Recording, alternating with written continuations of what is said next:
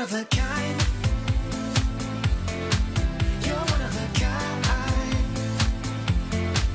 You're one of a kind. You're one of a kind.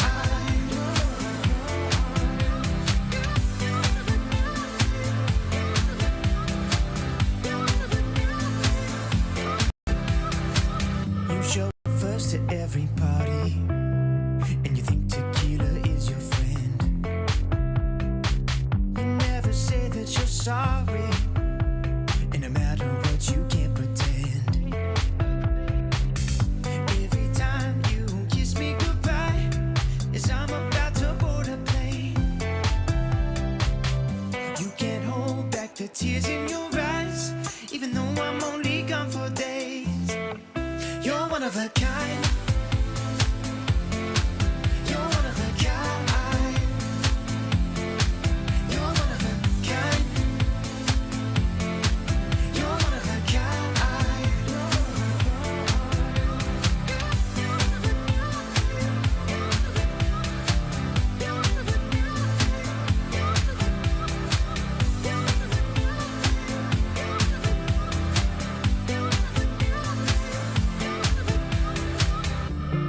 When I'm on the road, I need you to know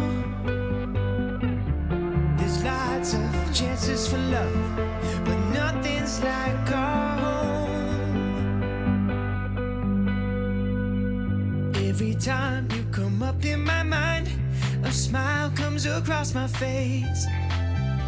Even though I have no idea what we'll find, when I'm with you it falls in place. You're one of a kind. You're one of a kind. You're one of a kind. You're one of a kind.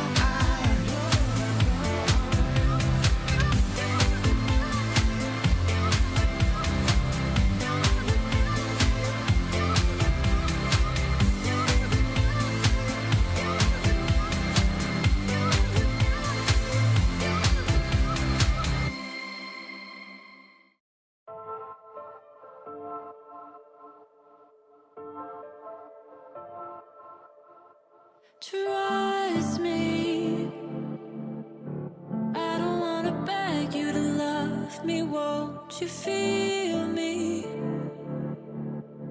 I don't wanna force you to hold me. What if I keep you on your toes? What if I give you the right dosage? Is there somewhere we can go to fix these broken roses? If I told you that we could have a better life, would you bring the old you? Or is that person still alive? If you took him off the shelf, would he even be himself? If I told you that we could have a better life. No sleep, you'll never find me dreaming these days. Lonely, I had to get another set of keys made. What if I keep you on your toes? What if I give you the right dosage? Is there somewhere we can go to fix these broken roses? If I told you that we could have a better life, would you bring the old you? Or is that person still alive? If you took her off the shelf, would she even be herself? If I told you that we could have a better life. If I choke on the words in my mouth, will you help me get them out? You know I'm always worried of even be herself. If I told you that we could have a better life.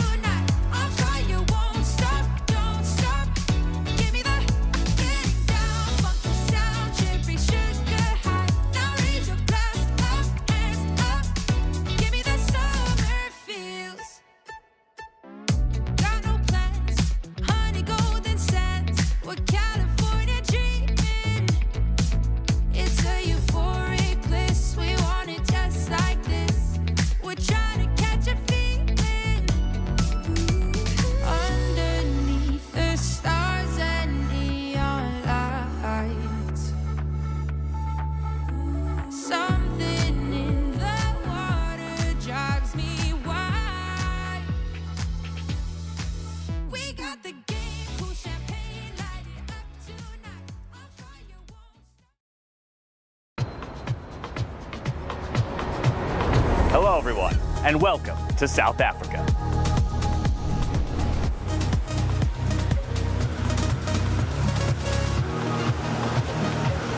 The best players from around the world have come here to fight for the title of 2025 Freestyle Chess Grand Slam Tour champion. With this as our backdrop, you can really feel the energy of this place. It's powerful, just like freestyle chess, full of emotions, creativity, and surprises. From here, we're heading south to one of the most beautiful places on Earth. A place where luxury meets nature and where the 2025 champion will be crowned. Welcome to Grootbos Private Nature Reserve, the home of the Freestyle Chess Grand Slam Season Finals 2025. It takes your breath away. The perfect place for the grand final. Where strategy meets beauty and champions are made. Set between mountains, forest, and ocean, Grootbos is not just a location, it's a world of its own. It's the perfect place to celebrate the beauty of nature and the brilliance of freestyle chess. Who will win the Freestyle Chess Grand Slam in South Africa? And who will be crowned the champion of the 2025 Freestyle Chess Grand Slam Tour? Get ready!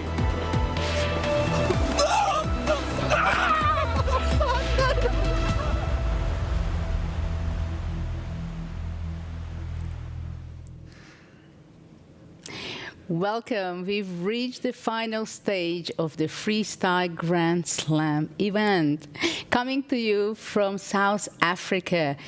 And I'm Judith Polgar, and next to me in the studio, the world-class chess player and coach, and someone who is so incredibly passionate about chess. Please welcome Peter Leko. Peter, what do you expect from this final stage of the event? Yeah, hello Judith, welcome everyone. Super excited to be here. What a season it has been so far, and now we are here in the finals, the great finals in this beautiful, breathtaking location. So much to look forward to. Of course, Magnus Carlsen, the main favorite. Will he be able to keep his lead and even win this event as well? That's clearly a big question, but there are so many other players that I'm also looking forward to. Absolutely. It's a great event with a lot of fight we are looking forward to. And at first, I think let's see this tour schedule, what we've been through during this year, because we had a lot of excitement going on starting from February. It was just the first event. You see Vincent won that event. He was an underdog at that time, but we can't say it anymore. And Magnus then won these two next upcoming events. And Levon was incredible, sharp in Las Vegas. And now we are here in South Africa in Grootbos. And we'll see who is going to be there in that little picture. Is it going to be Magnus? Is it going to be someone else? Maybe Fabiano, who is world number 3. But there are a lot of action to see. Let's see the standings also of the whole tour, because here we see all the players. This is the first page. Magnus is leading really with big margin. Unfortunately, I can say, because this does not leave to us so many excitement, but still, of course, there are a lot to see here. Fabiano is following up, and he carries number 3, who is not playing in this event. And Vincent Keimer is number 3 because of that in this event. So he's most likely going to be surpassed there. Levon Aronian, we see all the players. And then we can see the next page also, because there were much more players in this tour. So we can see also, we see Sindarov, number 11, and later on we'll talk about that who he's replacing. And we see that 19 participants were part of this tour, but now we only see the final 8 fighting it out in this event. And let's see the event schedule, because it is good if we know that the event will be 4 days. Today it's going to be the group stages, which is a round-round event, and a lot of fights with a shorter time control. Then we are going to see the knockout format already, quarterfinals. Tomorrow on the 10th, the semifinals, and the final day when we're going to see who is going to be the champion. It's going to be the 4th day on the 11th. Here we see the prizes. The prize pool is 575,000 for the 8 players. Here you can see what is the portion, how they are divided. But of course, everybody, all of the 8 players came here to win and collect that beautiful 200,000 cash right here. And now we are ready to show the video to explain you what is the format of this whole event of the Grand Slam. 8 of the world's strongest players come together for a compact, high-intensity competition where only one of them will emerge as champion. Here's how the tournament unfolds. Day 1 features a complete round-robin stage in which every player faces all 7 opponents. Each game is played with a time control of 10 minutes plus a 5-second increment. The final ranking is important, as players can win decisive Grand Slam points. On day 2, the tournament moves into the quarterfinals. From now on, each matchup consists of 2 games, one with white, one with black, and time control increases to 30 minutes plus 15 seconds per move. Before the games begin, the top 3 finishers from the preliminary round receive another strategic advantage. They each get to choose their opponent for the quarterfinals from among the players ranked 5 through 8. First the leader, then second place, and finally third place. The 4th ranked player receives the remaining opponent. Day 3 brings the semifinals, where the winner of quarterfinal A meets the winner of quarterfinal D, while the winners of quarterfinals B and C face each other. The players who lost their quarterfinal matches are not finished yet. They enter the placement playoffs for the 5th to 7th place. Everything culminates on day 4, the decisive final day of the event. The 2 semifinal winners compete for the championship title in the grand final, while the semifinal losers battle for the podium in the 3rd place match. Both played with 30 minutes plus a 15-second increment. At the same time, the lower half of the standings is resolved through the 5th place match and the 7th place match, which use the quicker 10 plus 5 time format. 8 players, 4 days of freestyle chess, 1 champion. Who will take the crown?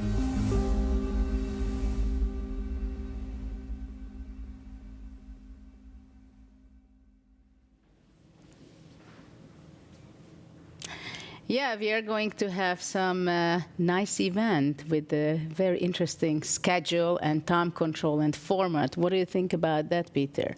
That it changed again and the time control is going to be also 10 minutes and 5 seconds, in 5 seconds, right? In the first format. Exactly, yeah, 10 plus 5, huge challenge for the players, yeah, because today they have to play 7 games. And that's actually the reason why the rapid portion, the faster rapid portion is 10 plus 5, because with more time it would just be impossible to play 7 games. Even like this, it's a murderous schedule for the players, because there's not a single move that you can just play by hand, yeah, in freestyle. From the very get-go, from the very first move, you have to make very tough decisions, so it will be a hell of a challenge for everyone. Okay, so let's see what is going to be the matchup in the first round of the round robin today. They are going to have a marathon today because, as you said, 7 games to be played, 7 different positions. So that's not the same as if you play the same position and then you can go from learning from one game to the next one. And here we're going to see Javokhir is playing with Magnus. What a matchup in the first round already. And of course, Sindarov, who just won the World Cup. He's in the mood. He's in the energy, I think, to continue, or let's see how it will be. Also, Arjun. Hans is going to be, but of course this is only the round 1 we see here, because everybody will play against each other, 1 game. What do you think how the players are preparing for today's game? Because let's face it, they can win Grand Prix points Grand Slam points because the who wins, it gets 8 and it goes down 7, 6, 5, 4, 3, 2, 1. But also what they play for, of course, the prestige that they are playing for. And also if someone wins, he's going to be the first player to choose the opponent from number 5 to 8. What do you think? What is the mindset the players have at this point? Well, okay, I think it's also a very nice way to warm up into the tournament. I'm very happy, first of all, that after the round-robin rapid portion, nobody will be eliminated. So even if you have a rough day today, which can happen to anyone, the first day starting in freestyle with such a quick time control, anything can happen. But doesn't matter, even if you have a bad day, you will still have plenty of chances to mount a comeback in the tournament. I somehow would not overrate whoever wins today. Yeah, it's a wonderful feeling. You win the round robin, you get extra points, and this is now a very nice novelty that the players get actually those extra points, because that will give you the feeling that I really won something. Because to be honest, Judith, tell me, how do you feel that from all these 8 players, whoever do you choose? Whom do you choose? There are no weak players. Everybody is so strong. Whew. Yeah, absolutely. I think it very much matters what kind of day the players have also, like, because they have to be very sharp, right?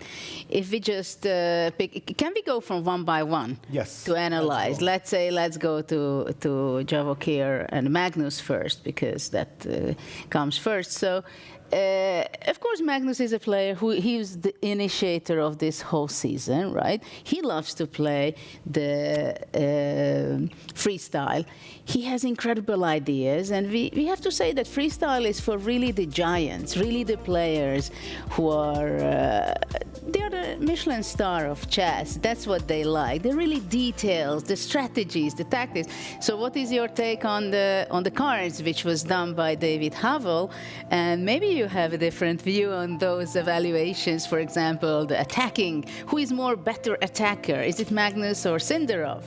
Yeah, well, it's a very subjective kind of thing. If you ask me to give points, to the players, I feel like I will not be sure myself how to rate, how to put them, because that's the point. When you are one of the best in the world, it means that you are so good in so many different things. Then, of course, there is always the personality of the player. Yeah, like we know exactly that Magnus is an incredible strategist. He likes to control the game, everything, and that's why I feel like the attack is attacking number 90, which isn't so big compared to other players. If we will be also seeing some other players' cards, I don't think that it does justice for Magnus. Simply, he doesn't get the chance to attack so many times because he wins otherwise. Yeah, it's a very interesting kind of stuff. From Javokhir, he is very energetic. Yeah, he brings all this freshness that a youngster brings. He has shown this in the World Cup. He was brilliant in the tie breaks with the faster time control. By the way, here we are playing with a faster time control that will also suit him. I consider him a great attacking player. Yeah, like the Uzbeks, like they always go forward. They like to hunt their opponent's kings. So also here the 88, but you have to give a number. So I appreciate what David has done. Well, here we see already the players arriving to the playing venue. Beautiful sunshine outside, but you can see already Hans. I think also Maksudlu, he's already in the focus. Probably they are not really care about anything else. Here we see Fabiano. The heart rate monitors, yeah, they are setting up the heart rate monitors. They have it. It's nice to see the players. Some are energetic, like Sindarov. He's shaking hands with all the other players. And so it's going to be a lot of excitement today. What do you think about the opening preparation? Did it change from the previous 4 events? What do the players taking with them? How they can progress and proceed and be better? Can someone be better in freestyle because they have so many different positions? Yes, I think that you gain experience. Yeah, that you get the feel for certain structures, certain figure placements and then how you should approach. But of course, every single game is a completely different one. That's the big challenge of it. But also I noticed with Vincent, Parham and Sindarov, Javokhir, they teamed up. No matter how tired they were at evening, night, after the dinner, they started playing blitz games against each other. And I feel like when you practice blitz in freestyle, that probably also helps you to just let go. You know that you cannot control anything all the time, yeah? And they are ready to make moves, which I'm, as a commentator, not capable of. I can, speculate, this move looks good. It comes at the cost of, this. But finally, as a player, you have to make a decision. Yeah, they don't have the luxury to put all the responsibility on the players. Yeah, let them make their moves. And I think they are ready to take those responsible decisions, and that's what helps them.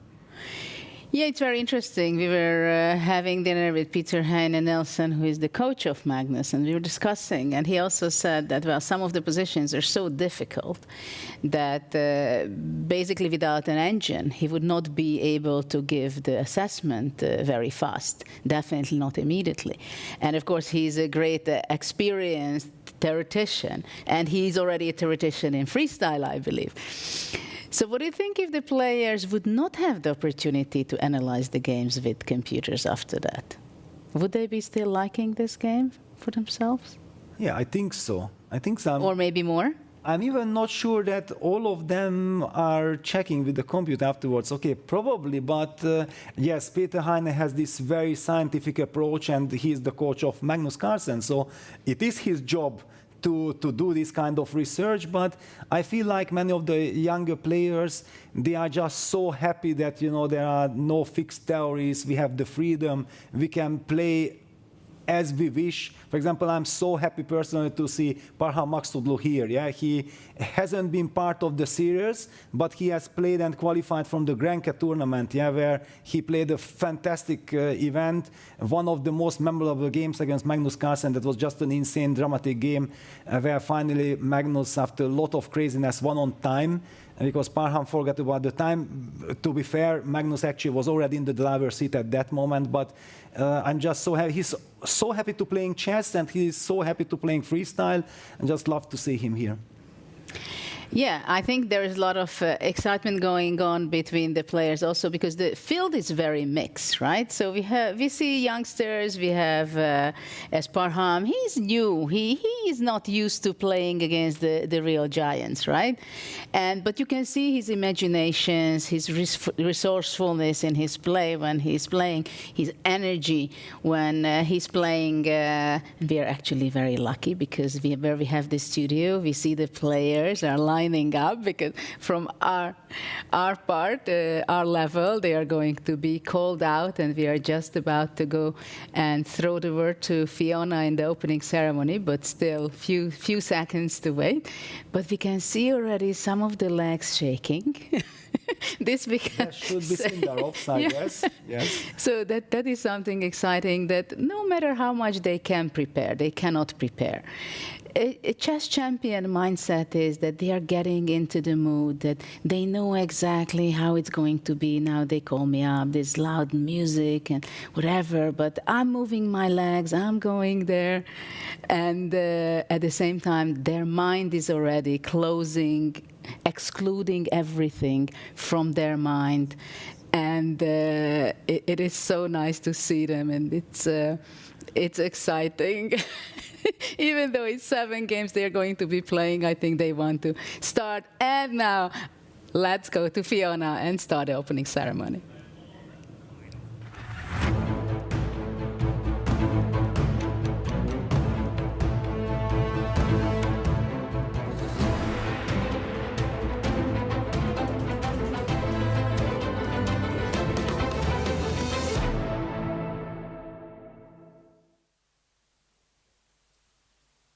Welcome to the Freestyle Chess Grand Slam season finals here in stunning South Africa. My name is Fiona Steil-Anthony. I'm delighted to be your host for the upcoming days.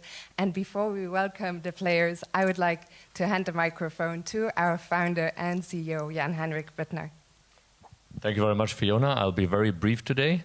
I would like to say that we are very proud, Holly and I are very proud about what we have accomplished with everybody on the team. In this year, we have invented and brought to market a completely new, revolutionary, high-end professional sports league in the game of chess, together with the GOAT, Magnus Carlsen. And we have conducted tournaments on 4 continents. We are basically conducting on the 4th continent, in Europe, in Asia, in the US, and also here now in Africa. And so now we have the best grandmasters, and I have no more to say than I wish every single one of them good luck, and may the best win. Thank you so much, Jan, Henrik.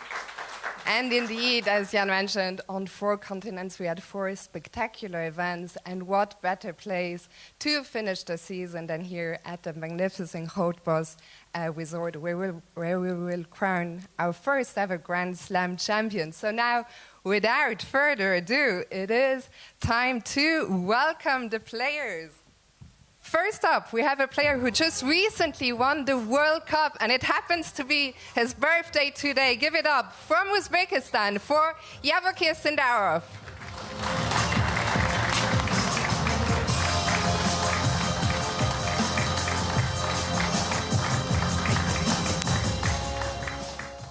Next is a player who qualified to this event by coming second only to Magnus Carlsen in the Mega Granka Open from Iran. It's Parham Maghsoodloo.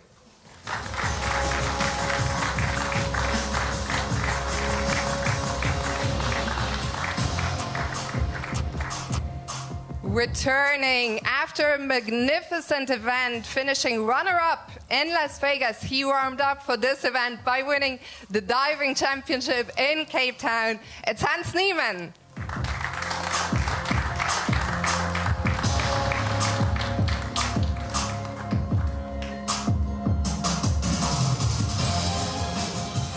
And next to the stage is the player who was last to arrive here in South Africa. He was busy winning the Jerusalem Masters from India. It's Arjun Erigaisi.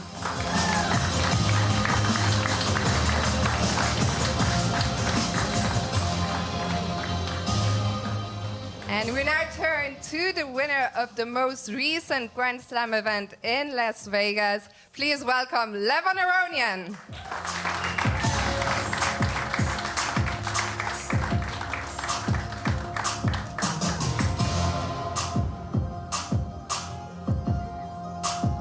And next up, we have the winner of the first event of the season. He won Weissenhaus by beating none other than Magnus Carlsen in the finals. From Germany, Vincent Keimer.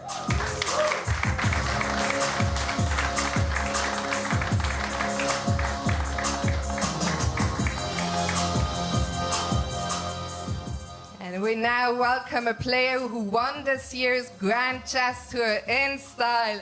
From the United States of America, Fabiano Caruana.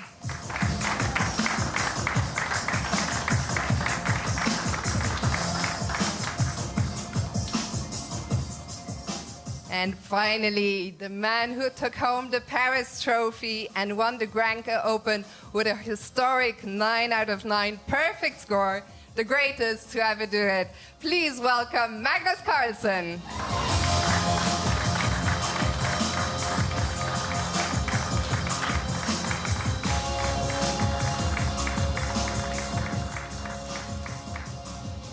Now, today, the players will play a round robin in a rapid time control of 10 plus 5. So let's take a look now at the first round pairings.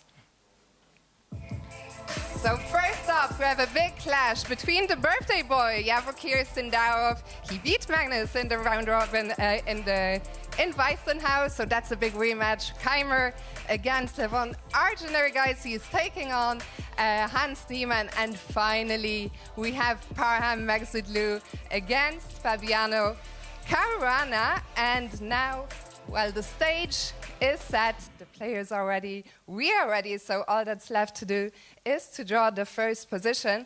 And I would like to welcome to the stage a young player from South Africa. Please give it up for Jan Aiden Reichardt.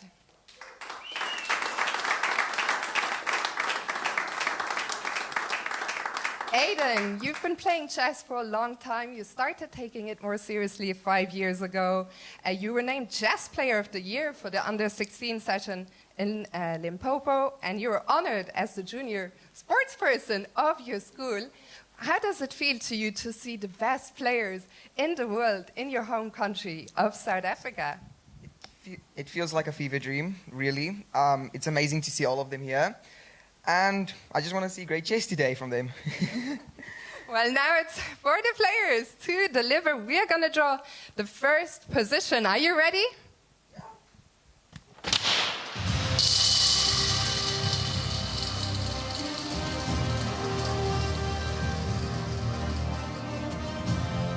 Okay, you can go.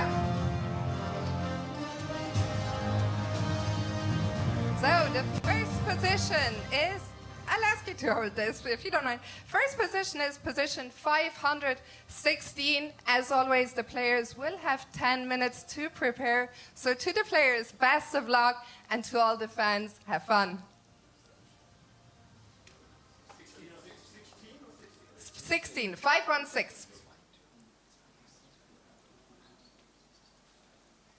So we see the position behind us, and the players are going to head outside, where they will get 10 minutes. Thank you, Aiden.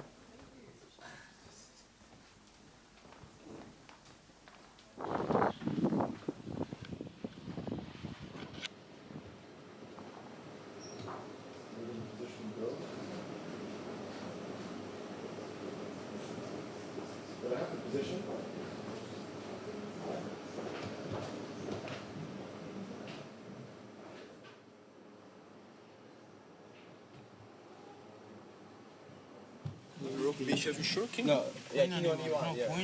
Queen, they change actually, yeah. They change actually position. The first was about 560.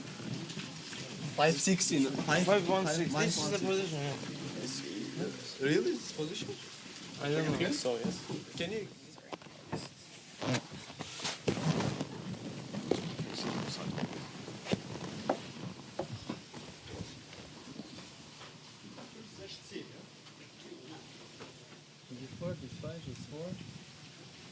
Queen b5.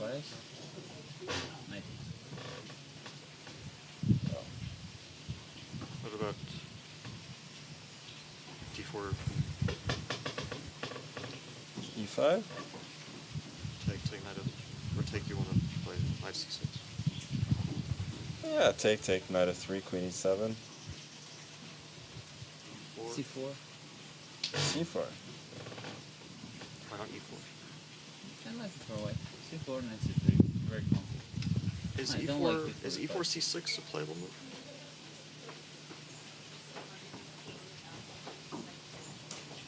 Wait, I'm playing d4, no? Sorry, d4 c6. d4 c6. On move 1? Yeah. I feel like d4, d5, e4 cannot be super dangerous. We win a pawn like this, right? Yeah, I mean the bishop is out of play, no? But how do you protect the pawn? Queen c6 Queen or what? c6. d5. It's too much. d5, queen d7. Queen d7. Queen d7? Mm-hmm. Knight g3, yeah. Yeah, it's okay. Hmm? Check. And if they go slow, then knight f6, yeah? Then Yeah, we're kind of this fine, looks... Okay, but, I mean, I feel like... d4 is not forced, right? No. e4 also is good. Yeah, e4, e5. What's your... Is e4 c5 bad? I was thinking c5. e4 c5 and b6. Let's check something. It's probably, yeah, reasonable. And we can always play c5 later, too. Yeah, we can always play e5 later after c5.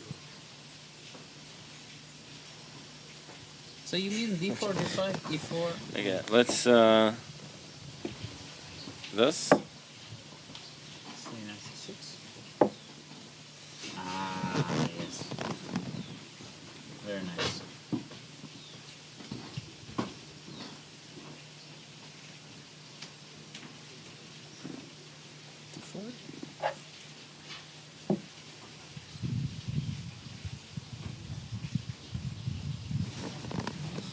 Here. Worse? For who? That's a good compensation, yeah. But maybe we Black is shouldn't not retreat. Black is not doing badly either. Yeah. We have to see.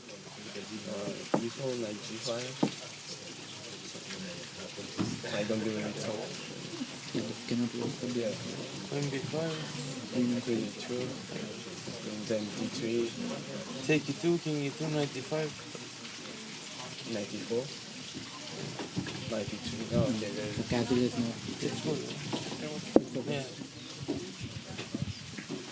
Yeah, actually I was thinking about this move, but in general it should be. You need to play b4.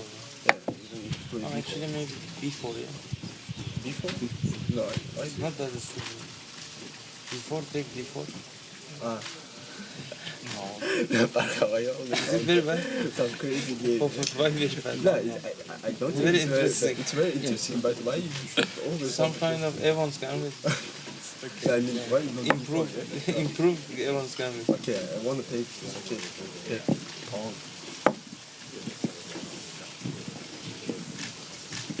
Okay, so one more pound. King g1. With the king on g1. I mean h4, h5, rook h4 is good. So, just one more pound. Yeah, one right to the other.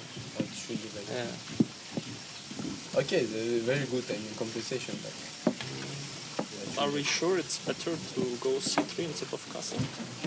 Okay, next move. If I go castle, you okay, do castle anyway, yeah, right? So you basically... I mean, the idea to play to c6 is d4, right?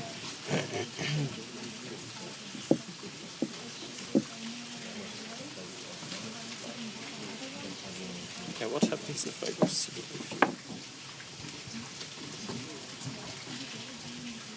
So you want to play knight f3, knight c6, yeah? Yes. So, knight f3, knight f3. You can still go d4 there. Yes, still good. But still I go queen e7, knight f6, I have bishop e5 quick, I think I know. Yeah, maybe, but... Oh, it's nice on e2. Then you want to play some f4, yeah, a4. But okay, f4. then maybe here I can... But maybe you can, against c5, you can just play... Okay. Maybe you could just play knight f3, huh? And knight f3, then if you go knight c6, just maybe some d3. Yeah, I mean, in general, also some Spain position is like always better. Bishop a4, bishop e2, bishop g5. Yeah.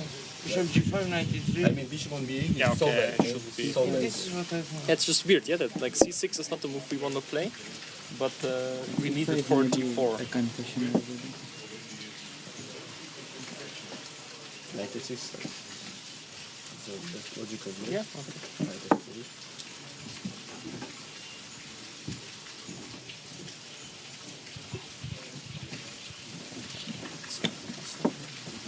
We can play castle, but can they play d4 also? Yeah. D4 I really feel like it's something.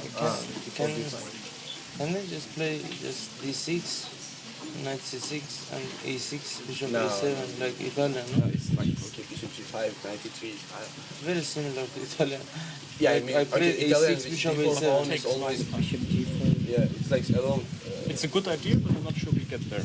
Like, okay, how do you manage? We can start maybe d6. I don't know if this d6 is actually not a bad move. I mean, h3 is always like... Okay, yeah, knight c6. Like knight c6, d4. Yeah. But, like, maybe it makes sense, not to keep that option for one more move. Okay. Yeah, but then I go h6, bishop a7, knight c6, castle. It's very normal Italian, no?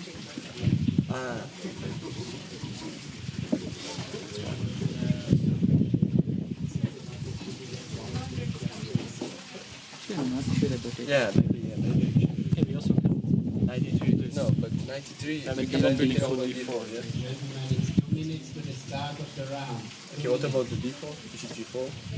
Okay, always this I'm not sure. Yeah, it's like we always have. The okay, maybe castle before. Okay, but then. Yeah, the 96. Okay, we can. Yeah. Yeah, the 96. How is knight? No. Feels weird. It's not.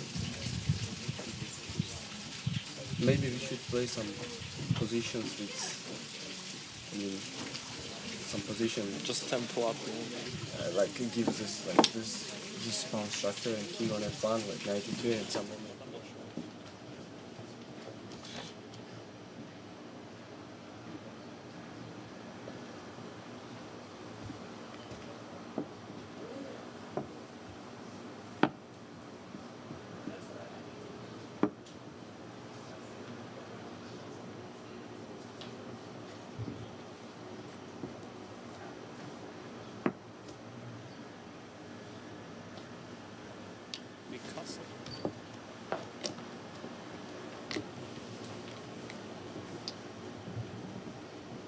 So, gentlemen, please come to your chessboard. We will start in half a minute.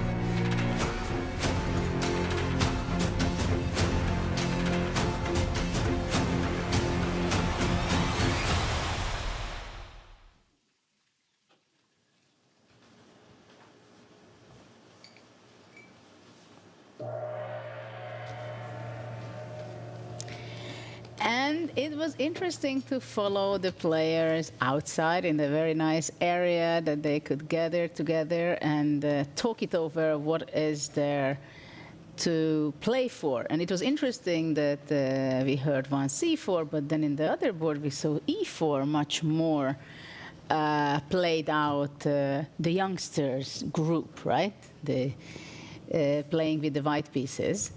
And e4 c5 is on the board already with Keimer. And let's see how, what do you think? Is e4 the best move? Because actually we've seen 3 of the boards played already, while Parham is still hesitating and thinking.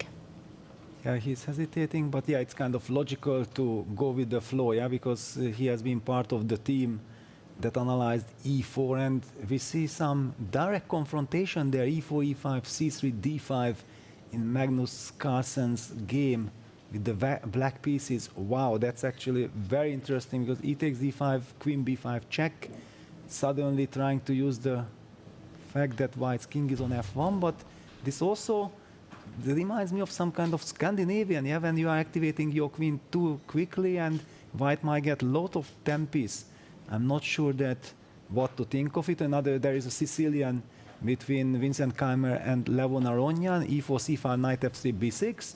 So we do see that what we have seen so far over the board in the analysis did not really happen. Now the big question is, are Junaid against Hans Niemann, because e4, e5, c3 has been played.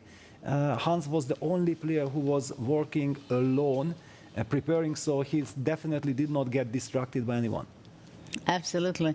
But it's interesting that e4, e5 is played, and in Sindarov's game, Magnus played e5, Niemann played e5, while Aronyan went for c5. It's funny to see that the first glance is like e4, e5, c4, e4, c5, Sicilian, but of course the pieces are randomly staying completely differently than in the 5-18, the classical chess position. So I'm curious, for example, in Parham's game, c3 was played in the second move. Why is it so important to open up the bishop from b1? Do you think, is it it's a prophylactical move of a kind of f5 gambit kind of game, or just he thinks that he wants to strengthen the position and wants to play d4 as fast as possible? Actually, it's a super fine move.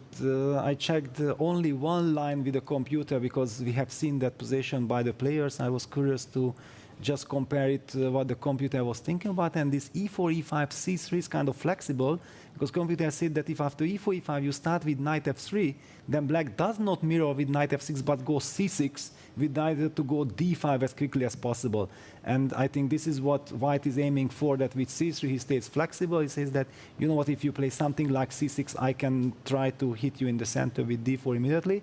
We have seen Magnus opting for the drastic measures with d5, but I'm not liking it. It's not just the evil bar that is showing that white is actually happy, but what is this queen doing there?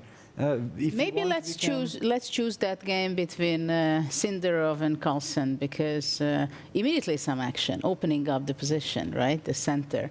Yes, and now Magnus is taking his time, but this is what we talked about so many times, that it's a little bit too late to think when you end up in trouble. But what happens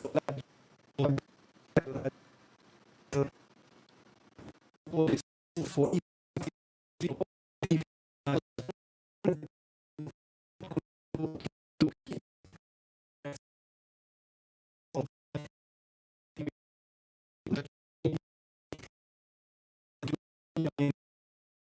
to use the opponent's king, but suddenly white was just able to play a very natural move. Queen e2, queen takes d5, now the knight jumps to e3 with the tempo, another knight will jump to f3, hitting the pawn on e5 with the tempo. Yeah, Magnus fall back final with the queen to d7, hiding out there. He's definitely dreaming of setting up some Marozzi bind with c5, knight c6, and everything is fine. Will he be in time? What is your feeling? Well, this is the question. Will he be in time? So do you think after knight f3 developing move, black goes c5, defending the e5 pawn from b8 with his bishop, and after that he wants to go knight c6? At the same time, the d5 square can be vulnerable. But, you know, I would even come up with some crazy moves like g4. Well, g4, but I would be also tempted to try to castle quickly, yeah, because with knight f3 we are not only hitting the pawn on e5, but we are also setting up the possibility of castles and maybe even sacrificing with d4. By the way, we also have some bishop f5 extra move if the knight goes to c6, so I'm not even sure if that knight is more preferable on e6 on c6. Some headaches for black. Somehow it seems like white is having the advantage in development, right? Both our knights are already out, the bishop's diagonal is open already. At the same time, so now it's a race in time. If black is able to have the dream set up, knight c6, b6, bishop b7, bringing out the other knight to e7, or possibly to f6, castle, then of course black would have a great position. But I'm not sure black will manage it. Maybe bishop f5 does make sense, because knight on e6, somehow it stands a bit strange. Yeah, but for the moment, just for our audience, yeah, to avoid any confusion, you have the queen d7. This is the current position. It's also possible to play d4. What do you think about that? Yes. Sacrificing a pawn. Is it something that black can capture, But or I even will consider to capture? only capture once. Yeah, after d4 I will take ed, and after cd I will start developing as quickly as possible, unless I'm blunder. I hope I did not blunder anything. Maybe knight e7. Knight f3. Okay, knight f3, castles. I feel like if I have managed to castle, then I can try to play a normal kind of game against the isolated pawn. Maybe we see in the game knight f3 played immediately, so now And Magnus, c5 blitzed out. of course, not thinking much, he plays c5. Very wild position. Yeah, this is now very much actually Sindarov kind of style. Yeah, we spoke about this Uzbek chess school. We have seen it in the World Cup just for a whole month. We were able to really enjoy Sindarov in action. And whenever there's this chance, yeah, he has all the energy and determination to make the maximum use of his chances. He's going to go d4, sack the pawn. But before doing castle? Well, castle you can do anytime. Okay. Okay. d4 you cannot do anytime, because after castle, knight c6. Yes, and he goes d4. There you go. Sindarov, Judith, are you Uzbek school of chess? Or the Uzbek school of chess is Judith's chess. Yeah, d4. And your idea is after cd, let's say ed. It was funny, you know, when I was in Las Vegas and Sindarov was playing, and we went to an excursion together. He was also in the bus, and we're talking. We've seen the Grand Canyon, and we are there in this beautiful scene, and then we talk with each other. And then he says, you know what, it's nice to meet you. My coach was always telling me to watch your games. Exactly. I was so proud of myself. I somehow sensed it, yeah? That a 19-year-old young talent who is all the great career ahead of him, he says that, so it was kind of, but it's a question mark. Okay, it's a question mark, 10-minute but the game. bar actually still gives advantage for white, yeah, just to put it in context. Context, yeah. So it is better for white. The question is, after c takes d4, what's the idea? Is it knight f5? Yeah. And cd4 played. This was the question we had. The players are having the same question. What's happening here? By the way, some knight f5 and then b3, bishop a3. Idea is also there. If we talk about Judith, how Judith would treat this position, some b3, bishop a3 check, and headache. Okay, but the question is whether, that can be annoying. That Black has no. Even with no 97, castle. it's a pin. A very annoying pin. Just highlighting some, I don't know if this is the right direction or not, but certainly Magnus will have to decide, is knight e6 or knight c6 the way to go? Well, knight c6, b3, right? That's the move. That was one of the ideas. And now Magnus taking his time, and we know that this is a 10 minutes game with 5 seconds increment. What an intense action. What we talked about here, there is no safety net. The players can't rely on their experience. I'm Magnus Carlsen, or I'm Javokhir Sindarov. I'm a great player. Yes, you are a great player, but you have to survive the opening. You have to get to normal position so that you can show your brilliant class.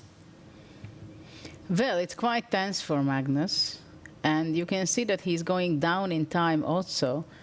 So Sindarov has a significant time advantage. I mean, it's only 1.5 minutes, but still at this time frame, what they're playing, it must be quite annoying for Magnus to see this position from playing it from the black side, because I have the feeling that he would be very happy to play it from the white side. Knight c6. Yeah, knight c6 played. So let's see what he's up to against b3 and bishop a3 check. Well, actually, b3 was my move. I'm not sure if this is the best. Maybe there are other options also. You can also just castle and play for rook d1 and then try to... And then when black comes out, knight f6, some knight g7 eventually, and queen d2 and stuff like that, but it's... Yeah, that's why b3 is so tempting, yeah, that basically I'm reacting after knight g7 with bishop a3. I'm keeping my knight on f5 alive. I keep this pressure, and then I'm ready to castle. b3 is on the board. On the board, yeah. This is so tempting. Actually, now we can say that it's pretty much, we would say that it's a classical kind of position. From classical chess, it could come. The four rooks are in the corner, bishop on c1, bishop c8, knight on f3, f5, very energetic way of playing for white. King on f5 and f8 is not normal. But now bishop a3 seems to be deadly dangerous for black. Yeah, knight g7 played. The computer screams that this is a bad move. Well, it was the most natural move. But the question is, what will happen after bishop a3? g6. Yeah, but then also I can just take on e7 and you still can't really castle. Yes, but I'm praying to be able to play bishop d6 and eliminate the a3 bishop. But somehow this is too dangerous. But okay, there was, humanly speaking, there was no other move than knight g7, bishop a3, by the way, already on the board, and all eyes on Magnus. How will he solve this issue with his king? Well, I don't know if... well, it's a question whether after g6, what is the best move for white? Maybe after g6, knight f3 to d4? But do we really need to complicate matters? Our king is also still on f1, yeah? That's true. I just wanted to play simple, yeah? For example, okay, knight takes e7, knight takes e7. Castle. Bishop d6. And bishop b2. Let's make castles. It's not so bad. Bishop d6. Oh, bishop d6, yeah, then you play bishop d6, and it might be slightly better for white, yeah, bishop b2, and then rook d1. But at least, well, even this g6 will be a forever weakness on the long diagonal, but okay, there was apparently a much stronger move after knight e7, knight e7. A killer punch is there. Bishop f5, my God. Bishop f5? Peace. And then G takes F5. Oh, no, sorry. G takes I F5. missed. No. You scared I me. got over enthusiastic about things. I thought it's white to move, and what's going on? Queen D8. Wow, Queen D8. Yeah, he's trying because. Wait a second. Can I actually play Queen E4 now that we know that the evil bar? Yeah, Queen E4, and it stops Bishop D6 due to Queen takes D4. That's what helps us. That we see the evil bar. Because G6 he didn't want to play because it's so dangerous. But look at what's going on now. Can Black survive here? Yeah, Queen D8 played, and already Knight 3 takes D4 on the board. The move that you wanted after G6 Knight makes so much more sense because I don't have to sacrifice a piece. You get the same benefit. Magnus in a lot of trouble. The game has just started. We are 12 moves in, and the champion, Magnus Carlsen, needs to stay alive somehow. And we talked about experience. The players are already used to freestyle. Well, every position is different. Yeah, it's just one mistake with this D5. It looked like a good idea, but it backfired. Yeah, the Black was losing way too much time. Yes, because White could come with his knights very fast. Knight E3 was a tempi. Yeah, Knight E3. But D4 was an... F3, then D4, Knight F5. And this I think B3 was missed by Magnus originally. Actually, it was kind of easy to miss. Yes. Yeah, he's very And look at unhappy. this, yeah. There are no moves. Well, Bishop F5. Yeah, Knight takes F5, and there are still no moves. And G6. Yeah, then I take, and then Bishop E4 I develop, and you never have Bishop D6 to Rook D1. Just to highlight, if we take G6, or I can even make the moves, just to highlight that, yeah, if Black is already running too late, I'm just playing the most simple move, attacking the pawn, setting up the Rook D1 idea, so Black is unable to parry the threats with Bishop D6, and we are also just one move away from castles. This is resigning territory, so wait a second, Magnus, is there a move at all for Black? G6 on the board. Well, he'll go the line what you said. No, yeah, Bishop takes F5, yeah, pardon me, yeah, Bishop Yeah, F5. takes on F5, Knight Yes. F5, G6. Yeah, G6, and okay, takes Bishop E4, and it's kind of almost finito. Well, even Bishop E4 immediately not bad. Also, but do we have to do brilliances when it's not necessary? Yeah, just to highlight Judith's idea. Yeah, your creative mind was probably Takes Bishop C6 and Rook D1. In this line. Well. But okay, so finally Queen C7. It's bad, but Rook E1, C5 you have. But it was bad anyway. Well, I don't know. Bishop C5. Yeah. No, okay, but why to complete in a rapid game? No, just Okay, so he took Knight E7, Knight E7. just play simple and effective. That's what you need with this time. It's down to 4 minutes 20. Will White go Bishop G6? No, opening up the H7, I mean the H rook. Yeah, but you're winning a pawn, I right? don't want to. I want to win the game. I don't want to win the I pawn. have similar ideas. Yes, no, just Bishop E4. Put it in the center because the B7 pawn is also falling. Yeah, that's true. And the rook is coming with a tempo. What is Black? Why is Black not resigning after Bishop E4? That's my question. Because he never resigns. Bishop F4. He's going to Okay, of course. play but- Bishop E4, Bishop F4, gives up the B7. I'm but not you saying it's a still sacrifice you because still I cannot can defend. castle. No, it's this is. I want to see Bishop E4 and see the reaction of Magnus. Yeah, Bishop there we go. E4. Bishop E4. I want to see Magnus. Yeah, he will have to sack the queen. Yeah, That's this is what what he's he's doing. Yeah, but okay, this is just to prolong the battle because White will be queen up for a rook and the bishop, and the pawn on B7 is falling as well. So this is actually, Magnus is very happy that he got the chance to play this technically losing position. It just shows that how bad the situation was. We are seeing all these moves happen, knight F5 and short castles. And okay, White just needs to show some patience. You cannot win this position immediately. Magnus also castles.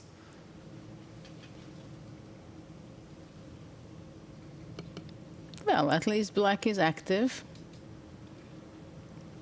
It's not so easy to win. Yeah, not so. It takes time. It simply takes time. It's not so easy to win.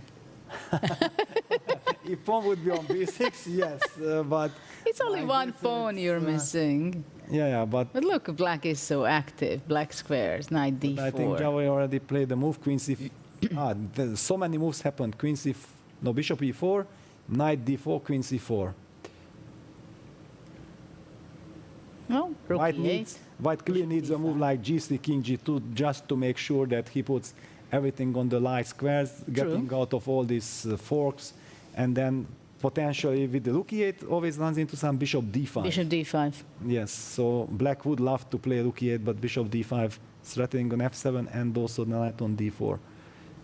Rook f8 played and bishop d5. Well, knight e2, king h1. Yeah, knight e2 had to be played. Wow, what a heart rate. Sindarov is excited. 131, 34. 134. Yeah. And Magnus stays calm. It's a cold shower for him. But yeah, this is the sign of champions that, or maybe he already feels like, okay, it doesn't depend on me. I will put up the best resistance, but I can only hope for some miracle. There's no reason to be nervous anymore. Bishop takes f7. There you go. These youngsters, they are not afraid. They don't see ghosts. They take on f7. If rook takes f7, then white just collects the knight. That would be nice. And after king g7, he comes back with the bishop. Magnus plays a5. Desperate move. White will play g3, create luft for his king, and should easily win this on the board. Maybe we can jump to the bird's eye view. Yes. Let's see what's going on with the other games, because here some miracle should happen so that Sindarov is not converting his extra material. g3, king g2 is already done. Which one would you like to pick? A lot of action in good almost question. Yeah, every Vincent game. in trouble. Yeah, Levon Aronyan is on fire, it seems. Arjun Arigaisi, Hans Niemann game is very double-edged, a very interesting game. Parham Maksodlu against Fabiano, also interesting. Well, yeah, everything to play for. Maybe Vincent game against Levon, because Let's pick that game, because Levon has some. Well, Vincent sacrificed the piece to stay in the game. It was a necessary sacrifice.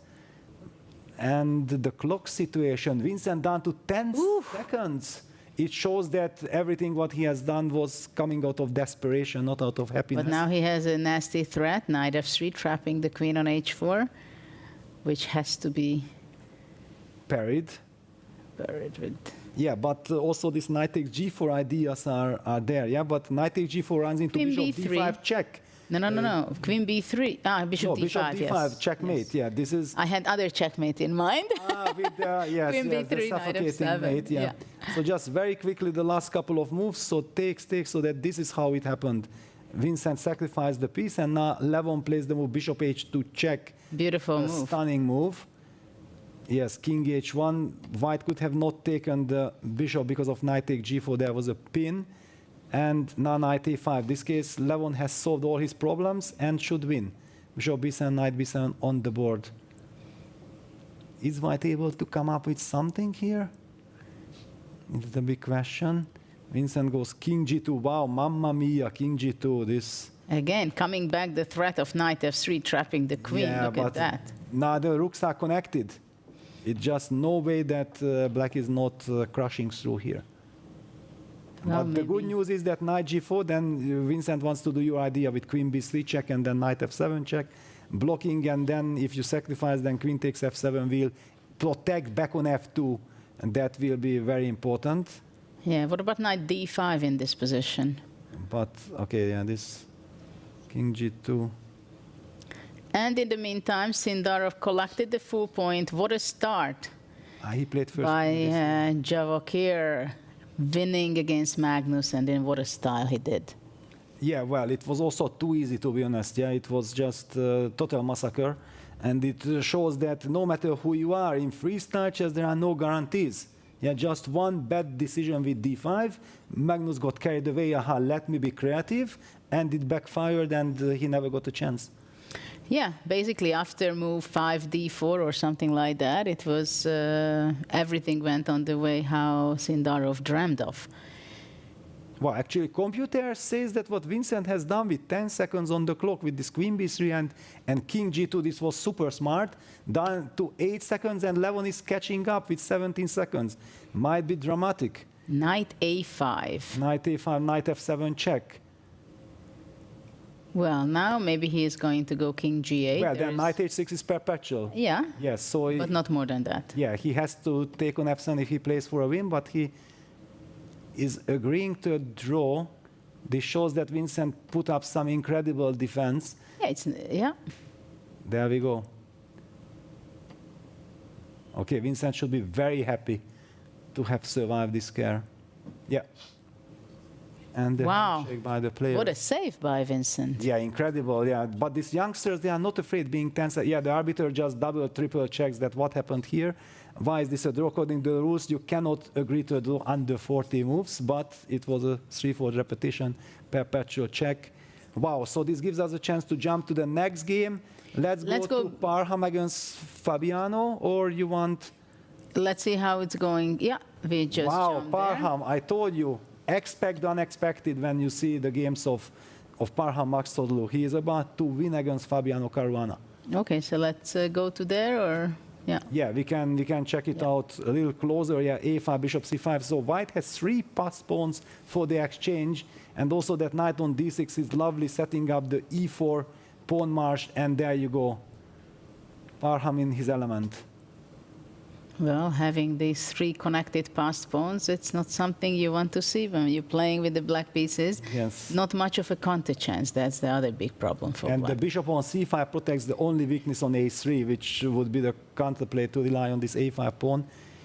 This is big news for Parham fans. And I think there are many, because everybody loves Parham. High heart rate. Of course, 144. Yeah, this is how it should be. But bishop. I'm not sure e5 I liked. Yeah. I like king f2, king e3, because now if he has to push the d pawn. Then bishop d5. Bishop d5. c4. He's fearless. He goes takes. So he can't. He goes for this. Okay, so takes. e6. King g8, king f2. And look at this. The black king is boxed in, so that's why black plays rook c3, trying to stop white's king from getting closer. But king e2, king d2, and if you go rook b3, then d5 should win the game. There will be rook b5, however. Be careful. Yeah, so I have to play, include even king c2 maybe first. Okay, Parham will do this. Well, maybe a4 from black. Yeah, you have, or g5, king g7, king g7, king f6, trying to get out. Maybe a4 with white, yeah? You wanted a4 with black, then it makes sense for white to play a4 and then king c2. Okay, and then rook e3. And then d5. Rook e5, bishop d4. If king g7, then bishop d4, yeah. So it's kind of a stalemate, yeah. And there you go, a4 played by Parham. King g7 falls into this trap with king c2. But is this a trap? King c2 is on the board. It's not. Fabi is fighting back. Look at this d5, rook c7. Parham has 11 seconds. Ooh. He blundered, and now Fabi wins. Unbelievable. King e5. King e5. Yeah, king e5, trying to go king d6. What a dramatic turn of events. King f8, d6. Parham cannot believe it. Well, rook d1. Yeah, it's just lost. What a turnover in the last seconds of the game. Incredible. What a drama. Total heartbreak. What an upsetting turnaround. Oh, what a heartbreak. And also very smart play by Fabi, of course. Yeah, we have to give credit for his resourcefulness, that he did not give up, and Parham, poor Parham. Yeah, let's see the last game, which is still running. No, we have all the game finished, what happened in the Arjun game. Well, and what happened, Najung? It was a draw. It was a draw with the repetition of moves, I believe. Wow, what an intense first round. Incredible first round. We've seen drama, and we could have seen another drama by Fabiano's game also. Well, this is 10 minutes and 5 seconds for the players. This is what it means when you have all your strengths, the right mindset, at the same time not enough time at the end, right? For Keimer, for Vincent, it was a great save. I think maybe we will have time to go back to that point. And but the players have to be showing their resilience because they have only a few minutes after the game. Yeah, to recover. Yeah, for example, Parham, he's in a state of shock. How did it happen? It was completely winning. Nothing could have happened to him. You remember we talked about, we did not like e5. Just king f2, king e3, total control, and the position wins by itself without any adventures. And then Fabi, he also needs to calm down because he cannot believe how lucky he got that he survived this and even Absolutely, won. Absolutely. But the players have about 5 minutes to recover, and then they get the next round, the new position. They have to get familiar. They have to forget everything what has happened just in the last half an hour. And so let's see the standings and the result, what has happened in round 1 of the group stage in South Africa, the final event. Javokhir won his first game. It's only the first game, but it's what a start. Fabiano, also that 1 point which is written there, that was not so much in the same style as we've just seen. And then we have draw matches between Arjun and Hans, right? Yes. And then Vincent Levon was, well, this was also quite a save by Vincent, and Magnus and Parham, they have to come back after the horrible experience in game 1. Very different bad experience, because basically we can say that Magnus had no chance in this game, right? Yes. He just fell into his own trap. He wanted to be energetic. He wanted to open up the position, and he was careless, we could say. Yes, exactly. He was Basically, careless. What he can tell to himself is, okay, Magnus, come on, wake up. Yeah. Because that's how it feels. But for Parham, it's like a life-changing kind of loss, yeah, because starting with a win in this field for the very first time, being on this big stage could have changed his life, basically. But this is only the first game. He will, for sure, get back to his senses. Well, maybe we can say that Sindarov played the game of the first round. Maybe we can show the key moment, d4, if we bring up the board until we have the second round drawing for the next game, because it was quite a great example of that how careful you have to be in freestyle, right? Basically making a very healthy, energetic move. Look at that, small tactics, going d5, takes queen b5, queen e2, queen d5. And actually we can say that Magnus was missing 1 tempo. Yes. Right? Yes, if he has 1 extra tempo, then we call it a brilliant, a genius idea. And like this, it was basically just the losing kind of move. Because in a rapid game, if the direction of the game is wrong, then things get completely out of control. And this is what happened. Sindarov did not shy away from... But I have one question. Yes? Is c5 a mistake? Maybe that was too brave? He was too much dreaming to have his knight on c6. He was visualizing c5, knight c6, knight f6, castle. Yeah, but what else? If he would have played the move knight c6 with a pawn on c7, bishop b6, bishop on b8 stuck, this is losing for long terms. I don't know exactly what is the best way, but okay, white has so many possible, maybe just even b4, a4, b5, still the same idea. Bishop a3, it will be a tempo, bishop comes. So actually we can say d5 was the losing move. Yeah, this is what I want to highlight, that basically d5, well, I don't know if it's losing, but definitely it was, from practical point of view, game 1, move 2, d5 was a mistake, because actually black had to play 3 moves with the queen, right? Queen b5, queen d5, queen d7, while white was developing his pieces, knight e3, knight f3 with the tempo, everything, very important, and then after c5, d4.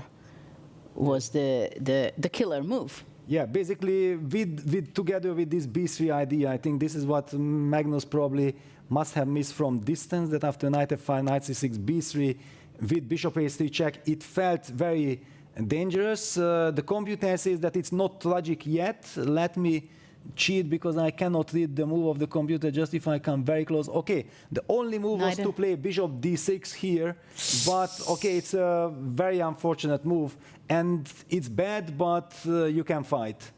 Yeah, it will be just better for white, but well, I think you make this kind of move if you understand how bad your situation is. And by the way, of course, after bishop d6, it can always happen that knight takes d6, a4, bishop a3 still shows up, and then you have to knight b4 blocking that diagonal. But yeah, when you have to play bishop d6, it means that you understand that you have big problems ahead of you. Yes. And it's kind of a damage control And move. if you have time on the clock, you might. But Magnus felt like, okay, let me develop the knight to G7, from G8 to E7. By the way, computer said that if you develop then already knight F6, bishop A3 check, king G8 was possible. But once again, this is something that you don't want to do with a rook on H8. You lost the right to castle. The king will stay forever in danger zone, and white will just play castles. Get his rook to d1, then collect back the pawn on d4 and have all the fun. So yeah, this was already horrible. And after knight e7, bishop a3, queen d8, knight d4, takes, and I think after bishop e4 it was game over. Yes, but it was quite an amazing game and performance by Sindarov, to tell you the truth, no? Of course, if you just give one little chance for Magnus to coordinate forces and like this, then it will be Magnus again. But Sindarov just made sure that, Magnus, my friend, you made a mistake with d5, you wanted to trick me, now it's punishment time, I will not give you the chance to show your skills. I'm wondering how much Sindarov understood that d5 is a dangerous move. Did he have an intuitive feeling about it, you think? Was c3 a provocation? No, c3 was, I think, not a provocation. He couldn't have even dreamed of that Magnus will play d5. But we have also seen it from Parham. He also played e4, e5, c3, I believe. So it was part of their preparation. But yeah, that d5, okay, just to get carried away like this from Magnus. But I love to see this. I want, because people might look at the standings, Magnus is leading, Magnus will win the tournament, Magnus will win this Grand Slam event as well. Could easily be, but there is no guarantee here. We are talking about freestyle. So why don't we bring up the next round pairing and talk about that a bit? Who is Magnus going to be playing? And also, of course, the other matchups, because it's only the first game. It's a warm-up phase of the group phase of this event. And because, of course, Magnus plays against Fabiano. Wow. Yes. Wow. What a game. It was very close that both these amazing gentlemen lost their first game, but Fabi survived and even won. We have this tremendous pairing between Hans Mokeniman and Parham Maksodlu. We have Levon Aronyan against Arjun Erigaisi, always a big matchup. Erigaisi was the player who knocked out Levon Aronyan from the World Cup.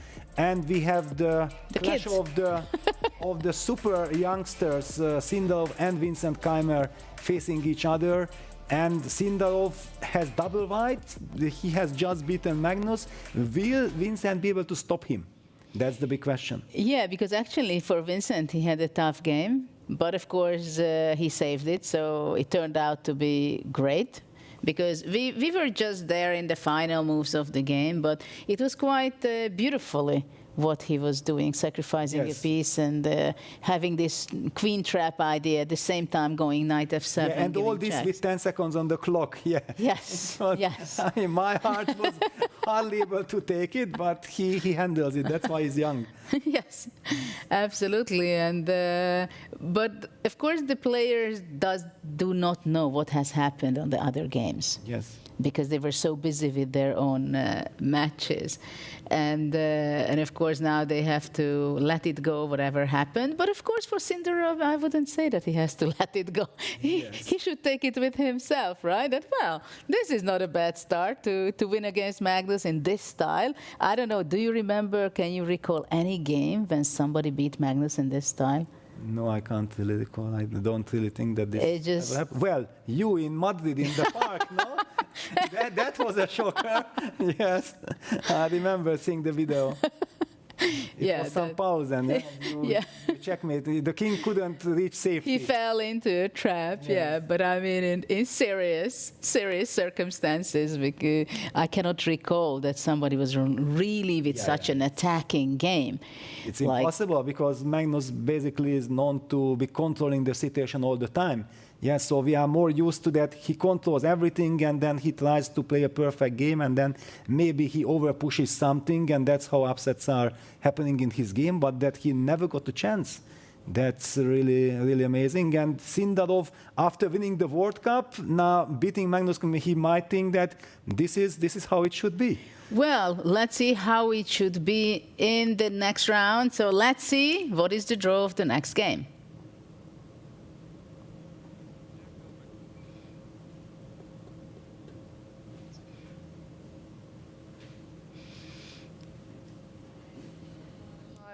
The first round is in the books. We saw wins for Javokhir Sindarov against Magnus Carlsen and for Fabiano Caruana against Parham Maghsoodloo. And I'm delighted to be joined now for the next draw by Anna Kramling and her mother, Grandmaster Pia Kramling. Anna, you've been here for a few days now creating content. What has been your best experience in South Africa? I mean, South Africa has been amazing. We've been able to see simuls with a lot of different people. It's been amazing. Meeting all the players and playing chess against them has also been a lot of fun, even if I got destroyed by absolutely everyone.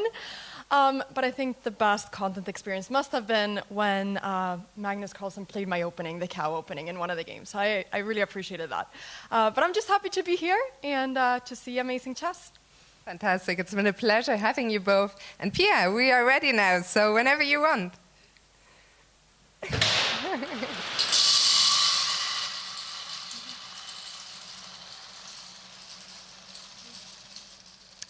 Anna?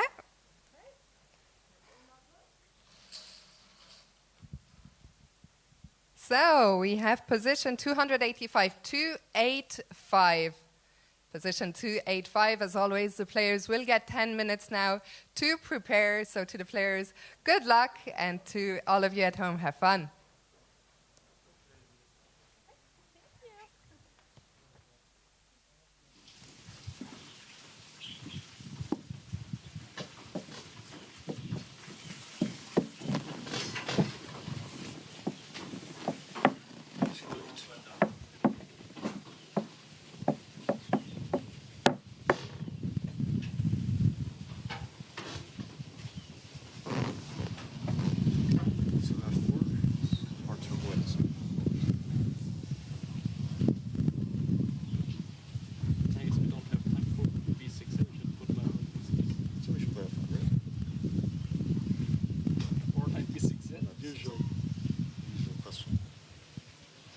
Do you think we have any other option than playing knight b6 eventually?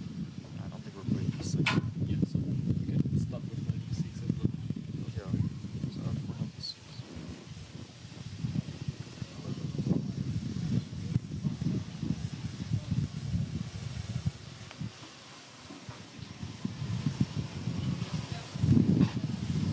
Probably gonna, like, unless I play b3, we're probably gonna get knight b3 or 5. Some order. I was just wondering whether b4 makes any sense. Probably too much. It feels Or maybe d3, c4, yes. D3 is awful. Maybe that's why we start with that.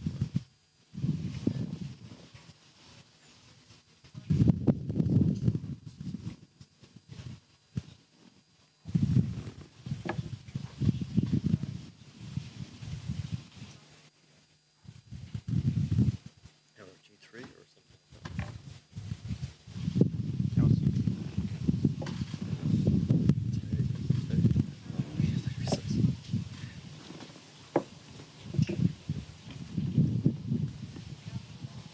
Like g4 or something is G4. You can also play G's. Wait, do we have to be scared of the knight c5? I think it's okay. Yeah. It's safe, yeah? I think safe enough. I think this is this looks okay-ish. I mean, also if white achieves e4, it's not so big deal. Just take knight d6. Yes, but here you can. g6, yeah. Ah, yeah. No, I think this will be. I'm more afraid that this d3 c4 can be complicated. Like, try to start with c4. Oh, but that's, no, f5. f5, d3, b5. Yeah, I could also. Just mate you. Yeah. Right?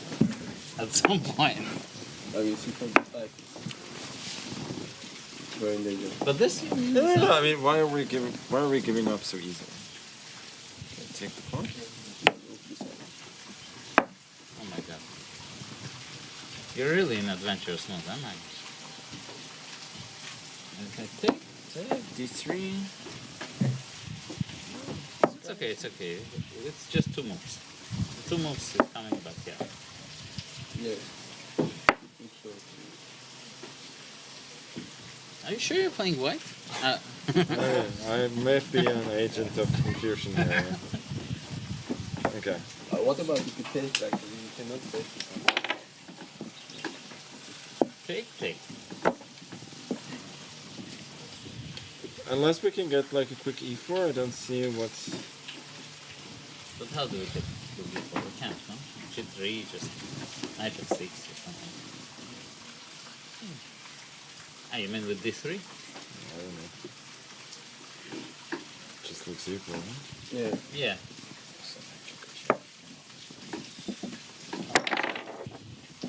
Other first moves? Yeah.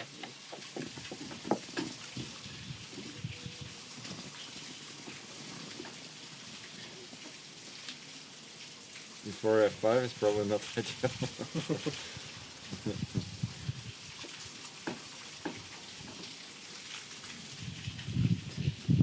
F3 also makes sense. Maybe f4, 5, b3, I don't know, to play c4. It's idea, knight c2, I don't know.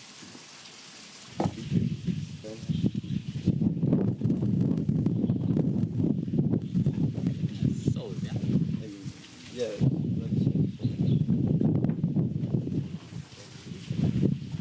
You can also go for some. I always wanted this. Well, if you want it, start it here. If you think g4 is good, do it here, but why is it good? No, I thought c4 might be a weakness.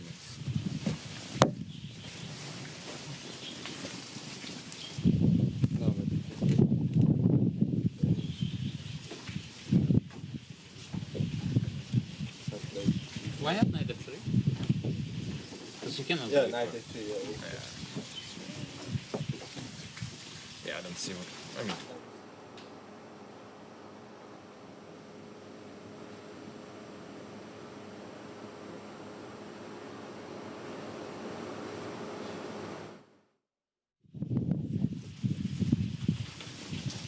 Yeah, this makes sense. Give some space, yeah? I guess g3 here or what? c3. Why don't you do that? Like us. I think we're okay.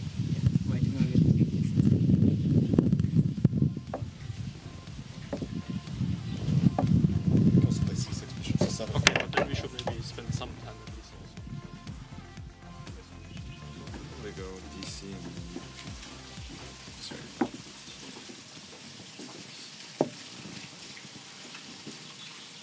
Maybe we should play some knight ac2 first to d5. Yeah. Okay, but anyway, like this looks better for white, no? Yeah, that's better. And if I just play like a common Joe, then it's not easy to bring the queen into the game, yeah? Yeah, you have a problem with bishop. The common Joe methods are not working. Yeah, bishop on d4 is good, yeah? Okay. Okay, let me just this. It went g4? Yeah, maybe g4. And g5 especially. Or g6.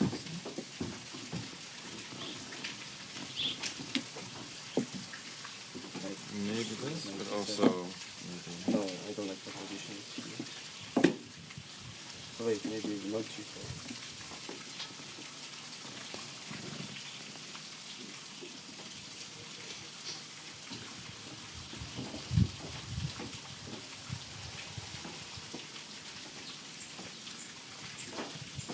This is some content creation stuff. What will You be guys are dreaming, huh? G3? G2, yeah. But maybe we're not threatening anything. But probably not. It's creating content. Unstoppable. This is fantastic content. Yes.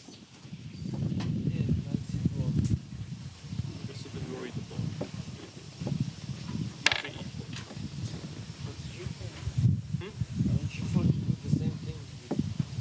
Or knight c2, knight c7, g4.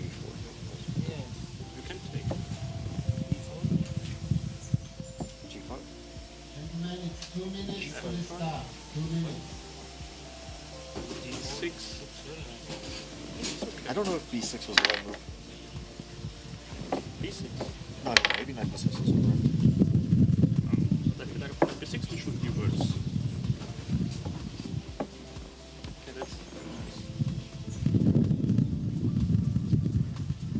so you will play b6. Might as well.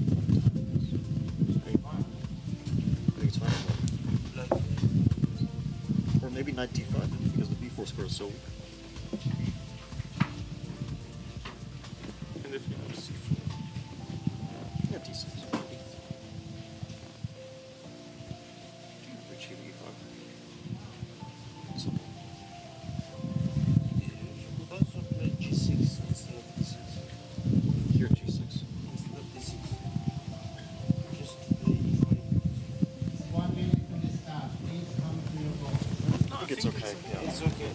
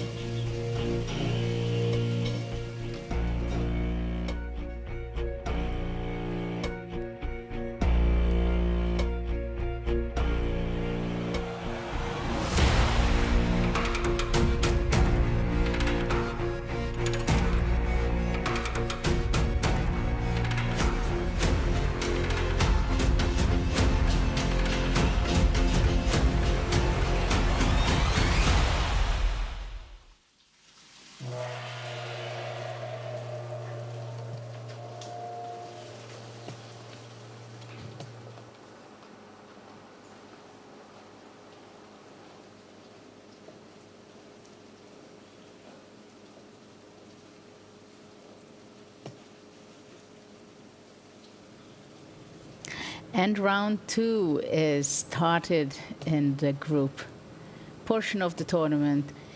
And 1f4, this is the move which was analyzed very heavily. And we have it in all 4 boards.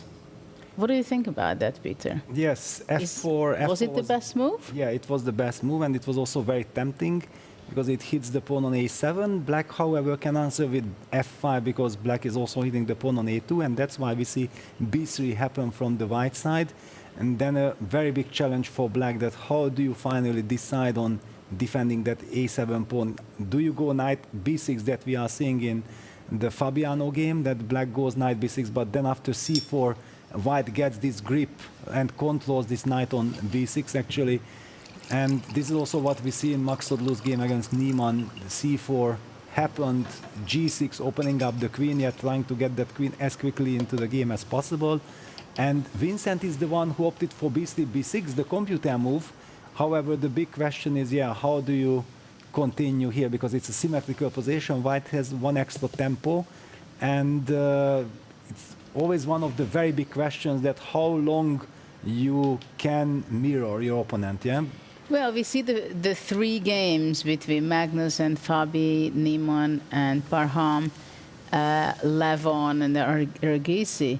We see the same system, right? F4, F5, C4, knight B6, B3, knight B6, C4, G6. Still, though, Fabiano played instead of g6, he went d6.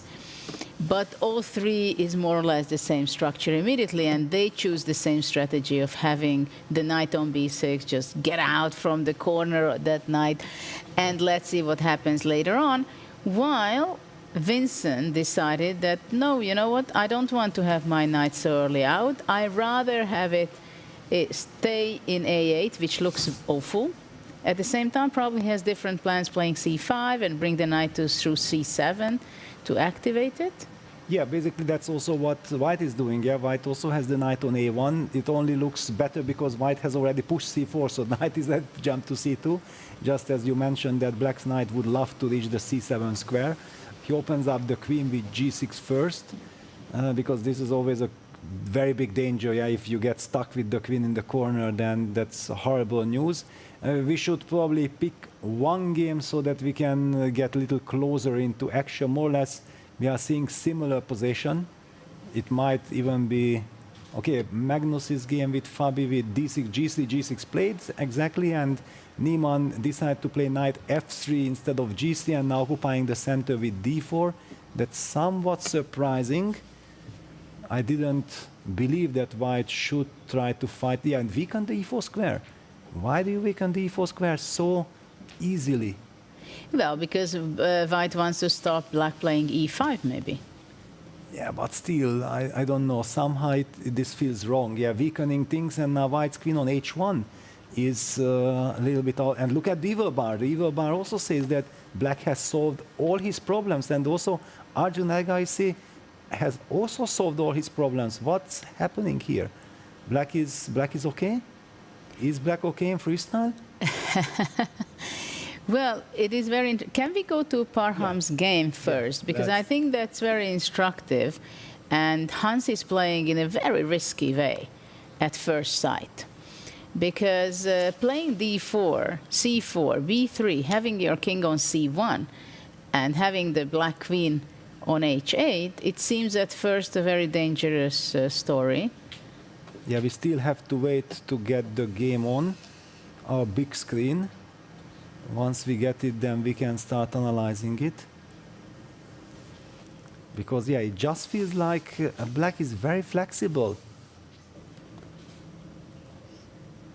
Black is just very flexible here. We constantly see this, that Hans is preparing alone, and I'm a little bit scared by this, playing 7 games a day and not being able to communicate with his concurrents, colleagues, opponents. I think it's a handicap, and because you are just always with your own thoughts, always with some trouble. At least when you discuss with others, they also have no clue, they also have no idea. Then you share the pain, yeah, you understand. At the same time, he doesn't want to be influenced by them, because of course it's so easy to go to the direction which the other top players are saying, yes, right? But still, let's get some information. Yeah. Let's see that the other players are also not knowing everything. They are also making mistakes. Yeah, I dislike knight f3 already, and yeah, the computer gives the question mark, because when we compare now the situation, suddenly Black's queen is very much alive. Clearly White was probably planning to go bishop d4, but he didn't do this. And Black played d6 and played the move d4. This was the total shocker. I mean, was not bishop d4 a sensible idea? Yeah, bishop d4 and then knight f6, definitely. You should get this bishop out. Knight f6. Yeah, you can bring your queen also to g1. Exactly. Then you regroup the bishop to the long diagonal. You get some coordination. But what he has done, I think it's very instructive what you should not be doing. That's what we are getting here, because knight f6, suddenly there is a hole in White's position. The knight is beautifully lined up towards the e4 square. White plays bishop c2, losing some more time, but developing the bishop. Bishop c2, bishop d3, bishop c7. And the big question, yeah, that we know that there are all these castles possibilities, yeah, that when should you castle? Should you commit and immediately show your cards, then your opponent can actually adjust to the situation? Or is maybe somewhere the idea of going all the way to the right side of the board to short castle an option? a big challenge. Maybe the king just stays there for the moment. Well, I think it's also a big question that who will start first making the castling move, because once black goes castle, keep his king and castling on the queen's side, it means that maybe for white it's an option to move the bishop and go to the king's side and then push the pawns. But can you imagine what will be the final result of that? Yeah, bishop f2 and castles here, locking out your queen. My queen, that's exactly. That is also why I feel like black is not really intending to castle all the way. However, the move queen g7 shows some intentions. What kind of intentions is this showing? That is maybe potentially Parham. Think about castling. It's otherwise a waste of a tempo. Do you understand this move? Well, maybe Parham wants to castle short, go to the right side. Yes, but then why was it so important to move this queen away? Because you don't want to have your queen in h8. That's the problem. Of course, yeah. There are so many. You just have a bad feeling about it. So many problems, yeah. So many things to take care of. And also now Hans, how will he regroup his pieces? But it's a question. Isn't black supposed to bring his knight to the center to e4? Well, there are so many options to e4 or maybe knight bd7 and then support the e5 break. Yeah, it's also very thematic. There are a lot of possibilities. That's why we feel that we certainly would love to be black in this position. But why did black lose this tempo with queen g7? This drives me crazy because I don't yet see the answer to that. He wants to sit and wait. What is white's plan? Because he's also curious about will white go long castle, bringing the rook b1 to d1? Yes. Put his king into safety. Of course, the g1 bishop I don't like so much. Yeah. I would rather have it on c3 or b2. Yeah, exactly. Somewhere here. That's why we thought like this bishop d4, transferring the bishop to b2. Before d4 was kind of a very natural way to play now. Okay, Han, the problem is when you get some strange position where you don't know what to do. It's so easy to burn time. Yeah, finally goes g3. It's a move that you have to play probably anyway. But okay, maybe we have also talked enough about this position because now it has slowed down. Black is safe. Black is having a nice game, but there is all to play for. Let's get the bird's eye view and pick another game. Yeah, I would either pick Magnus's game or Sindarov. Yes, Sindarov, the leader. To see the leader. He's on fire. We will have to. Yeah, let's see Sindarov's game with Vincent. As long as he keeps on winning, he deserves to be our main, main pick. The birthday boy, after all. Exactly. Right? Playing on birthday, it's always kind of tricky, but so far what we have seen here, and also he managed to get this bishop d4, bishop b2 plan, as we discussed, and it is now so much more harmonious. Maybe we can go back to that point where he decided to go bishop d4, because I think it's a kind of an important moment. Exactly, and it's very instructive. Yeah, so g6, knight c2, and Vincent did not want to push the pawn to c5 yet, probably fearing some d4 break. I'm guessing that he was afraid of some d4 and a scenario like this, which looks horrible. So that's why he opted for knight f6 and the lovely strategic move bishop d4, and that's how we got the position. Okay, apparently there was some big miss according to the computer, but okay, we don't have time to deal with that. This is the current position, and what do we make of this? b4, very aggressive way of playing, keeping the rook on b4, so let's make use of that. Yes. But we should not forget that having the rook on b1, not making castle, it means that any time when it's needed, white can jump, go to g1 and short castle. Definitely. Now that white has committed the move bc, b4, he already signals to Vincent that, I'm never going to castle here. The rook stays on b1. The rook is perfect for the b file. And I have already secured the first rank with my pieces, so I can make this short castle, castling on the king side to the right side of the board, coordinating the forces, and black cannot do the same because the bishop is stuck on d8.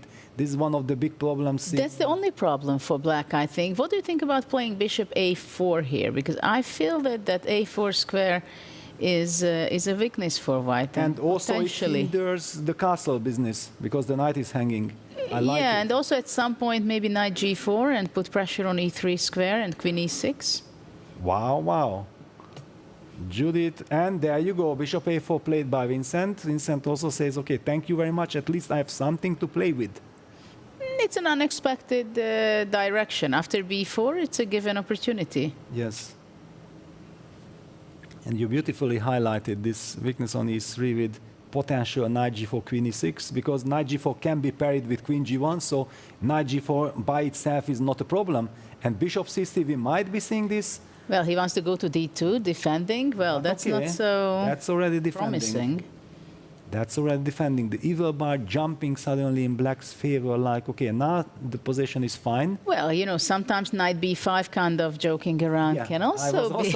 I was also thinking about, but luckily for white. Not yet, I think. Yeah. Just to highlight that CB, and all of a sudden some queen takes a2 with certain queen takes a2 checkmate, but clearly white is in time to play rook b2 and say thank you very much. Everybody calm down. So all eyes on these youngsters.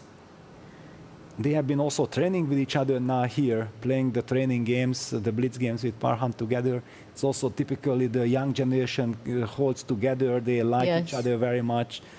And also what is very interesting in freestyle chess, that the players are very open to discuss ideas and their thoughts and understanding about the different positions, and even discussing general strategies, because there's so many different positions, 560 different positions in 960 different positions. the It doesn't matter. classical one, 560 yes. would be enough to, It's think to enough, get yes. confused. 960. That it's so rich, it becomes so complicated. It's so endless of resources, of ideas, that it's not that the players are hiding away some opening ideas. It's more that they're trying to talk as much as possible with the other one. So they grab some ideas and they're so happy to discuss it with the other grandmasters. What do you think? Well, my understanding is that to play a4, to play this or that, it makes a lot of sense. C takes b4, giving up the tension. Yeah, very strange decision. I'm kind of shocked, but probably Vincent wants to follow it up with b5. Is that the one? But if Well, knight maybe takes- also he didn't like the fact that b5 can be trapping his bishop. I don't But know. okay, I always have a6, so no. Yeah. No, there are no But then what excuses for is- this move. I'm Vincent trainer. No. CV4, we don't play unless we win the game. And we are not winning it, so it's out of question. Not What yet. happened You here? cannot judge it yet. 2:36, yeah, time is Wow. an issue. 2.5 minutes behind on the clock, so maybe it was played on nerves that Vincent wants to change the course of the game, but Maybe he wants to bring his knight from f6 to through d7 to c5, optimize that piece, well, certainly he has some idea, but or the other knight to bring it to c5. I find it very questionable. Well, now the question is whether rook b4, asking Then the b5. bishop. Then he wants b5. I think this is his idea. The question is, does this work? Is this good? But this is what he wants. Let me even put it on the board. I think this is what he wants. Computer says, okay, please go ahead, want this, but okay, but if rook b4 is the move, and let me check. So what's happening after knight b4, which is the Rook most b4 is natural? on the board. Knight b4 is a mistake. Okay, then I understand, Vincent, that this is a very concrete move. So rook takes b4 happened, and he moves the bishop back to c6. Okay, so he understood that knight b4, but yeah, rook b4 was strong. Yeah, Sindarov is in his element. Heart rate 116 for Sindarov and 90 for Vincent.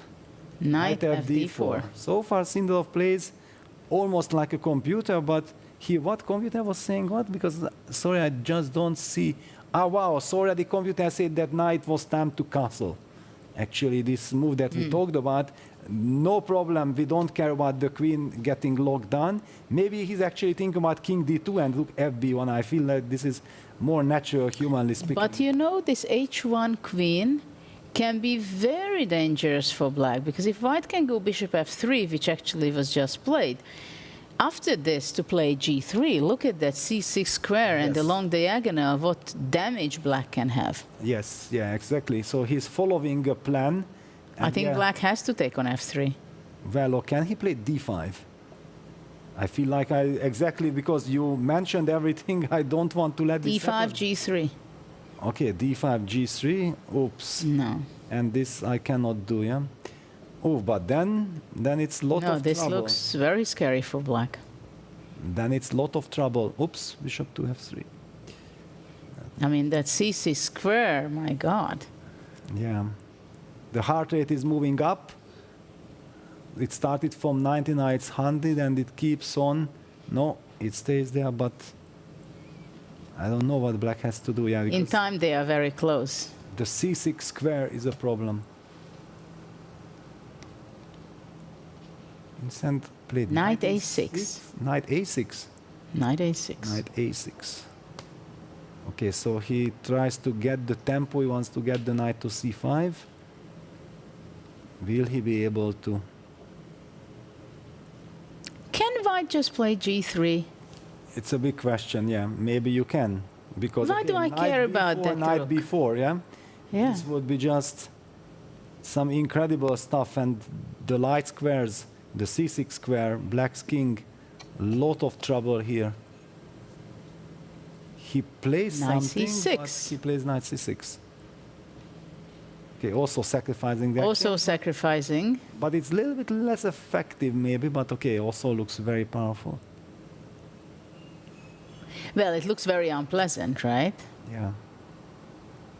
Yeah, so Vincent grabs the B4 rook first. Really? Keeping an option. Yeah, exactly. I had the same feeling. Like, really? You can do this? Yeah, because after knight A7, king D7. And then he's happy, I think. Yeah, knight B4, knight B4. Knight B4, very logical continuation. That's the natural follow-up. But maybe at some point black will be able to go queen E6 with a tempo, attacking on E3. He goes A5. A5. He wants to clarify this. Okay, the good news for black is that white still had no time to play G3. Yeah, once G3 is on the board, I feel it's game over, yeah? Because then the long diagonal will be already too much to handle. So Vincent wants clarity. And the question still remains, who will stop Sindarov? Because Vincent on the verge of collapse. Maybe now the position objective is not so bad, but it's very scary and very dangerous. So knight B8, for example, is that a mistake? Because A takes B4. And A B4, then we are trading pieces. I might force you to take on F6, which is... And then the knight on B8 will be trapped. You might have to fall back, or you also have knight A7 check, but knight A7 check doesn't do much. Yeah, but it's played. Yeah, knight A7 check and knight BC6. Yeah, very tempting kind of reaction. What happens if on rook A8, G3? What even done? Yeah, but then already you can just come back with the knight. Yeah, and white has time to play G3, then it's rook A3. Well, played. white should play G3, right? The only move. Isn't it? Well, and it's a good one. I don't know if it's only, but it's a very good one. Yeah, G3 threatening with all kind of knight jumps. Yeah, and this was also the drawback of CB4. Yeah, releasing the tension, opening up the D4, B4 squares for white's knights to jump. Well, Sindarov is making the entertainment games. Yes. We can't say it's a boring one. Yeah, he somehow also makes the most use of the white pieces, yeah, that he gets something going. But now he, for some reason, takes his time. What's happening after G3? Why is not an automatic? Do you think he might be thinking about G4? Oh, wow, just like this, yeah? Well, to push away the F6 knight, it never hurts. But do we need this? Why do we need this adventure? Position looks good enough, no?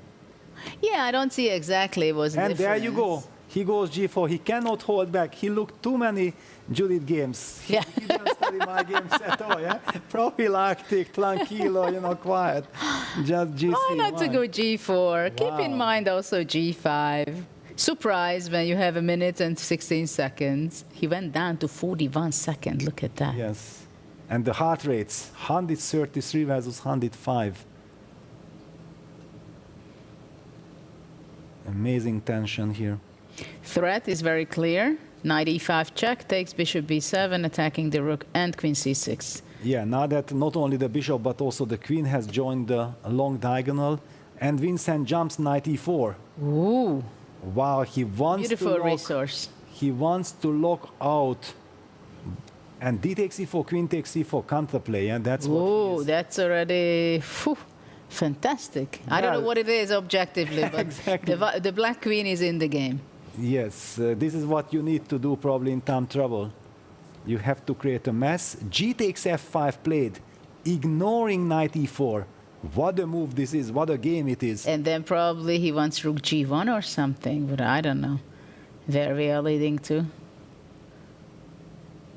What is he going to play after gf5? What's the idea? Yeah, gf5 played. Bishop e4 and takes and queen e4?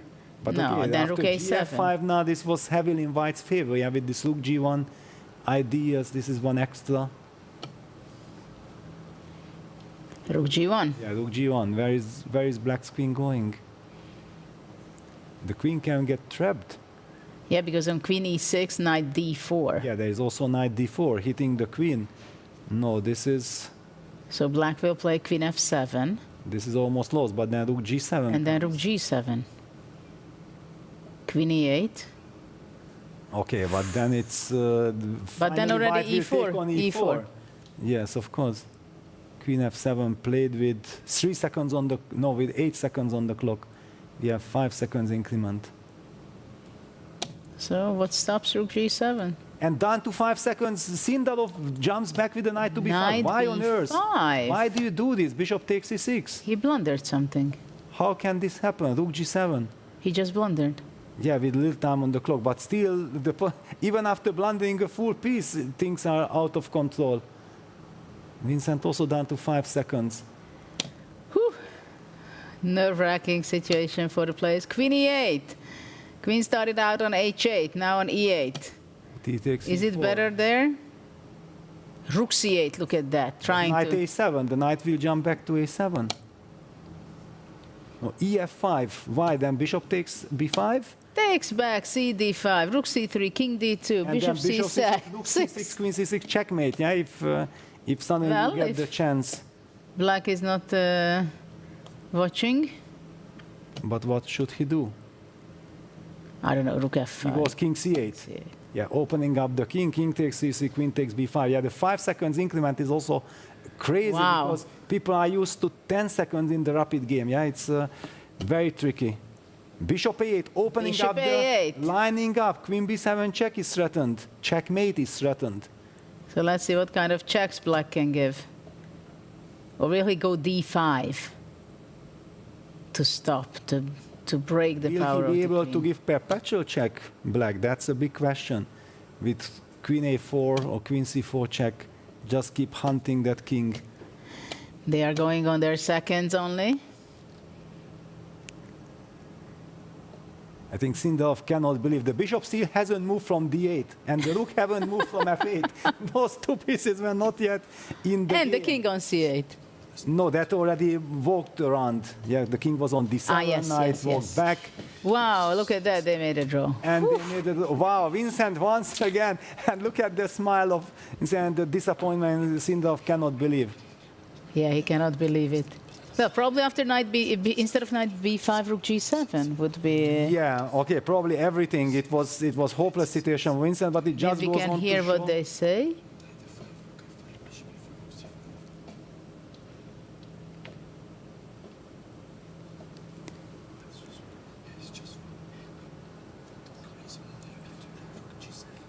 Well, of course, the players have yeah, they are whispering, yeah, because reactions, but yeah, others Magnus actually has won, but let's jump to Hans Niemann against Parham Maksudlu.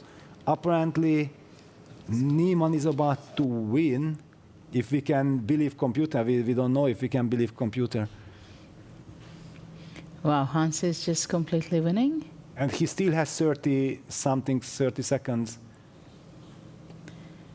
Well, for Parham, it was a very sad first round game, where in winning position he drowned completely. He lost against Fabiano, and now it doesn't look good, having the a7 pawn, passed pawn for Hans.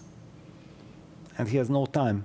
4 seconds for Parham. No time, not enough pieces. Knight g4, trying to create at least something against White's king, but what? f5? Queen b8. Hans just says, you know, I can queen, and there are no checks, there are no checkmates. And I'm gonna win the game. And handshake by Parham. This gives us the chance to jump to the last remaining game, which is Levon Aronyan against Arjun Elgaisi. An end game. There we have the bird's eye view. Yeah, Magnus has won his game, and Arjun Elgaisi in a very tough spot against Levon Aronyan. It's a nice endgame with White, right? We would both take it. Yeah, the knight on d2 is kind of far away. It's dominated by the king on d5. Normally there are all kinds of tricks, but here the rook protects the bishop, so I don't really see how that knight can be saved in the long run. Of course, White should make sure he goes rook f8. It means he's not afraid of knight e4. Knight e4 will be played, clearly. He has to. Yeah, but... takes and rook f7, just simple chess. Rook f6, and then takes... king d5. No. Ah. No, but now takes king d4. Yes, king c6. Can we calculate this in 1 second? But king c6, I think king c4. Ah, king c4, that's it, finish.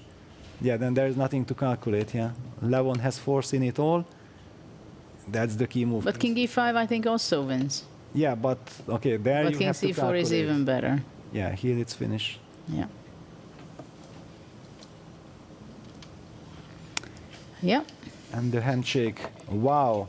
So Levon takes revenge for the World Cup, now beating Arjun Elgaisi. And they are the last person, so they can talk loudly. We have to tell them. Yeah, but they don't know it. They don't know, yes. They don't know it. So in this round, White was winning 3 games. Yeah, it looked actually very promising for White, yeah. And actually, it could have been 4 with Sindarov, Vincent.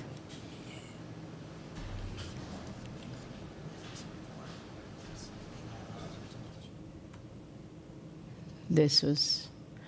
Yeah, so let's see the standing, how after round 2 the players are standing. Of course, it was a very tough round again, but let's see there.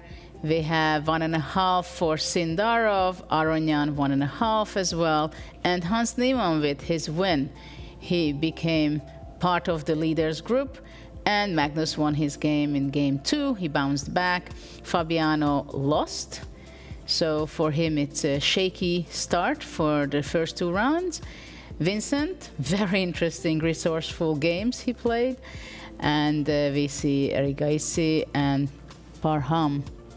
Very unfortunate for him. He lost 2 games. In the first game, definitely, he should have won against Fabiano, but he was misplaying on his seconds when he was playing. He was not careful enough in the winning position, and this is what happened to him. So, wow, it's only game 2 of this day, and we've seen already a lot of dramas, a lot of action, and Sindarov is the boy. On his birthday, he has his incredible ideas. Of course, in this game, we've seen against Vincent that he was very brave and not necessarily the very best move. But you can see that he's playing on the whole board. Exactly. He's using the opportunities. He's a real freestyle player, don't you think so? Yeah, well, you remember the Weissenhaus event, yeah, that he picked Hikaru Nakamura, yeah, like that was a shock to everyone. It just goes on to show also how much self-confidence he has. Yeah, and now after winning the World Cup and treated as a national hero in his country, that will definitely give him even more energy. And I never see him on him the tiredness. He loves chess so much. He's so excited and he plays brilliant chess. Only with these few seconds on the clock, he lost the control against Vincent. But that was a very well played game from him. I have the feeling that he's playing the game with full of energy, like I cannot lose anything, because basically there is nothing to lose in this event in the day one, because they are just playing for the spots who will have the opportunity to pick an opponent, or he's going to be picked, because the first three players are going to be choosing their opponent. So maybe we can have a look. Look at the Magnus game with Fabi, yeah? Let's see, because we have a little time for that, just to see briefly how Magnus bounced back against Fabi. Yes, so we see the similar opening. Yeah, this f4, f5, b3, knight, b6, c4 was thematic, kind of controlling that knight, grabbing space, setting up this nice coordination with knight c2, d6, g3. What Hans was missing at the beginning, opening up the queen, g3, g6, knight c2, e5. Black is trying to counter it before white gets the bishop to d4, which was so vital. We have seen this idea before. Fe5, d takes e5, e4. Wow, things are escalating, because it's not so easy to trade on e5 and make this decision, but Magnus probably sensed that I want to use this pin, I will undermine your center, so I don't mind giving it for the moment. Bishop e7, c5. So the computer is very skeptical of what Magnus is doing, but let's see the idea. There had to be something behind. E takes f5, knight takes c5, okay, because actually Magnus wanted to go c6, b takes c6, and then queen takes c6. The queen is activated. That's actually, it's interesting that the queen on h1, at first it seems that how badly it's placed, but it can be actually activated by one move, playing g3, and then actually it is quite powerful. Yes, yeah, absolutely like this. So after ef, Fabi decided to eliminate that c5 pawn, which gets a question mark, but it's a very human move, because you have a nice structure. Now let's just imagine black castles and everything is perfect. What happened here? How did Fabi actually lose this? Takes, knight d3, bishop d6, because black has solved his problems. Fg6, rook f1, queen f1, ag, bishop g4 check. I think this is the critical moment, because black loses the right to castle, and in this case the rook on b8 will feel very uncomfortable. So maybe actually he should have just ignored. Could he have just after fg6? Fg6, maybe just castle. Could he have done this? Let's just try this. Let me castle in the right way.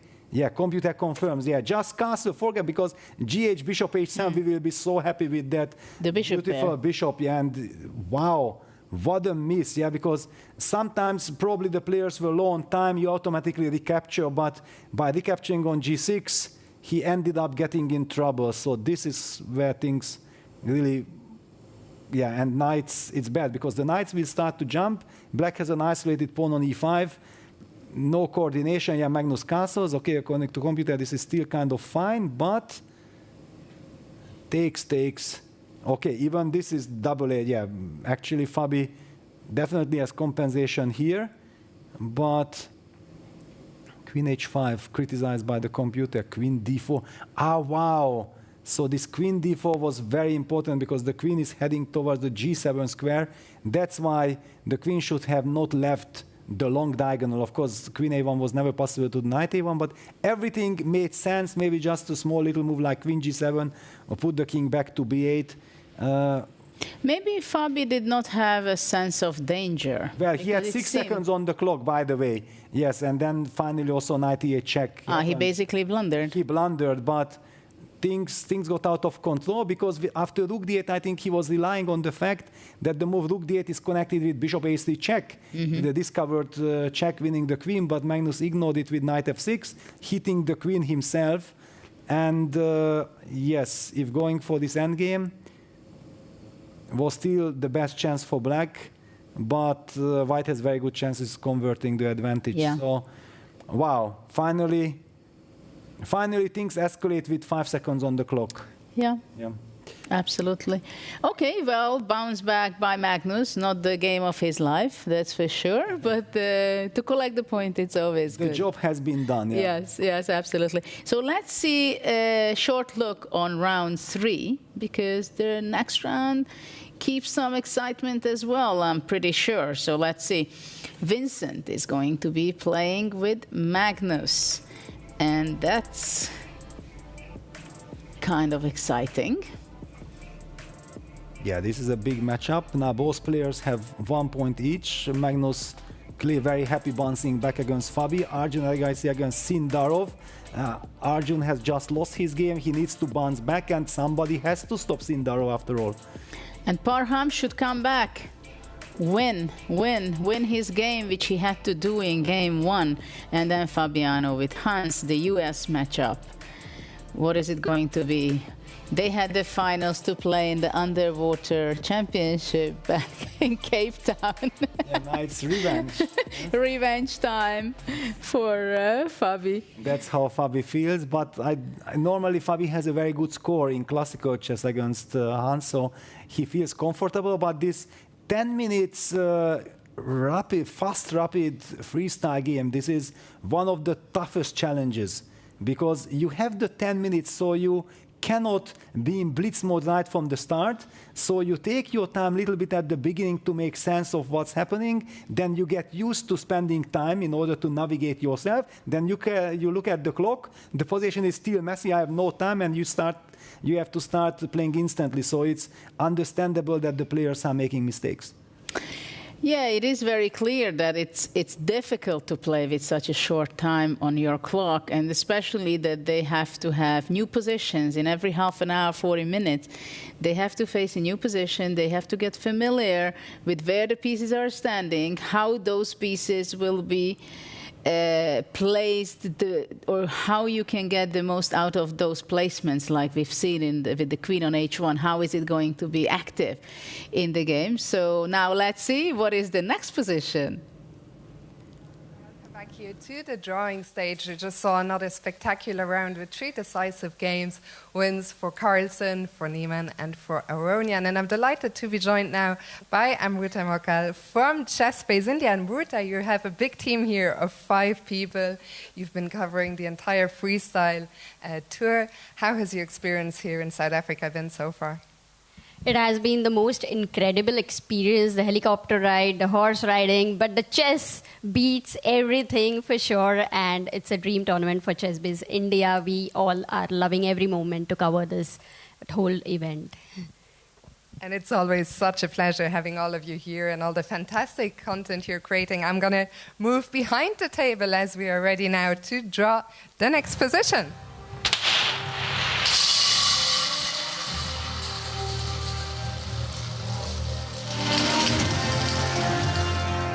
Go ahead, Amruta.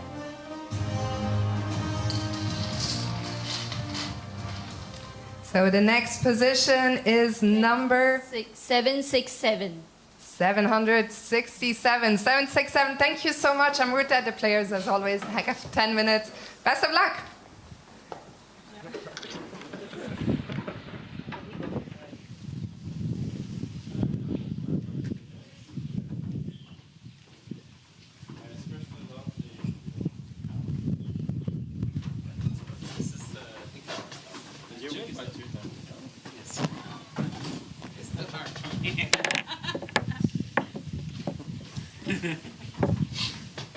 Just thank you, not the big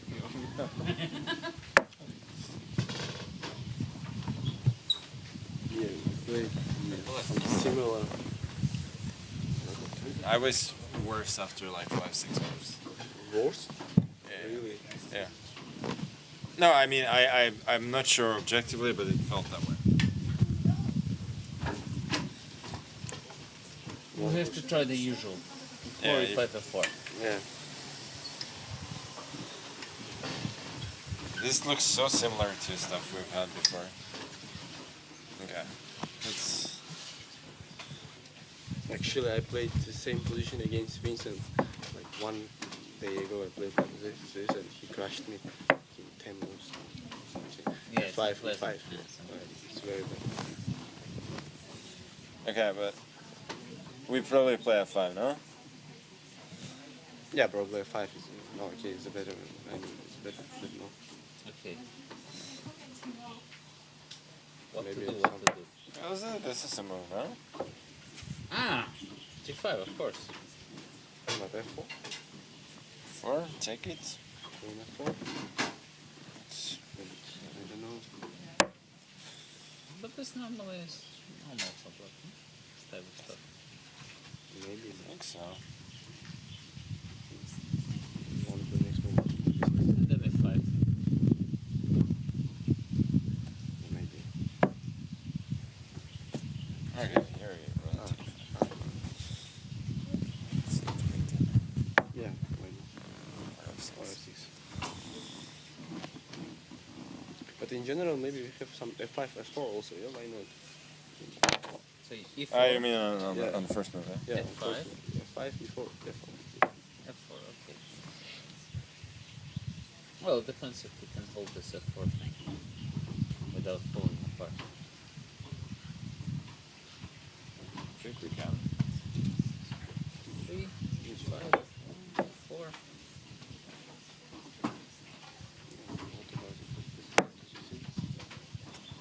No, we can take somewhere. Okay, you can take, but it's okay. Yeah, your bishop is also kind of passive. Now let's have this bishop before ideas and then after.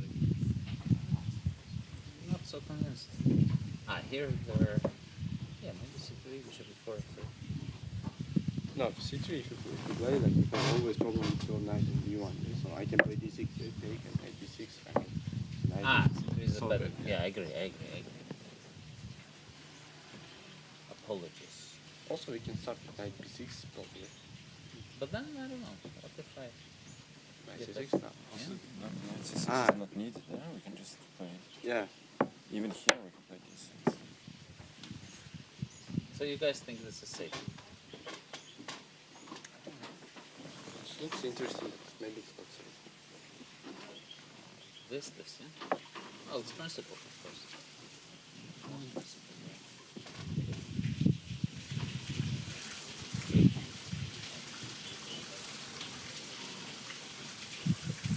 F5, we do what? Yeah.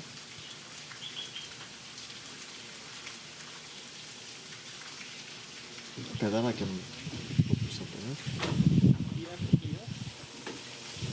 Take FG.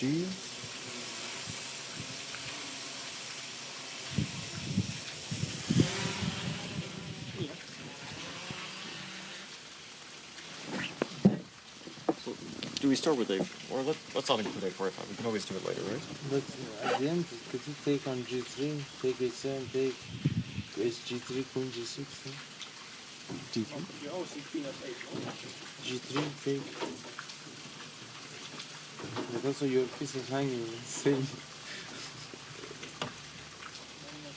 Like queen G6 also knight D3. Take? Take G3, knight C5. For this I would love to have A4, F5 included, of course. Yes, yes, I think. Although why? After knight c5 it's annoying either way, isn't it? What do you No, do? but okay, we're just winning, yeah, if we have Okay, this move. Yeah, with A4. But either way, I don't see what you do after, because we threaten bishop b7, knight a6 mate. Some problems for black, yeah? Yes. Knight b6, yeah? But then queen f8, made on black knight. Ah, you have queen g8 still. Oh, but bishop b7 anyway, I have queen f8. Bishop b7 and queen f8. Okay, so But I mean, if you can include, I think it's better to have it included. you think in general from the start? Yes. Are we sure that black has to play? No, that's the question. But I think we should do it without before even then. Yes. But then f5, no? And after A5, you play A6. F4, A6, I think we're doing good thing. Yeah. I'm not 100% sure, but...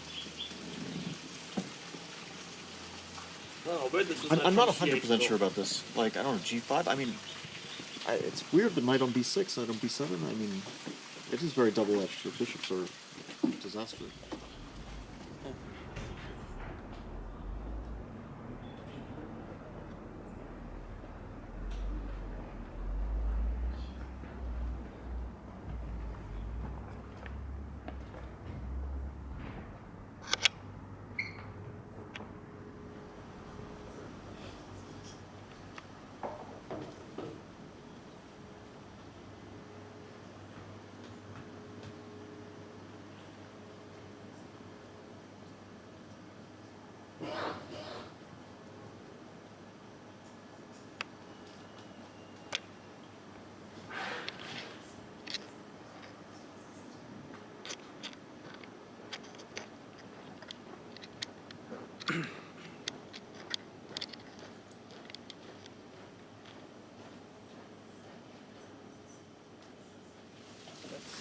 looks logical.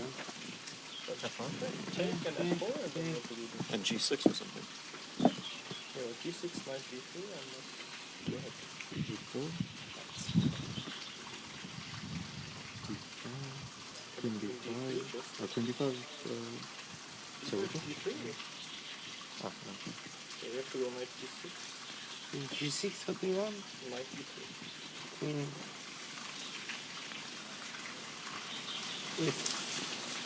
I think that's 7 maybe. Which move it went? Queen F7. I mean, Here, G6, or- knight E3, Queen F6. Oh, knight D3 you play. Yeah. Knight C6. Bishop C6? Yeah, you just say. No, okay, F5. At least, I mean, it's totally risk-free. Whether you want. G6. F4. Actually, but if you take E5, then F4. F4. F4 is mine.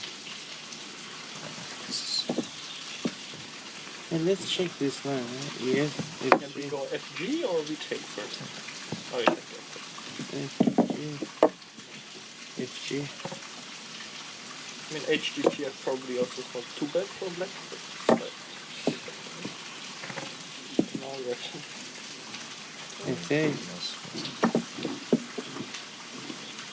But I mean, if not Queen G6, you're down a pawn, right? At least. Gentlemen, it's 2 minutes to the start. 2 No, minutes. it doesn't look so bad. Well, Queen G6, Knight D3, and some then quiet, maybe.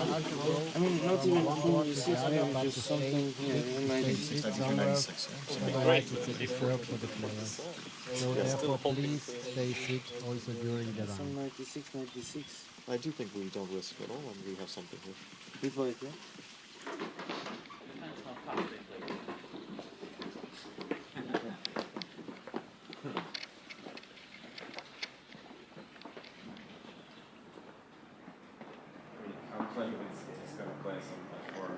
Yes, it is.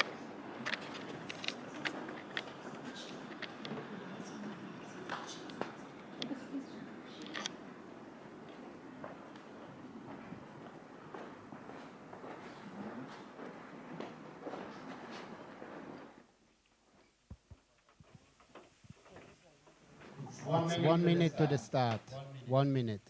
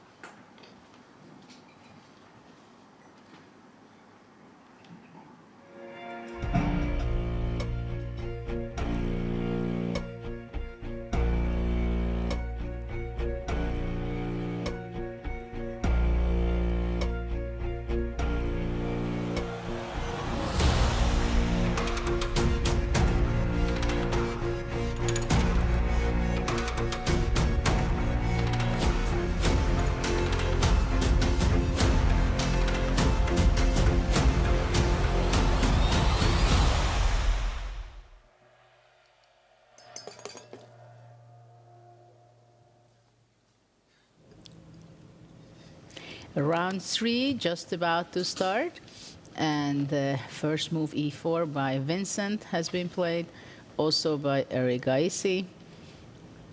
Also by Fabi. Exactly, and still Parham is thinking. Parham always likes to take his time a little bit, but he also goes e4. And there was a conversation, it was so funny that before they started, and f5 was played now by Magnus, before they started analyzing, Magnus just came there and they told, boys, actually, you know, guys, I thought like I was worse after 5-6 moves. And Sindal said, really? Yeah, and Sindal got a very nice position. Yeah, Magnus had nothing there against Fabi, even he felt like it was, if someone was, then it was him.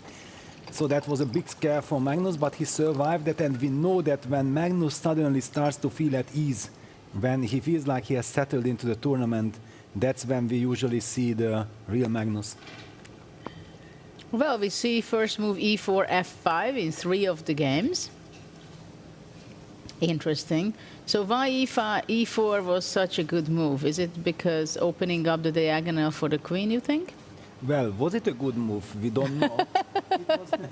It was a natural kind of move, yeah, that you occupy the center, you open up the rook, you feel like, yeah, it's kind of important to occupy something in the center, and this e4, f5, once again, yeah, we see for the second time, Magnus is ready to activate his queen quite early, so he steps into some knight e3 tempo right now, but clearly this is now much more flexible position. It's Then in game one. It's a different one, but still, knight e3, then f4, g4, f4, g3, where is this black queen hiding after? We have a very interesting moment, I think, with Parham with Levon, because after e5, f5, look at that, only pawns are moving, e5, f4, g3, g5. Ah, wow, but this is what the people were analyzing. I think Magnus's team was heavily into this e4, f5, e5, f4 position. But yeah, e takes f5 is a more solid approach. I like the solid approach. This e5, f4, how do you evaluate? How can you evaluate without a computer? It's very difficult because now there is a huge difference between the h1 bishop, which is very powerful on that diagonal. Actually, bishop is really attacking there on b7, while the black bishop on h8 is cut off from the long diagonal, having the pawn on e5. This rook on e1 is really making a great favor to that pawn to be protecting it. Yes, but just like you highlighted the bishop h1 contra bishop h8, I can highlight bishop g8 contra bishop g1. There it is black. It's freestyle. But the h1 is so much better, so much more powerful than the bishop on g8. Or that's what I would believe. Interesting that only pawn moves has been played until in this position. But there's also another very interesting moment, I think, between Fabi and Hans, because they are very much having a clash in the center, having all the pawns opposite to each other. e4, f5, f4, e5. Yeah, perfect symmetry so far. And ef5, queen f5 happened there. And to my big surprise, Vincent actually played f4 and allowed g5. And yeah, Magnus blitzed out g5 and now black takes over.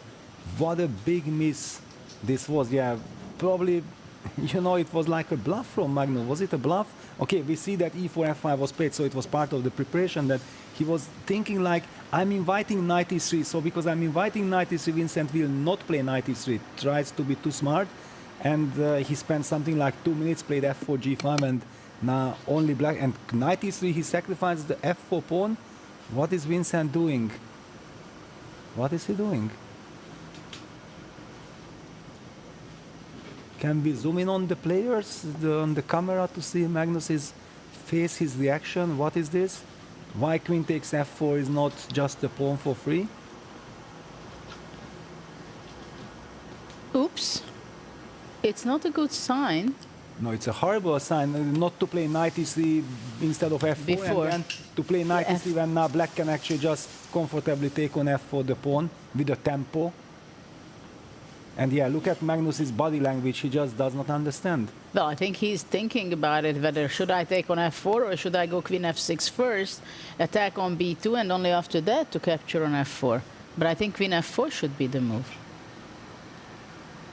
Yeah, well, yeah, queen f6, then knight d3, I'm protecting on b2 and I'm protecting on f4, that would be, but why not to take on f4, just simple. And also black's bishops are already lined up. Yeah. I just cannot believe. I would say that if it's online that this is mouse sleep, error of transmission, it cannot happen like this. Yeah, and Magnus just picks up the pawn. What has happened with Vincent just thrown away the game. Yeah, just thrown away the game. What on earth is happening here? Yeah, and Magnus leans back.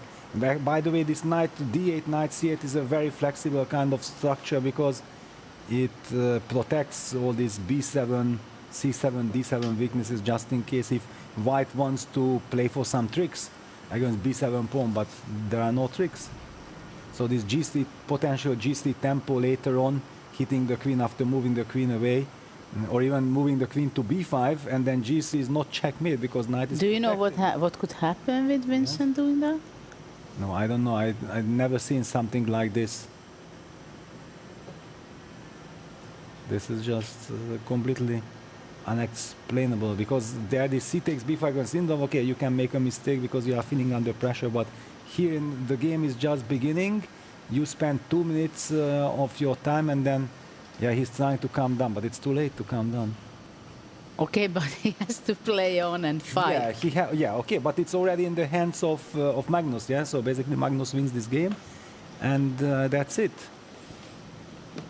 Wow, no, okay, this is tragic news. Yeah, knight d3. Okay, queen takes f1, rook f1. If Magnus wants, probably he will. Of course he will exchange. It comes with a Why not with an extra pawn? extra center pawn and having better development, because the knights on e3 and d3, I don't even think that they stay particularly well, because black has all these center pawns. Yeah, d6, c5, and then the knight on d3 is in horrible situation. Okay, this is just completely lost. So this actually gives us the chance to... Let's go back to the bird's eye view. Yeah, move around, because this is a shock of the day, not move of the day. Business. Yeah, knight d6 played, so we are assuming that this will be a technical job for Magnus Carlsen. There is very interesting. I'd like to go to Parham's game with Levon, because it has such an incredible pawn structure that it's... Let's try to figure out what's going on there. Who is who? Which bishops are worse than the other? Because I can't say which ones are the best. Also trying to understand when f3 will be a complete lockdown of the h1 bishop. That will be also a question, but it is so difficult when you see this computer screaming out that it's a mistake. Okay, knight c6 played. The word is back to normal, because look, black has also said like, okay, you are doing well, knight bc, knight c3, knight b6, knight c6. And one thing I would like to add, that yeah, in 10 minutes games in freestyle chess, we should not be criticizing players' mistakes. If computer says that you can play much better, of course the computer can handle these situations, but humanly it's just impossible to play a perfect game. It's complete randomness. So just out of curiosity, after knight cc, what was computer screaming about? Was it? And I don't even like computers. Okay, computer is playing primitive chess. F3? And no, computer actually says that you can do both. Yeah, d5. d5 is like a move that you just don't want, and after d5, computer wants f3. Now, apparently this is very strong, because after g4 you will play e4. This is the key move for the computer, and after d takes e5, instead of d takes e5, also suggests that bishop takes b3 is a possibility, and after c takes b3, once again d takes e5, and after d5 again f3. But you don't want to give up your light squared bishop. It's the soul of the game. Yeah, but if you block the h1 bishop, that's... Exactly. No, of course, but that's okay. a great exchange. Levon actually kind of believed Parham. He opted for knight c6, and now white castles long. Okay, also very natural, again criticized by the computer as a losing move. Okay, losing is a little bit too much, but like a big mistake. But I'm not. But it's nice to make a castling. Exactly, I'm not. It has a good feeling, you know. That Levon will be able to play a computer move like the punishment. Levon will not play the punishment move. What is the punishment move? Yeah, that's a big question. What is the punishment move? What is the punishment move? Computer says plus 2 point something. Okay, give us a break. The game has just begun. But I told you intuitively, I don't like this e4, f5, e5, f4 for white. Because can't black just go bishop c4? No, bishop g4, then probably queen g2. Queen h3? Queen g2, I wanted d takes e5. And then what's I'm claiming that... Okay, f3. Levon plays f3. Yeah. Very logical. Very logical. Trying to shut down this bishop. And by the way, probably one of the reasons that g4 runs maybe into queen f4 check. Check. But then rook f3. That could...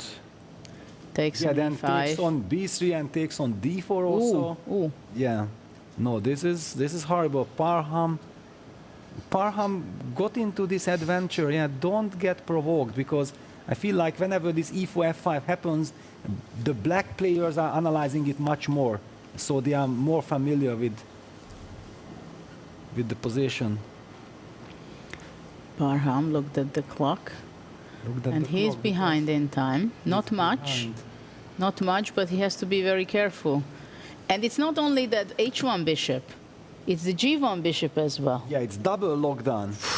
Yeah, so if that Huge pawn danger. Queen h3. Yeah, if that pawn stays alive, it's game over. So white has to do everything in his power to try to eliminate that pawn. Queen h3, stopping g5, g4. Trying to control something. But I don't even want to tell the computer's evaluation. First of all, I don't see it. I can only imagine it, but it doesn't look good. The only good news is that with Queen h3, white makes sure that black is unable to castle. So Queen h3 is a very tricky kind of move, multi-purpose. But I don't know, is it so important for black to castle? Well, I thought the main idea is to protect white against g4. Yeah, well, or if you win the game without the rook, then you don't need to castle, yes. But you have to prove it, that you are capable of doing that. No, Queen h3 was clearly a great touch, and everybody forget about the evil bar. Okay, bishop takes b3, this is the direction computer wanted to take the game as well. D takes e5, picking up the pawn, and also opening up the h8 bishop. And the knight will show up on d4. Well, if d5, then definitely. Now the thematic d5, trying to block the bishop, would run into knight d4, as you highlight.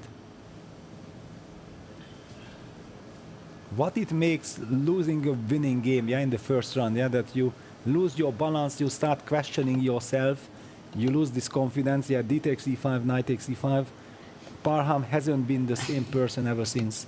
And he grabs the pawn on h7. At least something. Wow, and castles. Castles. Did actually Parham forget about this, that you know, you are controlling the d file, but since the king is not moving, not crossing through the d file, you can castle because he picked up the h7 pawn automatically, or he just wanted to collect the pawn? Well, it can be both. That at least if you have not a very promising position, at least you grab the pawn. Because with the g1 bishop, at some point, maybe there is a way out. Yeah, he plays h3. h3, g4. He really wants some bishop h2 followed by g4 if he gets out, but it is so difficult to imagine. Like, it's just so solid. Everything is protected. And Levon, by the way, instantly played the castle just to have this psychological effect. My friend, you missed it. But I think also, as you said, that he was probably aiming already that, okay, I'm there. I'm going to make my castle whenever the first possibility I got. And that's why he and was d6, very nice move, because the queen is heading f5. towards also queen b4, I thought. You wanted to f4, but also queen. There are so many possibilities. One lovely little touch. Ooh, that do bishop on g1 and h1. What a heartbreak. Yeah, g4 played. You have to try to, first of all, it eliminates queen f5, but also tries to activate the bishop. But I'm really worried that we get checkmated here with all our pieces away. But queen can come back to c2. The queen can actually protect against queen b4 with queen back. And once we get to h2... No, that's... exactly. Once we move our king to a2, but yeah, knight d5, Levon tries to confront the situation. Doesn't let the time to go on Parham's favor. And okay, knight takes d5. The clocks, yeah, Levon in control. So the position... Well, Levon had been super impressive in Las Vegas. Yeah, the way how he won the event, and also with shortened time control, he was extremely good, winning all these tie breaks. Knight takes d5. Rook d5. Wow, okay. Yes, because after rook d5 takes, white has no time for bishop h2. Yeah. King b1, I like king b1, going out of queen f4 checks. Yes, and maybe trying some rook c1, but okay, rook c1 will be met by c6. That's not a big issue. But it's kind of funny, yes, some rook c1 setting, queen c7, checkmate, and after c6, bishop h2. Again, if ever the knight moves from e5, so the c7 square is the only weak spot in black's position one needs to pay attention to.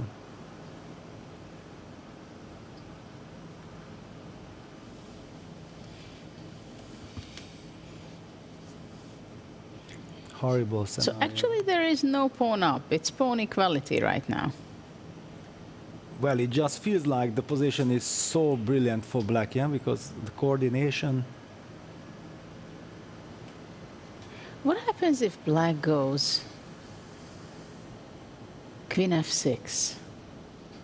Setting up some tricks. I know. No, yeah, I came up with some crazy trap kind of idea. okay, Rook rook d5, takes knight d5, d3, but queen d7. check. Yes, yes, exactly. So queen d1, rook d1, rook d1 in order to avoid and queen f4, making sure there is no bishop h2 and that knight on e5 beautifully guards the d7 square. Okay, rook c1, c6, right? Yes. Wow, this is actually total cemento. This is just unbelievable construction, killing both bishops. Now black has all the time in the world because you cannot challenge this construction. Very difficult with white, how to put some pressure over the f3 pawn, how to have some plan to bring the g1 bishop to h2 anymore. Yeah, this is... Just looking at the position, it's heartbreaking enough. Then imagining that poor Parham lost the first 2 games and has this position. Yeah, you add all these things together and... But that's how the players are. They know that you lost the first 2 and they say, okay, this is my chance. I want to collect my point. They don't want to do any harm to the opponent, but they want to go from round to round to collect their own points. You know, they know that you are vulnerable at this moment, yeah? You are not in your balance and the situation like we talked about Sindarov, that he's full of confidence and he knows that whatever he will play, it will be a good move. Yeah, what Parham is in his mind now, he is just trying desperately to get out of this situation, but for the moment, situation is just getting worse and worse. I would suggest to go back to the bird's eye view because there are some really serious things happening on the other boards. For example, Fabi seems to be winning the game. He seems to have some big advantage there. Yeah, pair of bishops and lovely coordination. So actually he is not up material, but the position is so overwhelming. Complete control, and Hans cannot believe it. What kind of move can I make? If you want, we can just zoom into that game. Yeah, let's zoom into that game for short. It just moved 15. Black has played the move castles, and Fabi goes bishop c5. Yeah, there are all kinds of pins. Well, the problem is, I think that maybe the a7 pawn can be grabbed. And this is why, what a nice move, bishop c5. Because now, if black goes d5, white can go bishop b5 with the tempi. And it's either c6, and then the bishop will be able to come back, the a7 bishop, or if the rook moves away, then the bishop can come back. Yeah, d5 played. So this was a very important intermediate move, bishop c5. So after d5, there is a tempo, bishop b5. Otherwise, it could be a problem, because if the bishop moves away, then b6. I don't know how big a problem it is, but yeah, it's nice. Definitely, it is lovely, yeah? Just also to highlight that black was unable to block that bishop due to bishop a6 checkmate. That was the biggest issue for black. Yeah. But yeah, lovely little touch. Bishop c5 also now. White will have the f7 anti-square later on in any circumstances if it will be required. And after d5, we are expecting bishop b5. Small little touch by Judith asking, please weaken with, weaken under normal circumstances, c6 would be normal, but then the black dark square bishop will be freed. Yeah, on the board. c6 blitzed out, and the bishop falls back to e2. And it also threatens bishop g4. And in the meantime, we have some interesting action also on the other board. Seems to be that, unfortunately for Vincent, he has more pawns down. So why don't we go to Arjun's and Sindarov game, because there was some action, some because sacrifices. This is a technically lost position in Fabiano game against Niemann, but okay. And this is the game between Arjun and Javokhir. What? So what kind of position is this? Yes. 4 pawns for the bishop. 4 pawns for the bishop. White has some activity, but White's king is also vulnerable. Very similar in time. A bit more than a minute. Intuitively, how would you judge it? Like balanced, or you take black, or I you believe in the wouldn't piece? worry with White, to be honest. You would worry, yes. I would not worry. Ah, you would not worry, No. yes, yes. He picks up the h7 pawn just so that he's inviting, give me perpetual check if you can, because otherwise you are losing the endgame thanks to Yeah, but my it's very important that the black rook cannot move away. Yes. I mean, unless black will be able to give a check the way to protect the d7 pawn, and then black can go out with the rook. No, but I think that he will give perpetual. I think it's very logical for black to give perpetual here. Do you think White will accept the draw? Yeah, I don't think you can do anything about Well, it. you can go out, if queen b3, king c1, queen c3, queen c2. No, but he gave queen a3 check and he played king b1. Yeah, because if you go king d2, then I'm gonna go queen b4 check. So I'm expecting the repetition. Very professional. Okay. There Time we to go. agree to a draw. Handshake, so we can focus on. Well, already, if we go back. Yeah, Fabiano has already won his game against Niemann. That was game over, and Magnus is 2 pawns up against Vincent. Well, and Parham is a piece down. Oi, oi, oi. Yeah, Parham is. It's, he just gave up against Levon. Yeah, and you look at the face of Parham. Yeah, this is the biggest problem. Instead of winning that first game against Fabiano, it's so hard to bounce back after a loss like that. There is no time to recover. And you play against brilliant players, yeah, who are using your vulnerable situation immediately to their advantage. So Magnus's game is Let's go. only. Maybe let's go to Magnus's game just to Yes. see the way they play it out. 2 pawns advantage for Magnus. Yeah, maybe we can go on full screen for the Yeah, with there the is players. not much to. Yeah, not much to analyze.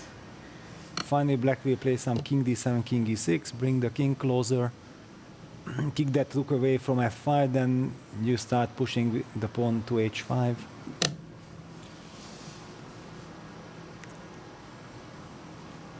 Only seconds left for Vincent.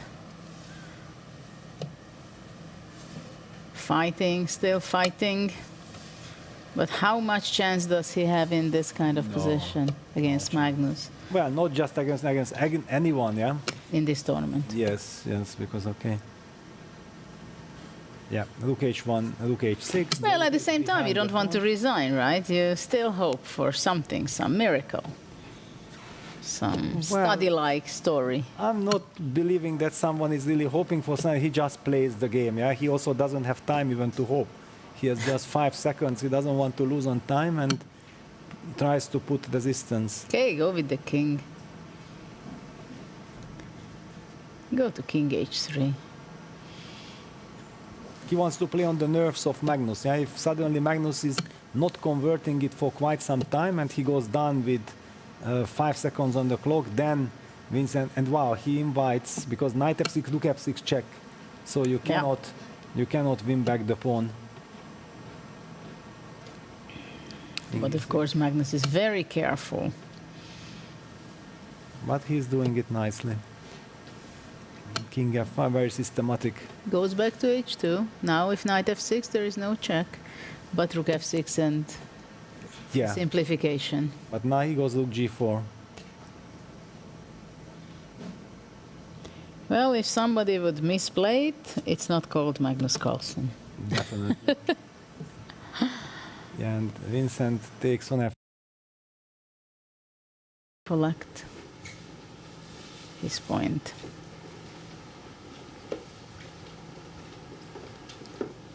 Wow, what a round we had seen. Magnus winning because Vincent in move, what was it, move 4. Yeah, he just Move 4, he just had a blackout, gave away a pawn without any compensation. So Yes. that was a heartbreak for him to realize it, that what he has been doing in that second. And Sindarov, Erigaisi, we have not seen much of that game, but it Yeah. was a draw, it was a perpetual check. We only have seen that it was a very tough fight, yeah, because Yeah, judging maybe we from the can- position that we had, Maybe we look the scoreboard first, what were the results, and then if we have time, we can go back to the other games, which we were not covering. So Levon has 2.5. He took the lead. Look at that. And Magnus tying with Sindarov and Fabiano. Fabiano seemed to win a pretty convincing game, as much as we've seen. And Hans Niemann with his loss, of course, he must not be happy about it to have 50%.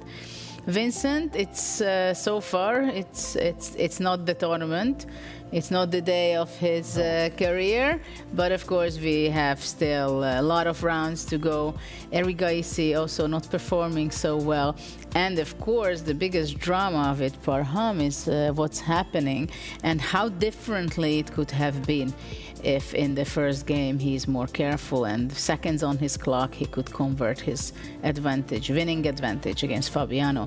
He did not ruin it to a draw, but he ruined it completely and he lost that game. So actually he's paying that price that he could not get over that. And well, Levon played a very nice game, as much as we've seen. Yeah. That he took his chances and he pinpointed out very straightforward what in this position, what we witnessed in game in this round, that the bishop on g1 and h1, what can happen in freestyle. If It they was an get locked down, exemplary. yes. Yeah, so it is not so easy. Once you forget about some of your pieces, it can be forgotten until the rest of the game. And that's very well, hard. I'm not sure that Parham forgot about them. I think he was trying to take care of them, but he never got a chance, yeah? He Yeah, tried because time. everything. Yes. Time. He didn't have enough time to be able to rescue his bishops. And it's not only one, but actually it was both of them Yeah. in the corner I don't each think one. that I have ever seen something like this, that because normally f0, f6 shuts down the bishop on h8, but you get something in return. Here you get in return that even the other bishop is blocked. Yeah. Crazy. Yeah. Well, maybe we can bring up what is the next round matchup, because surely we're going to see some nice matches. Of course, players kind of warmed up. Maybe all of them can say already, oh, I missed this. Why didn't I play that? We see Magnus against Hans. That's always a hot match. Yes. Because of different reasons. Levon plays Fabiano, also very big match. Well, for Fabiano, he won his last game. Sindarov, Parham. Ooh, poor Parham. There are dangers. At the same time, the young champion, Javokhir, is not clear whether he's able to win with all those energy and Vincent against Erigaisi. Which is the matchup you're looking forward the most in this round? Round 4 already. Well, of course, Magnus against Hans is always very spicy because all the history, and usually Magnus is not himself against Hans. Yeah, this is what I kind of see, that he doesn't play according to his abilities, but now he won 2 games. I think he's in a perfect mood to play this game because now he has everything under control.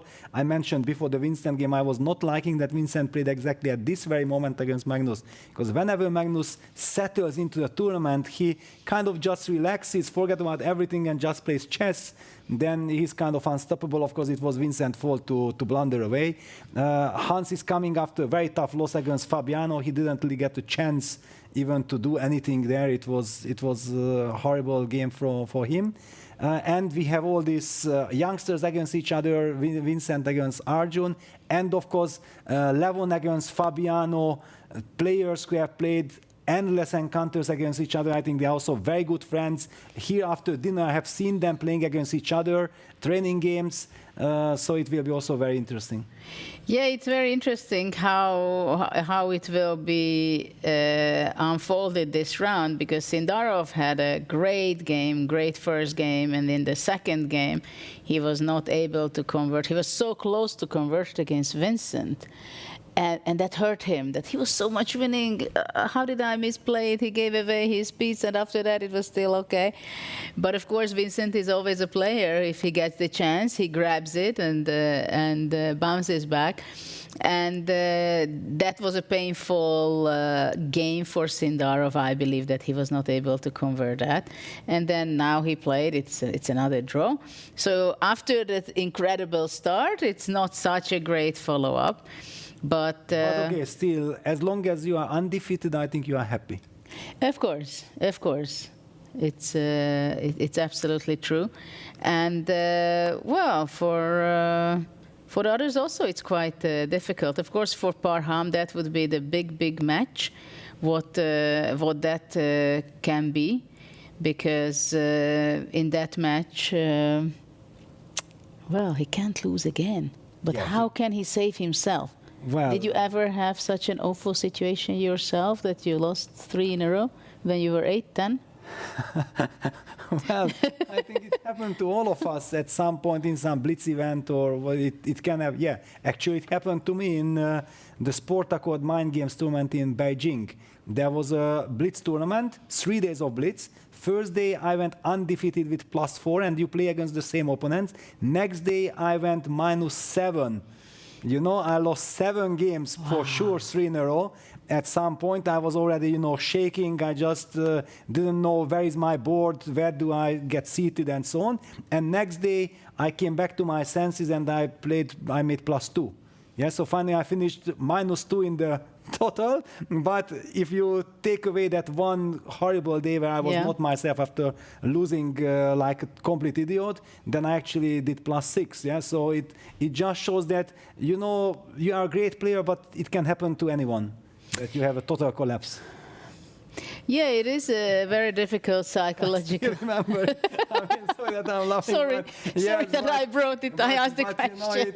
I still remember this day. I was just not. I lost on move 15 on time against my best friend Lenny Dominguez. I lost a piece against Grischuk with white in the 7th move in a Bishop EC Najdorf. With knight G4, I blundered. It was Bishop EC knight G4, Bishop G5 H6, Bishop H4 G5, Bishop GC, Bishop G7.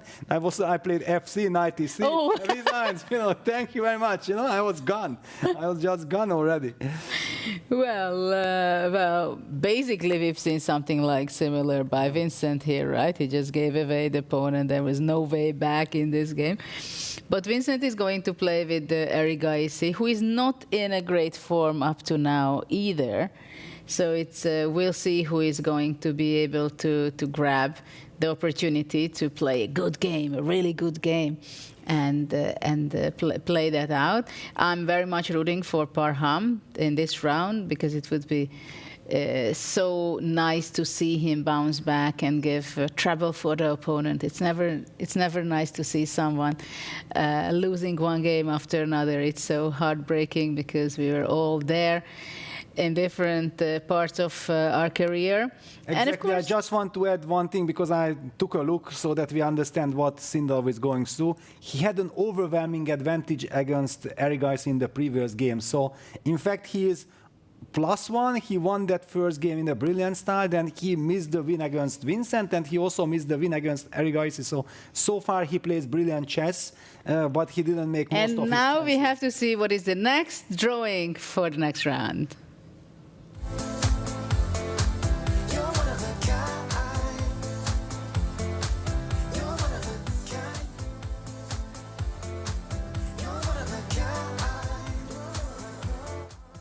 Been like so far?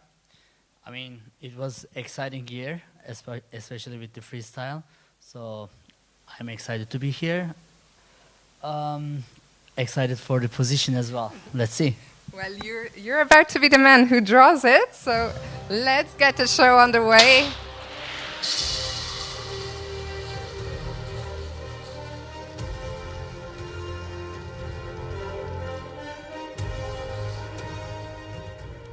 And it is position number 219. Players, best of luck, 10 minutes as always.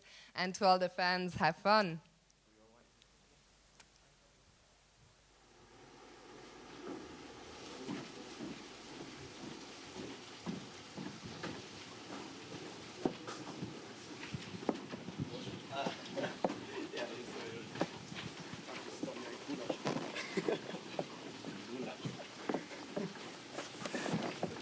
It's very hot. It's hot everywhere.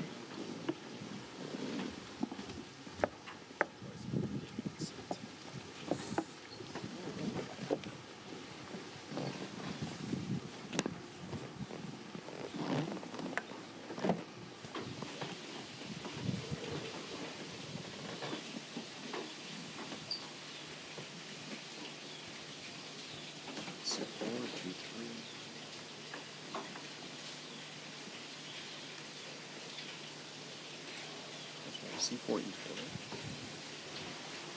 E4, C5, right? Yeah, and G3, knight to C4, C5, B4. C4 then? Knight on B6? Yeah, that's not good. Well, maybe I should start with C4. Yeah, I agree.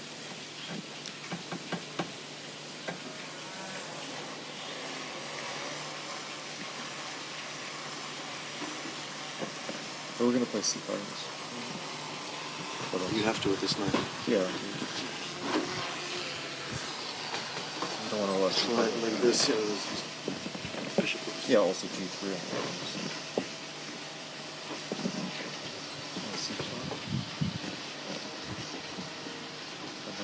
okay, B4 doesn't feel right, does it?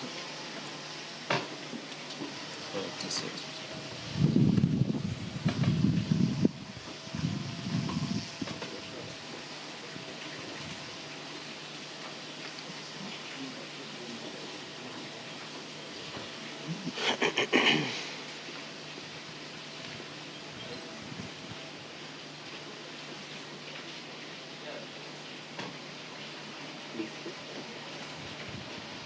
Is there like B4 somewhere? D6, take bishop A1. I think D5. I don't know. I think it's too much. Okay, D6, B5, I guess. I don't.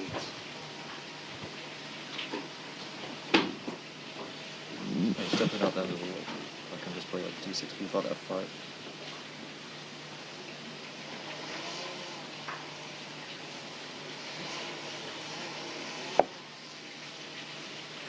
B4 needed to.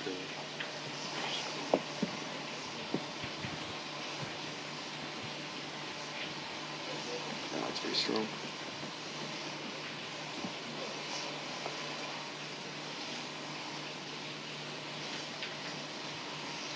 BC? Okay. I mean, it's very, such a strong check. What should go out? But BC? Rook C5? No, oh, check CD? first, check first. Yeah, knight B3. Rook C5. Yeah, just CD. And what is this rook? Yeah, CD. This should take on D5. Okay, we can still play with D7 then. It's not so bad. Or D6, I don't know, maybe it's more normal.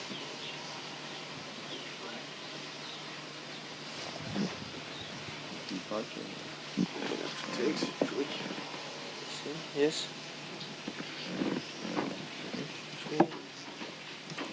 B6. Oh, but G6, Queen B7, no? So, I guess, or B6, sorry. B6, yes. Why not throw a check in first? Knight 4? Yeah, and then play G6 next. Why are we playing B6? Yeah. Maybe knight B6. Oh, okay. More flexible. Or B5, so I don't know. Okay.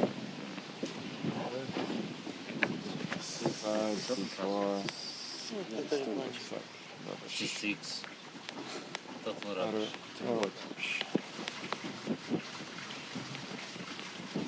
No, I think C5 is kind of... Yeah, C5 is most logical. Okay, then why do you want to rush? Why can't we just play with G3 and then B4? I mean, G3, G6. Then if you play before, then bishop a1. Then d5 maybe, yeah, already. d5, Bishop a1, bishop a4 is threatening, I'm not sure. Okay, so you want to play like this? Caveman. Caveman shot. So they cannot play something like it's too much.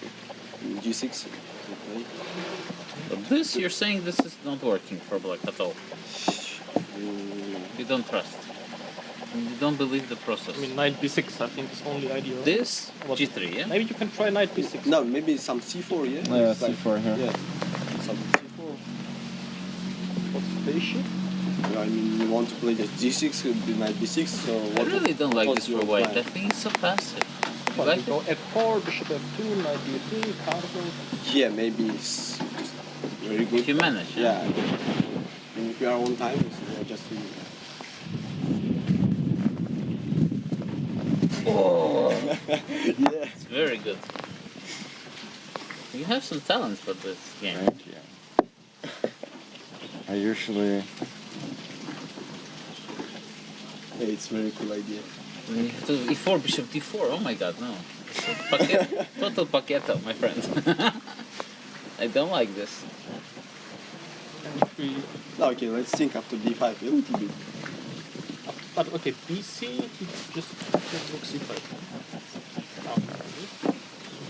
Yeah. bc. d3 you want to play? No, No, take what one? d5. You want to take on take d5. on yeah? You are losing a lot of tempo. No, it should be. Should be very good for white now. Yeah, it should be very good. Yeah. Aha! And d6, are you sure about d5? No, I yeah, like no, it. That's No, one no, thing no, I'm not not so at all. sure. I Not like at all. But I kind of like it now. But it I has grow- some, I mean, okay. I black kind of can grown just- into it. I don't know, I want to put my knight to a5. You shoot it to Yes, rook yes. c7. Yeah, it's crazy. To c7. I mean, it's kind of a stable position, you know? We just go like d3. I mean, the only knight fear if e3. a6, some stuff like this can work. No, but the a6. Like, Ah, what stuff? The stuffs. a4 stuffs? Knight d6? Or... a5 sure. I mean, I'm asking what stuff? The stuffs are not here, yeah? I don't know. I'm worried about stuffs. No. But if you're saying they're not here, the stuffs are good, yeah? also, we can play d3. Yeah? No, no, no. After d6. CB, huh? Okay. But no knight, we don't get kicked. I know. I'm just trying to... If we get g3, it's also tempo. No, but then bishop c6. Yeah, develop. I like it. Nice. Very good. Excellent news. I think very good. It's Overstatement? quite an overstatement. So. I mean, it's playable. 2 minutes to the start. 2 minutes. We can try it. Very interesting, yes. Should we try it?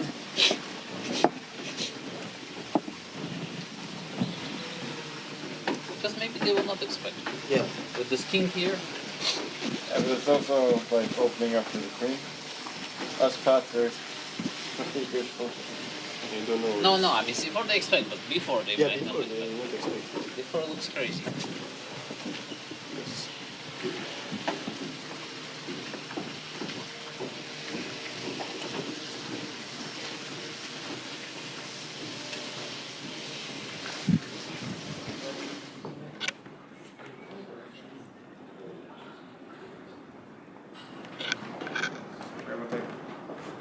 Thank you.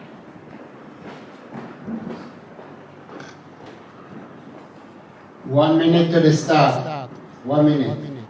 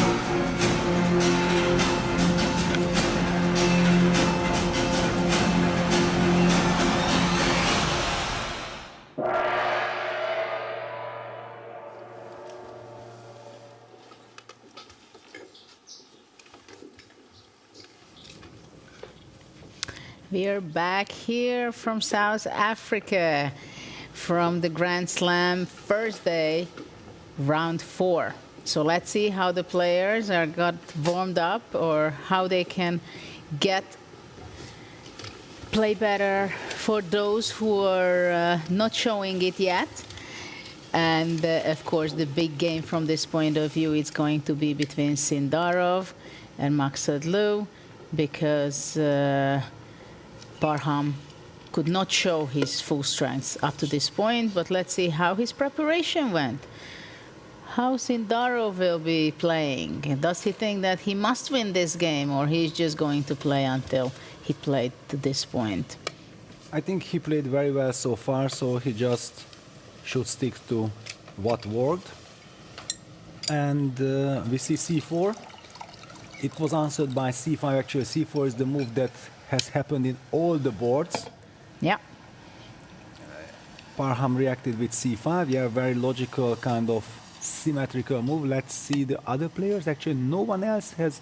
Well, Hans Niemann reacted with c5 and then b4. So this is some teamwork by white players.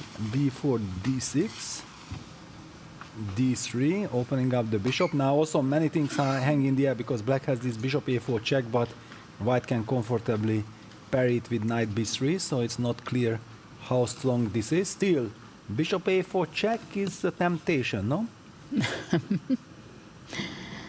Well, that is always a temptation to bring that out.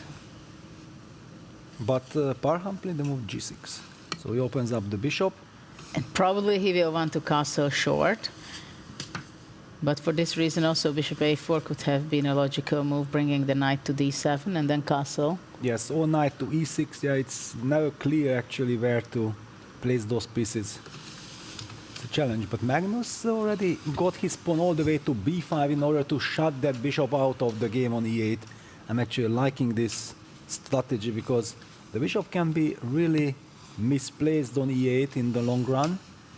And b5, b6, I'm not believing this. What is Hans doing? Let me check what he's doing. I don't buy this. And look at the bishop on h1 with this pawn on b5, this kind of construction, isn't this? Yeah, but at the same time, black bishop on d7, it's not the worst possible piece. But at the same time, of course, I understand very much what you're saying, that white is going to bring knight b3, a4, a5, and huge pressure over the queen side for black, right? And what I like, that it's a completely risk-free kind of position. Where is the pressure on white? We know that the knight, yeah, we can basically play moves like a4, knight b3, bishop c3, we trade the dark square bishops. The knight from f1 will go to e3 or d2, depending where black will place his pawns, the e-pawn. Yeah, maybe we can bring it up, so we can show it exactly what you mean. Yes. Because it seems like he has a very solid, nice advantage already at the very start of the game, right? Yeah, and in order to understand how did we get here, let's start with the starting position. c4 played in all the boards, so black reacted with c5. I think something that white is also happy with, when you know that, yes, please play the symmetry, I know what I'm doing, then it is more than welcome. b4, targeting and making sure that the queen is already active. Black played d6. This is so far the same as the Sindarov game with Parham, but here Magnus played the move b5, stopping any kind of bishop a4 ideas, and that makes so much sense because white fixes a nice structure, and black plays the move g6, tries to develop the bishop, of course, activates. Actually, the bishop does not need to be developed already. The move g6 develops the bishop. The long diagonal d6, very systematic approach, b6, g3. White does the same. Black plays knight c7, and Magnus immediately opted for bishop c3, trading the lovely dark square bishop, the powerful bishop, on the long diagonal. So we see the trade on c3, knight d7, a4, knight f6. Black is slowly shuffling out the pieces, but what will be the destiny of black's queen on b8 in the long run? That's my question to Judith. That's a tough question. That's a very tough question. What is that piece doing there? I would like to add just very quickly that I think that Hans has handled the situation extremely well. He is playing fast and he's playing good moves. This maneuver of bringing the knight to f6, leaving the e6 square available, and he set up the possibility to castle short as well, just as Magnus did.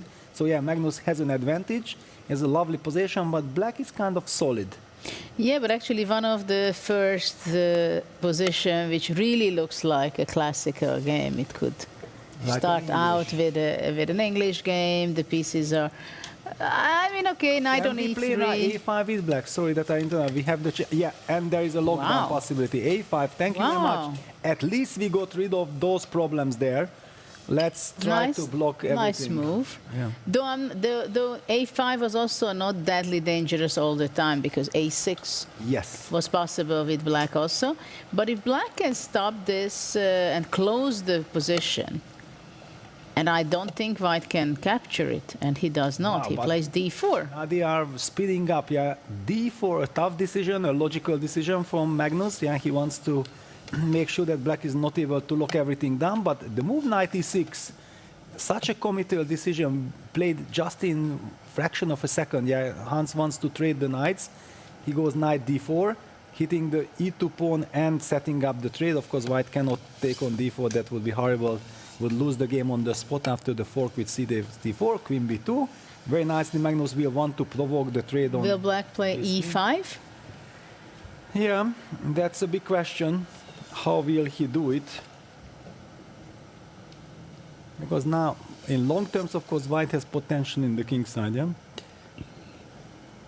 Yeah, in the long run, of course, white moves away his knight from e3, pushes away the d4 knight, plays e4, f4. F4, then the knight comes back to e3 Yeah. or knight f2, depending, and we'll be threatening. Yeah, let me just highlight. So we are basically talking about knight d1. We somehow force provoke this trade on b3. Yeah, e5 played, and then we would start rolling our pawns with e4, f4, and so on. But yeah, Hans anticipates this and goes e5 himself. Well, it's a very logical move. And also from b8, the queen will get back through c7, or rook c8 to e8 and queen d8. Yes, so d6 basically is obligatory. Yeah, Magnus goes d6. That was the reason why I was not 100% sure what are the consequences of this en passant move d6, fe6. Because, yeah, black gets some dynamic, but also he has long-term weakness. I was on not d6. sure. I was not sure I would take with f. Yeah, To or tell with the you, bishop. to be honest, I just wanted to take with the bishop. Yes, I thought so. fe6, it can be some dangerous. But bishop e6 was apparently not possible due to our friend. Maybe rook d3. Let me just cheat. Yeah, there, rook d3 is too strong. Yeah, so I was Rook cheating. d3 and knight b3, queen f6 possible. And yeah, it's already some very big plus for white. So that was a problem. So that's why he had to take with the pawn on e6. But okay, now he is kind of... And rook e1 played. Rook e1. Small little move, rook e1. Interesting. It wouldn't come to my mind. Yeah, he just wanted to protect the pawn, but it means that he is intending to... Does he want to go knight c2? That's the reason? Let's see. Or knight f1 and then... Let's see. The body language signals that Magnus is happy. That's clear, but how happy and how long is the question. Because this king g7 is also something that you don't want to do with black. I don't know. Is this natural for you that you are stepping into this pin? No, the last two moves is unexpected for me. I would rather want to have my queen on g7, for example. That my would king. make a lot of sense. I mean, somehow I have the feeling that on g7, having the queen on b2, something might show up. And or maybe just the problem that for black the f6 knight will be not so easy to move away when you want to go knight g4 or knight jump somewhere. Yeah, or is he actually intending to block the long diagonal with e6, e5 and forget about the weakness on d5 and say that, you know, I have already a lot of weaknesses, because if that knight is eliminated from d4, then the d6 pawn will be a very big weakness, yes? So I don't really understand why not rook d3, targeting that, but e5 has to be the the reaction for black. Well, and even maybe at some point, if knight moves back, the e3 to d1, f1, c2, wherever, and white goes e3, maybe at some point black will be sacrificing his knight on d4. Well, if you are overdoing things with white, then Yeah. definitely it's possible. But yeah, all eyes on Magnus, because his last move, rook e1, what was it all about? Very strange move. Leaving the f2 pawn vulnerable at some point. And it was played almost instantly. Yeah, he blitzed out rook e1 like, I know what I'm doing, and after king g7, he slowed down. Ah, okay, now I understand, because black really wants to play e5, and now we see rook d3, e5, knight d2 played. Ah, so he wanted to play knight d2, that was the point. Yeah, knight d2, and also if black plays e5, maybe he wanted to have the option to go knight d5, trade that knight, and then play e3. That also, so I think that was the multi-purpose idea behind the rook e1. Knight d2. Slow regrouping. Knight d2. Is white's plan to play knight e4? Yes, I think so. Yeah, it would be. Or he wants to go more knight d5, to trade these exchange, guys. yeah, and then play e3 and knight e4. Yes, yes, that's basically both are on the cards, I guess. Both are very tempting. Yeah, now black has to be careful a lot, because if white can consolidate his position, Then white will be winning. then white is winning. Exactly, because this backward pawn on d6 will pay a very heavy Yeah. price. And once the knight will be forced to move from d4, black's position falls apart. Yeah, so this is what Hans needs to make sure that it will not happen, that he will somehow dynamically counterbalance these issues.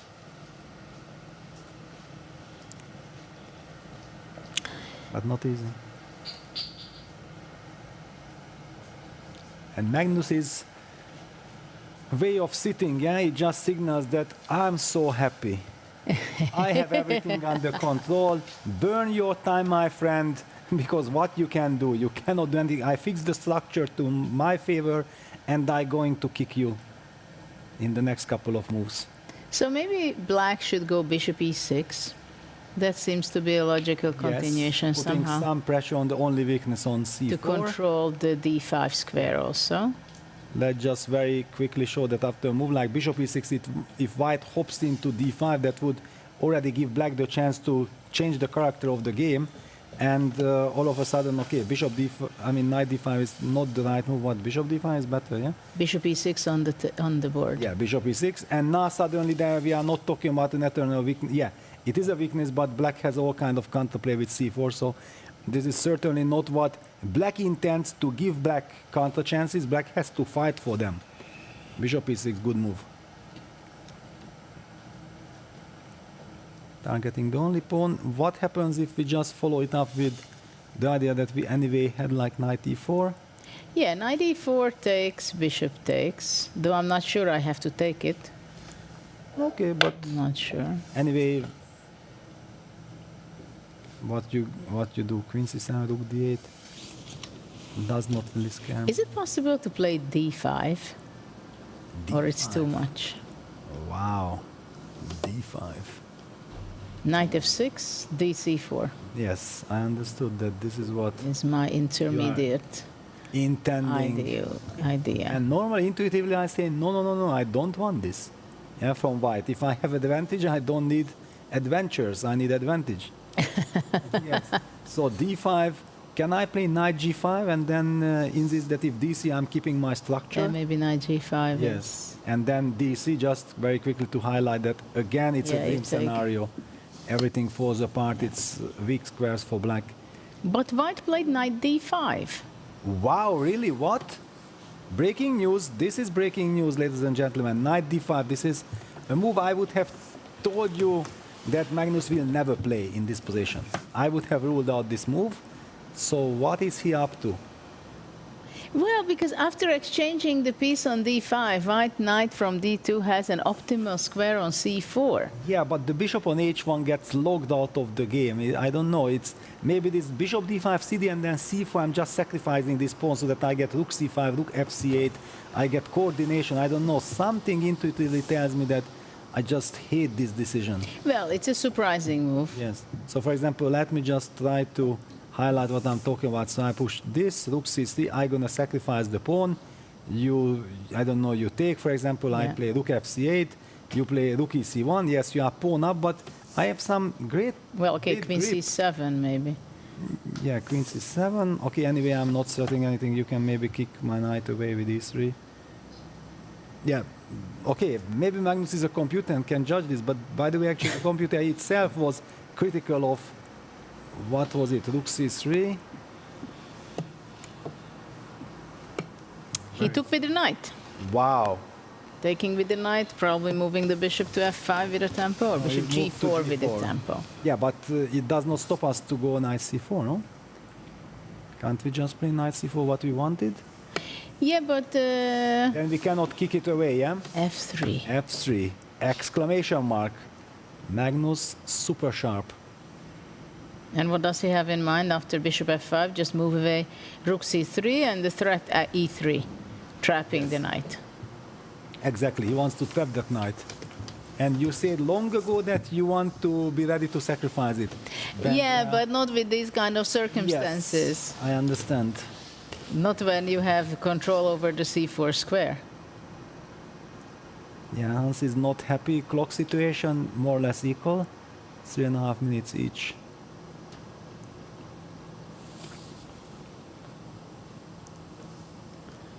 Time-wise, they are more or less the same. Little advantage for Magnus, but it's getting very tough.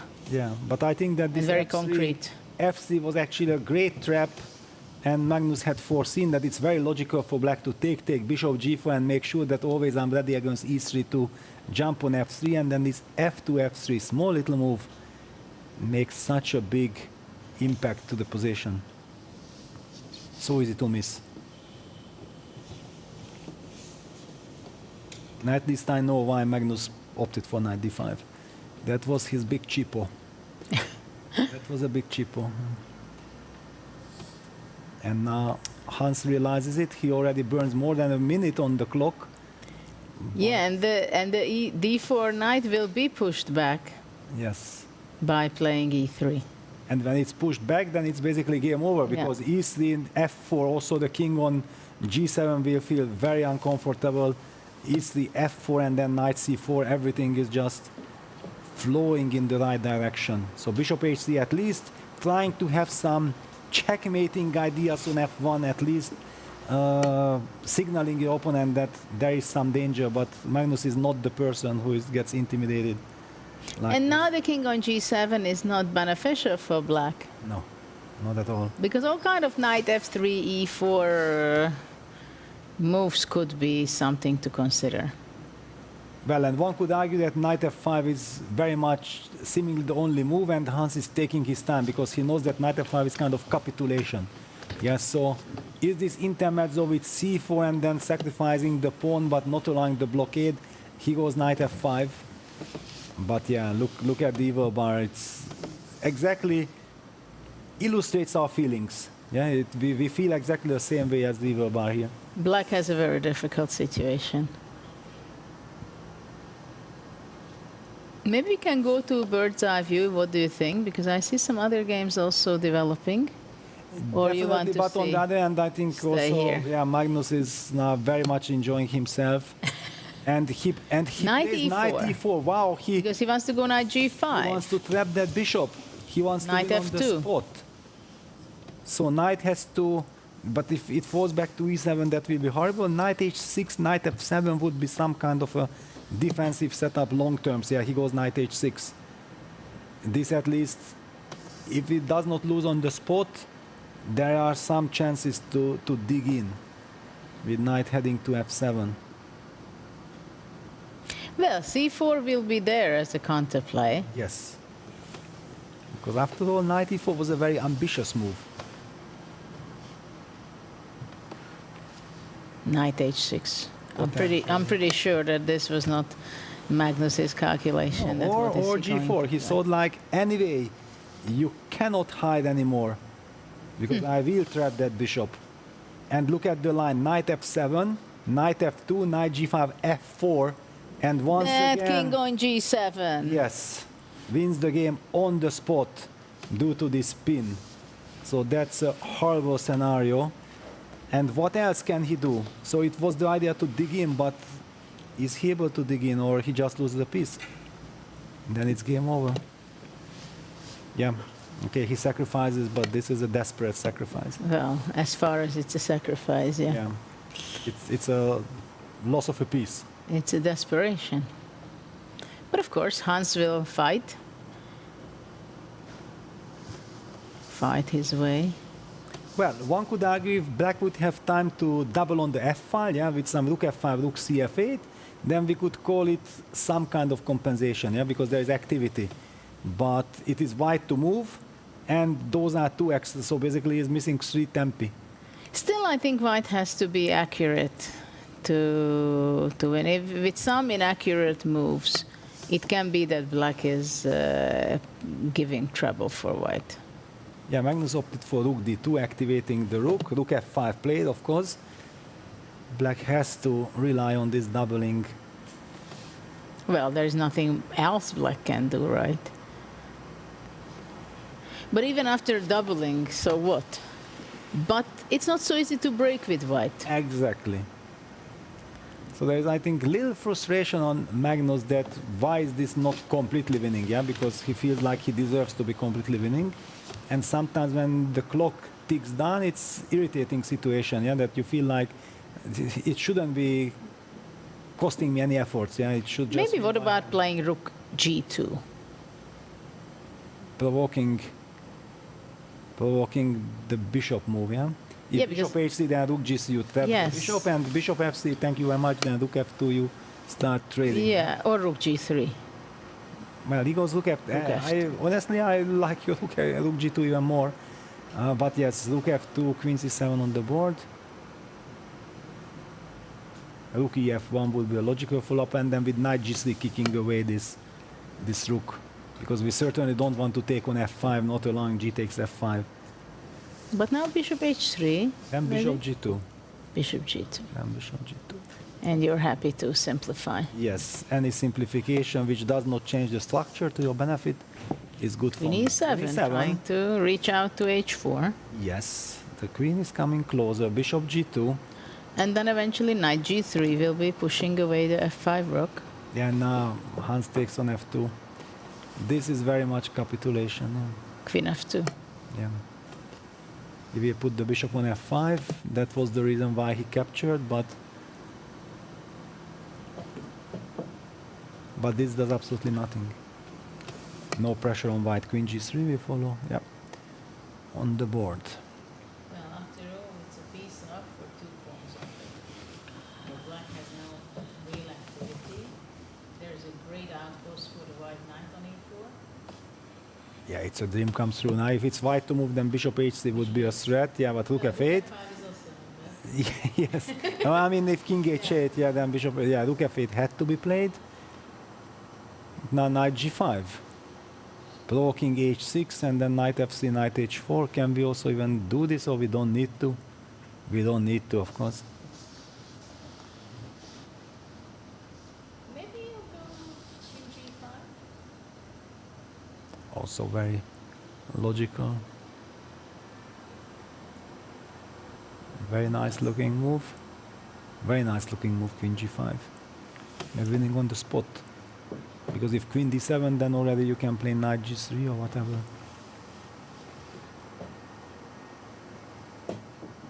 All eyes on Magnus, down to 23 seconds. It's only 5 seconds increment. Knight c3, a slightly nervous move. Protecting the a4 pawn. He just says that I want to make sure that you don't get any bishop c to counterplay. No, does he just simply want to go e4, exchange the rooks? Or just bishop e4? The main idea is just to force the bishop from f5 away. Technically. Yeah, that's also the reason why Hans opted for e4, but this case now his bishop is out of the game. Yeah, Magnus plays h4 instantly. Now he just blocks the dark squares. Queen f4 come next.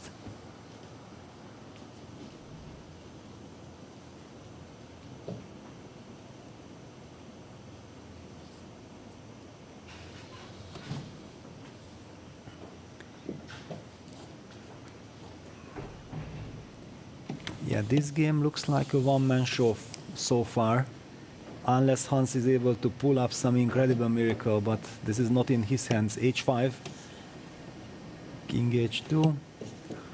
Just little scrolling up. Yeah, you are piece Queen up F4. and you have the better position. Yeah, this is a very comfortable Will he go situation. Queen F4 or Knight E2? Well, Queen F4 was the move that I called out already some while ago, but Magnus does not want to do it. Watch out for your clock. And he takes on E4. Wow, so he just went for this 4-second, yeah, he calculated. Ah, Okay. nice tactics. He even still had the nerves to calculate with 10 seconds of clock, and Hans designs big win for Magnus. Nice victory. Yeah, very Nice one-sided. victory. Very Very straightforward. So, Nice but this victory. gives us the chance. Levon is beating Fabi according to Evil Bar. Arjun Yeah. has beaten Vincent. Wow. So a lot of action happening. Wow, it's a rook end game and it looks winning. Yeah, and I think Fabiano has just resigned. This brings us to Parham's game. Yeah. All right.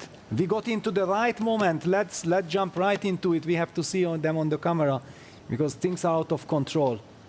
We can even zoom in totally on the players because this will be dramatic with both kings are Seconds on the clocks. Queen F4 check. Where to go with the king? Where to hide? And King G7, Rook A1 back, protecting. Everything is protected. The H3 square, the H2 Sindaro square, makes it immediately. and the H1 square. Without hesitation. 7 seconds for Parham. Rook H6, getting ready to protect the G4 pawn with Rook G6. Rook Rook G1? G3. But Rook G3, Queen H2. Maybe Rook G1. Rook G1. And King F1 idea. Makes Or Rook lot of E1. sense. Rook E1. Oi, oi, oi. Look at the E7 pawn is Yeah, also. in trouble. That's what he wants. Yeah, Rook F6, kicking that queen away. The monster queen was. Oh no, kicked. Rook G1 was played. Yeah, Rook G1, and now King F7. Now Parham is fighting, Okay. but he's pawn done. Rook G3.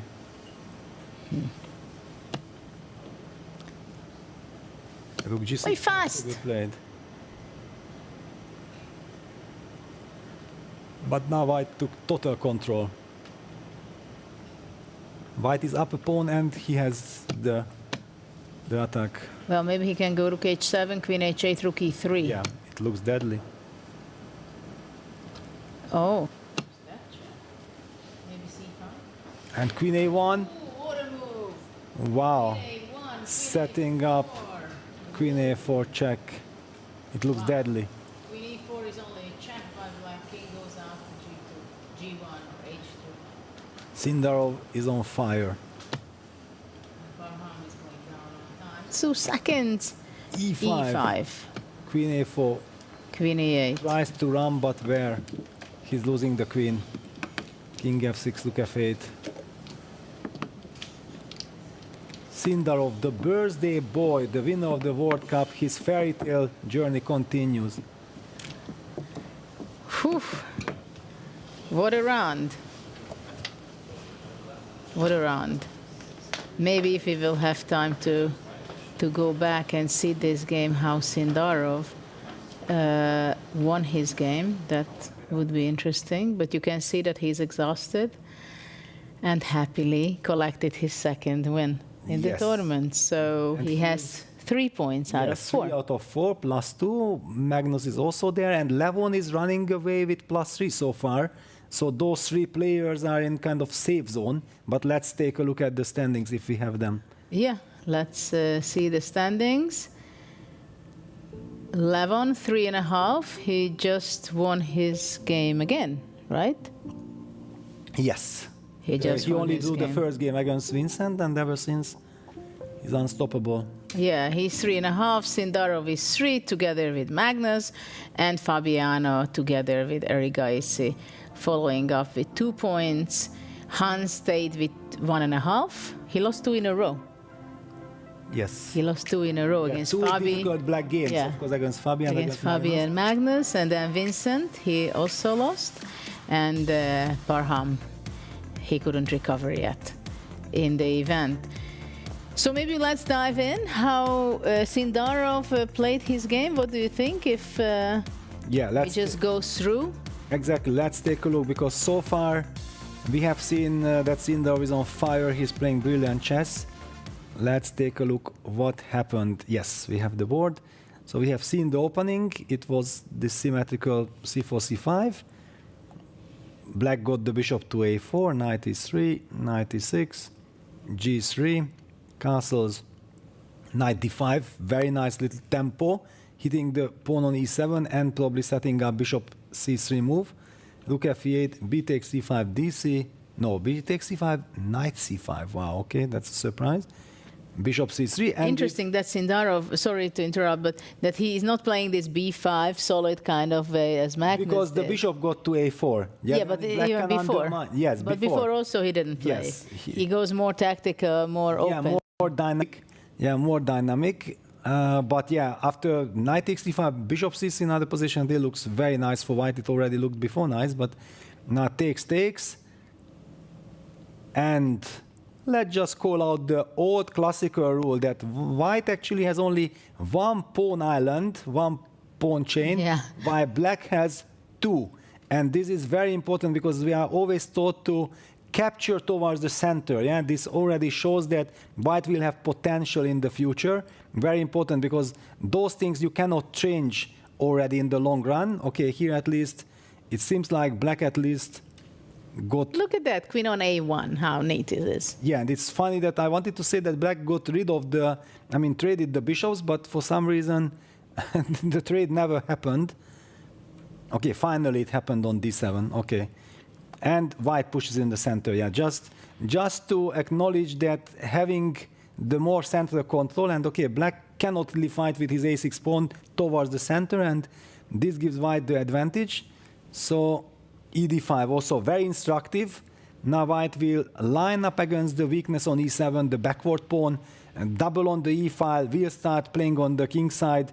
And where is black's counterplay? Black's counterplay in this kind of structure is connected with the move b7, b5, but actually, thanks to this beautiful stabilizing pawn on dc, whenever bc happens, then white can just recapture with dc.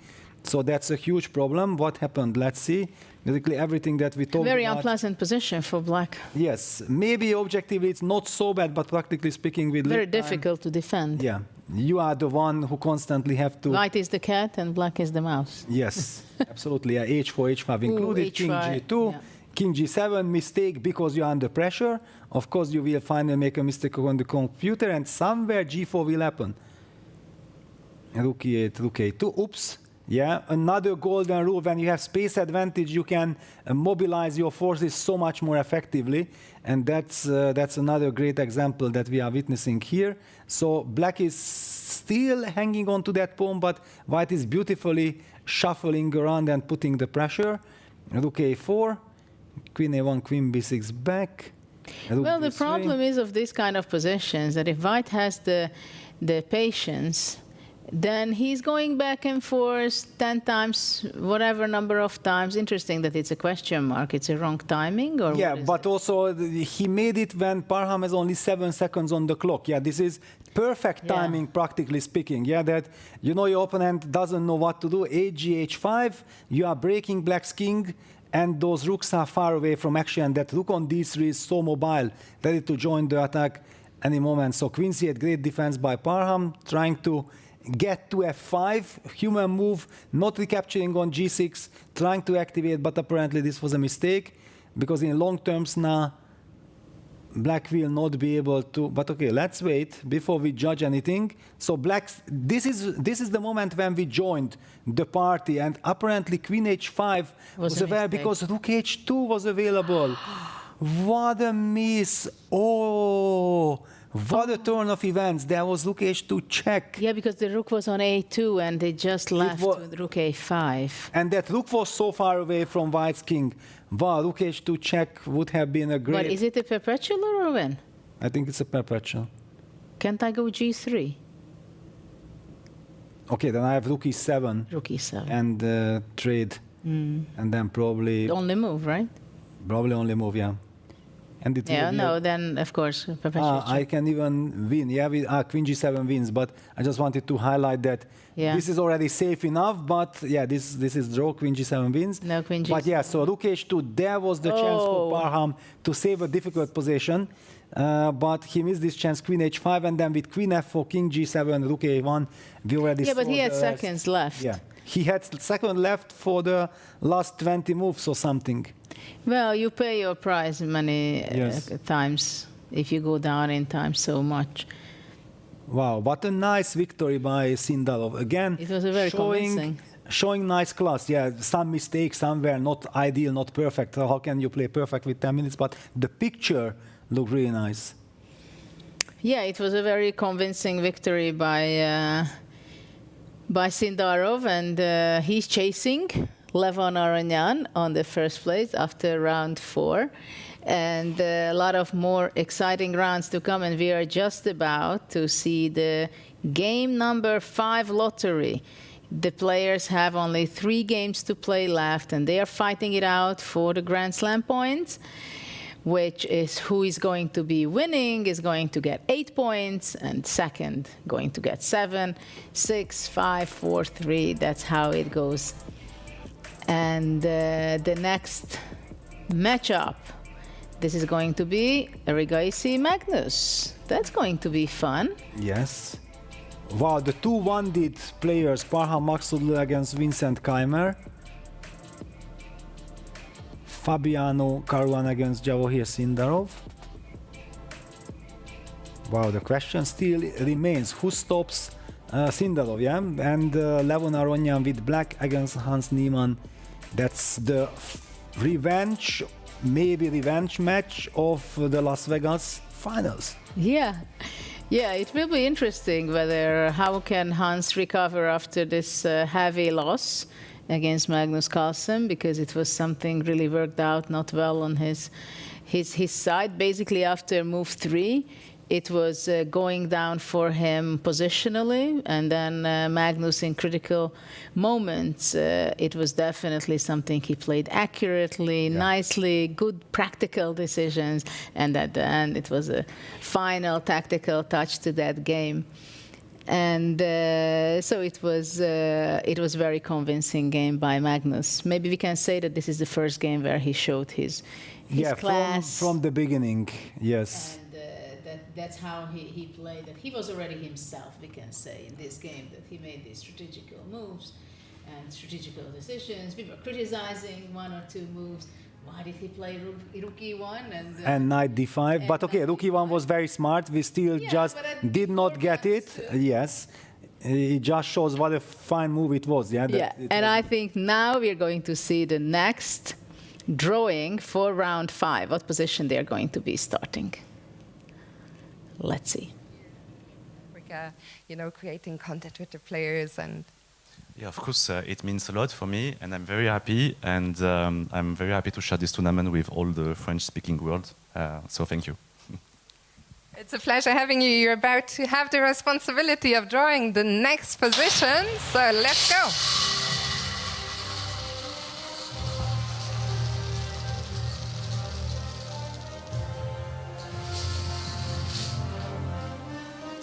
So it is position number 850, 850.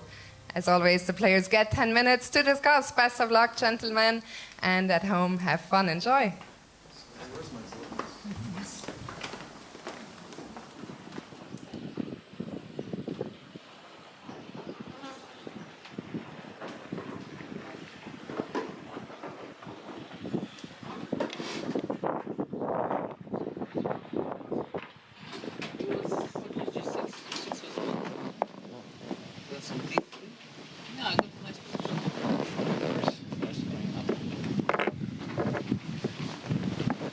Did you ever look at the position after the opening and not think that it's nice?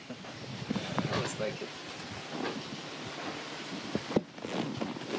Okay, so what's the canon? H4 is the standard, yeah? Normally, no? I mean, E4 is some. Oh, but Queen and H1, they normally say H4 is like the... no, maybe yes, but E4 is the most logical move. G4 is also quite logical, right? G4? Ah, zombie. G4, G5. Knight D3 again. It feels like this is one of the rather dangerous positions for black. Yes, yes. It should be dangerous. B6, bishop G2, bishop G2, queen G2. This is already achievement for white, right? Yeah, but if you don't play B6, they can. Yeah, G6. Bishop G2, bishop G7. So, what about if they play B3? No, yeah, it's fine.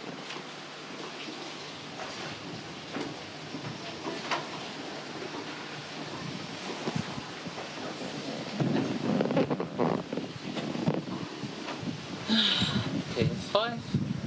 How does it work normally?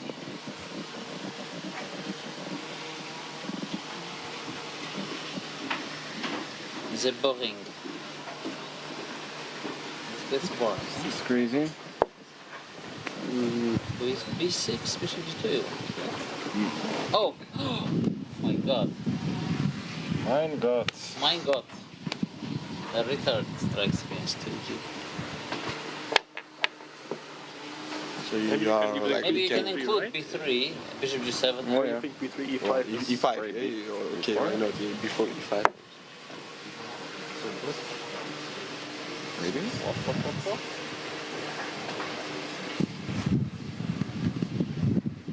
Compensation. Yeah, it's big compensation. It's pawn on G4. Okay. Okay, but Yeah, so now I want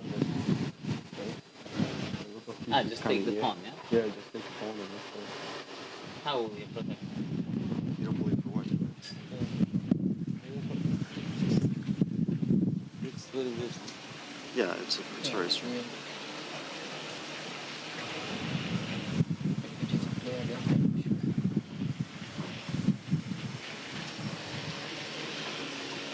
To me, it looks interesting for what? Like, we play E3, knight E2. B7. No, I mean here and then like later E3, knight E2.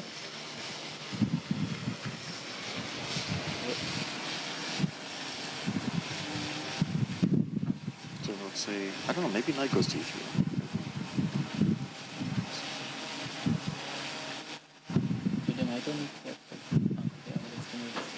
And you, somehow you don't want to go castle at all.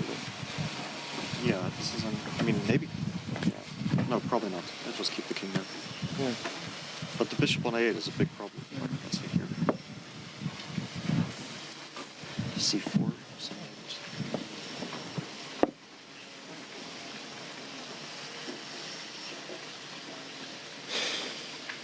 Okay, knight 93 is a mistake. Some other move. E3 or... Can I play D5 next move and sacrifice? Yeah, this is I'm wondering. E3, D5, take B6 or B6 or B5. Both are Very unclear. interesting. Man. This king will remain. Yes. But also black's king, because like what you have to castle Probably each H5 side. is a good one. I guess we don't have to take it. You take with the Knight. knight. And some knight D4, knight H4. I think white is good here. White is Bishop good. is so strong. Yeah, this whole direction.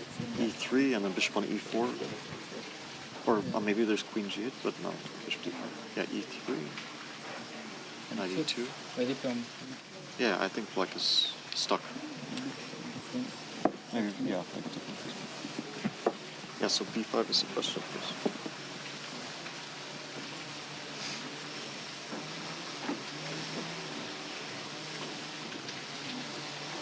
We can play F4 and attack the pawn very quickly.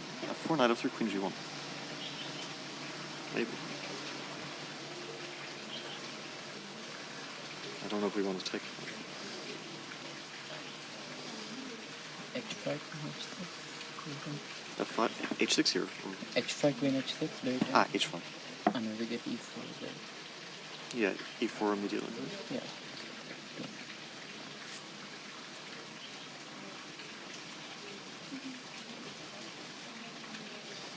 okay, it's fun.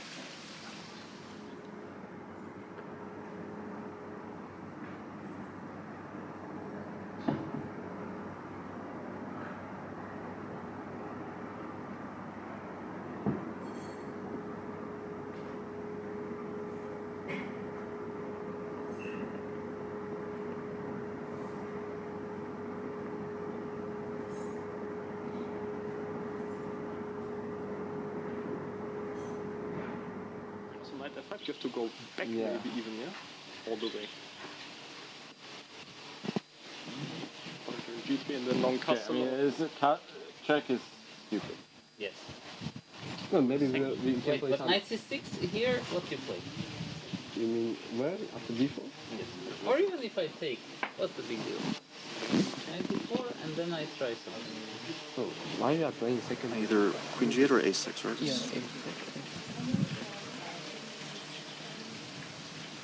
Maybe we'll be able to play a4 at some moment.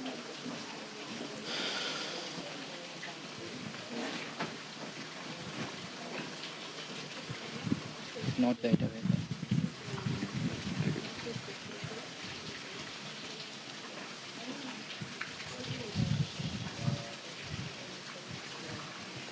How do we play in general? Like g3, bishop g2, or e3? To e3? So g3, right? Queen g8. Should be okay for black. Knight e3, g3, and Knight e3.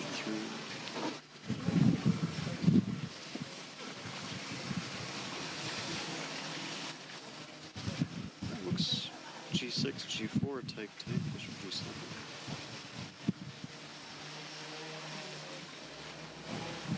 And then it's 2 minutes to the start. 2 minutes.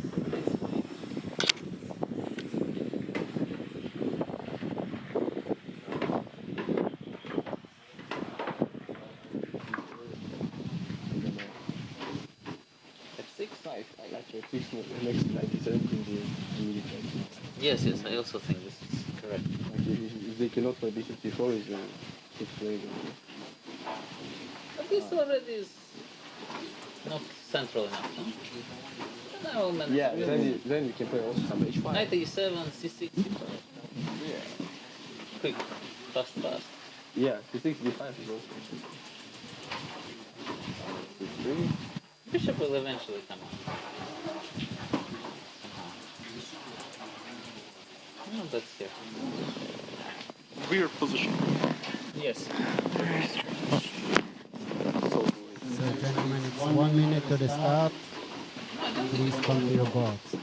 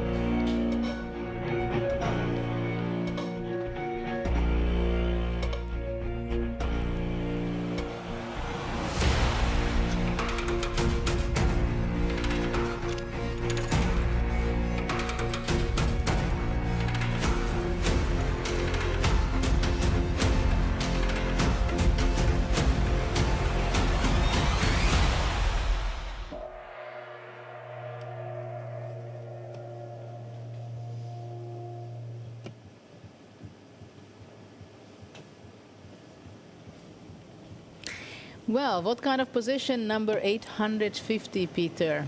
We've seen in analysis that 1b4 was standing on the board and those analyses, but not all the games are going to be 1b4 because we see 1e4 between Hans and Levon. But Hans, in most of his games, he was analyzing by himself, except the previous one when he played against Magnus. And now, again, he was on himself, alone, figuring out how he wants to be playing against Levon, against the leader of today's event. Yes, and we see that this b4, e5, g4 is some kind of a thematic preparation by this team, yeah, that I don't really understand yet all the benefits of all this, but... And we see also Arjun going for b4, e5, g4, preparation. And the computer was telling me, I think, that he did not like it. Computer did not like this g4 business. This is a little bit too creative to my taste. But it's interesting that I had the feeling that when the players are starting the game, they somehow feel that there is a need to start with a move in the between the first, second, and third move, to make a move which opens up the diagonal for the queen or the space for the queen. They don't like it when the queen is stuck anywhere, especially not in the corner. Yes, the queen gets stuck, and however, here now we see that the queen is activated by g4, bishop g2. Sindel immediately plays h5 and says, you know what, I'm targeting your g4 pawn. If you play h3, I can trade everything and trade off your active queen for my queen on h8. So I think it was a very smart reaction by Sindel. Actually, Magnus might play very much the same. Yeah, there you go, h5. Exactly, it makes so much sense. And Arjun instantly g takes h5. Wait a second. This can only be played by the young generation. Judith, what do you make of this move? G takes h5. We can even zoom in into that game, for example. Yeah. Let's zoom in. Let's start with that. Max Todd Vincent is also very much the same. So this is a thematic kind of position. Let me also find the game. So let's go to the Arjun game. Yeah, I have it on my screen. Where Arjun, very fast reaction after h5, grabbed the pawn on h5. Yes, and we have to go back to the start, to the starting position. Yeah, this was the starting position. We talked about that. Yeah, the players like to open up their queens in the corner and the bishops. So they are doing the combination of this with b4. But it's interesting that both pawns on b7 and on g7 is so well protected. Yes. Right? So it doesn't matter with playing b4, opening up the diagonal. There's nothing going to be. It's only prophylactical. Yes. So one of the first questions after b4 is, of course, what happens if black mirrors it with b5? Definitely the players had their opinion on that. And because all the players with black decide to use the chance to break the symmetry by going e5, using that the rook is well positioned to occupy the center, and then white played the move g4, which gets a question mark by the computer, but opens up the queen and opens up the way for the white bishop from f1 to be developed. Now I think black played a very nice reaction f6, cementing the center, and more importantly, already anticipating the move bishop g2 that happened in all the games, to counter it with h5, and all of a sudden, wait a second, the queen has not moved yet from h8, and it's already activated.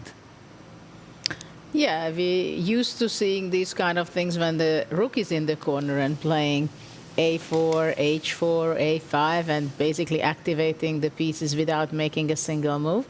But it was very unexpected. G takes h5. Yes, please, I ask you, please share me your feelings when you see a move like this. Well, I don't have a good feeling about it. At the same time, I understand that white did not want to play h3, because then a very fast simplification could arise. Takes on g4, takes on h1, knight h6 even. And it's a pretty balanced position. Knight e6 with the black, c6, d5. Yeah, basically only black can be better. Yeah, that's how we evaluate this endgame, because all of a sudden black has more central control. Yeah, the e5, f6 setup is very helpful against the bishop on a1.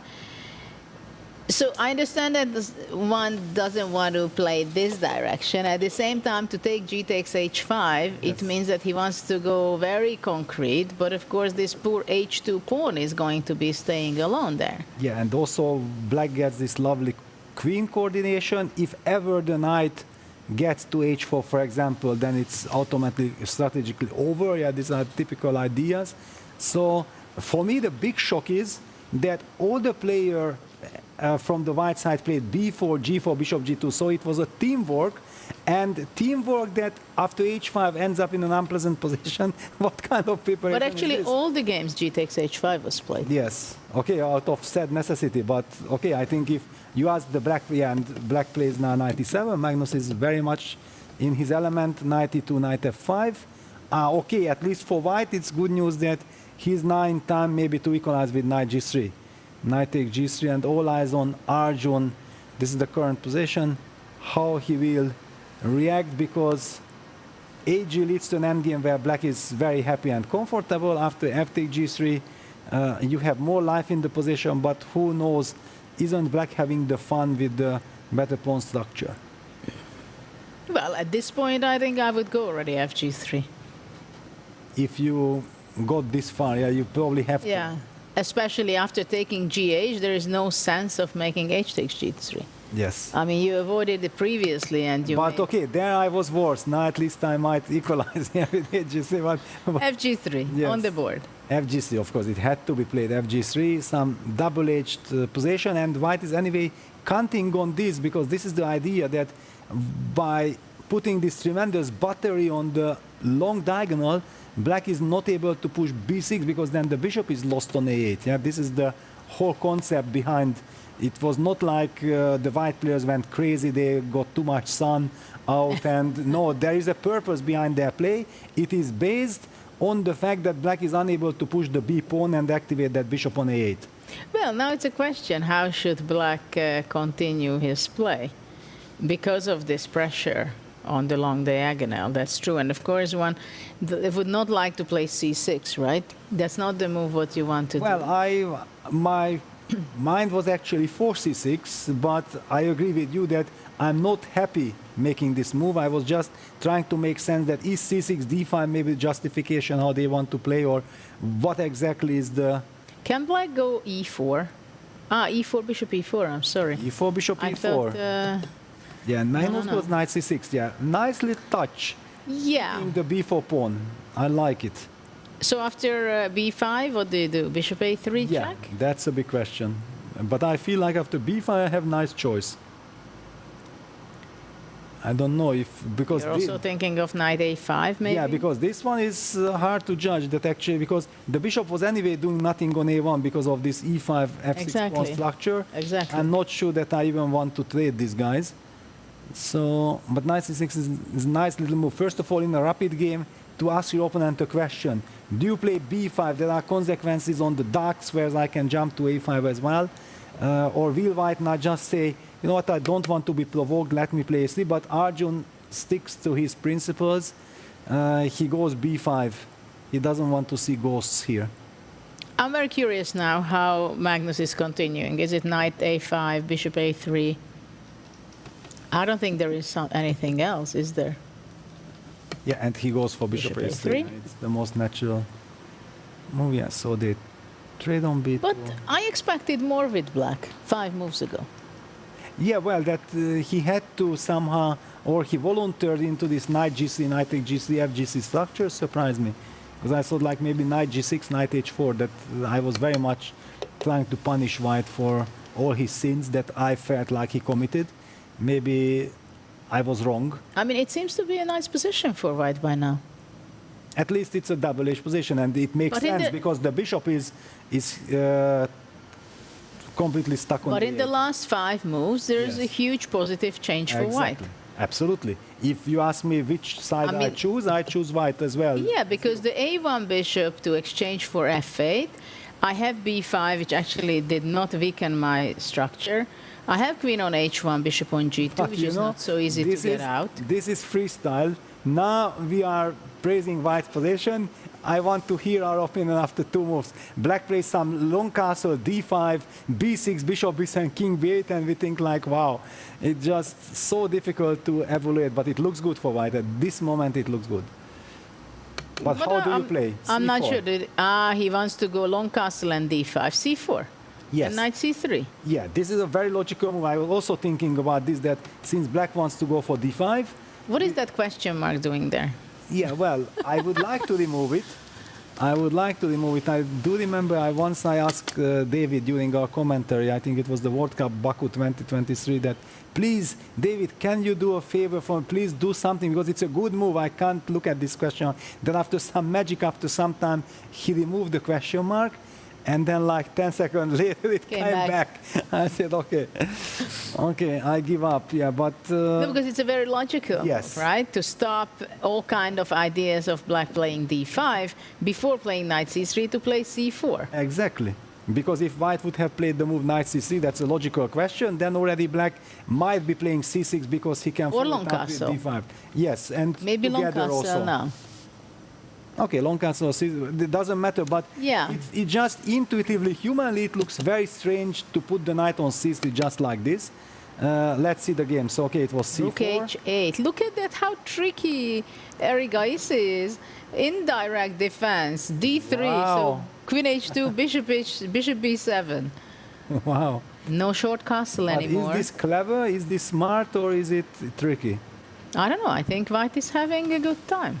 Because, yeah, queen takes h2, just to highlight that, runs into bishop takes b7, check, and the rook targets the queen. Thank you very much. And actually, Arjun has more than a minute extra. But okay, with d3 also weaken your pawn structure. I like this d2, e3 pause and kind of... I'm not sure black can find a way to... He goes c6, yeah. To pay the price for white. c6. Do you see that bishop on a8? Yes, I see. But sooner or later, black had to, and black actually can now play even maybe some king c7, b6, and do some artificial castle business. I don't know. It's of course very nice for white compared to everything what happened before, but I'm still not pessimistic with black. Yeah. Also now queen h2 is a threat suddenly. Yes. So white can forget about it, playing knight c3 and then queen h2 on the board.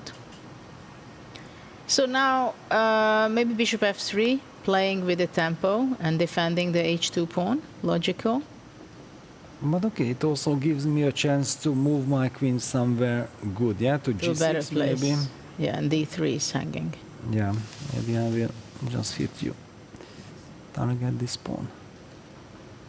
c6, annoying move. Yeah, because annoying move because suddenly it has some very it also blocks white bishop and the queen on h1. Yeah, now you don't feel like you need those pieces anymore. Yeah, they did their purpose, but black is slowly crawling out. c6, b6, and what do we make of Magnus's body language? I don't know. Very difficult to read now. Can I go c5 or it's too much? c5. Wow. I just want to go b6. Yes, but can I play b6 myself? I'm breaking everything. c5, b6. So let me even put it on the board. I'm breaking bad with b6. I don't think that this is so good. Yeah, it's like opening up too much front of my king. Yes. You say I cannot stop you playing b6. Yeah. I don't think he will do this, but actually what does he do? Because now it's not so easy to... All the natural moves have finished and he has this concrete problem on h2 and because the pawn is hanging. Yeah, that how do you react? You don't want to move the h pawn because that weakens the g3 pawn, so this... That's why I played bishop f3. Bishop f3, yeah, it made perfect sense. It made perfect sense. Maybe I should go bishop f3. But he goes knight c3. Wow, is he a magician? So queen h2 is nothing at all. He will just play queen f1. Activity. And queen gc, knight e4, and then knight d6. Wow. Interesting. Okay, if it works, it's fantastic. No, queen h2, bishop c6. Queen h1, bishop h1. Just simple chess. That's a good one. Yes. Simple chess. Okay, simple chess. Yeah, what? Okay, Magnus also sticks to simple chess, but let's just very quickly show this what I have fallen into. The queen h2 just bishop takes e6, queen takes h1, bishop takes h1. Or rook h1. Or rook h1 would keep the balance basically. Yeah. So okay, this is not interesting from Black's perspective. Magnus sticks to his principles, goes b6, and he's up on the clock. So what a turn of events in the last couple of moves that Black has kind of stabilized and was able to make his decision fast and is already up on the clock, quite seriously. More than a minute. Queen g6.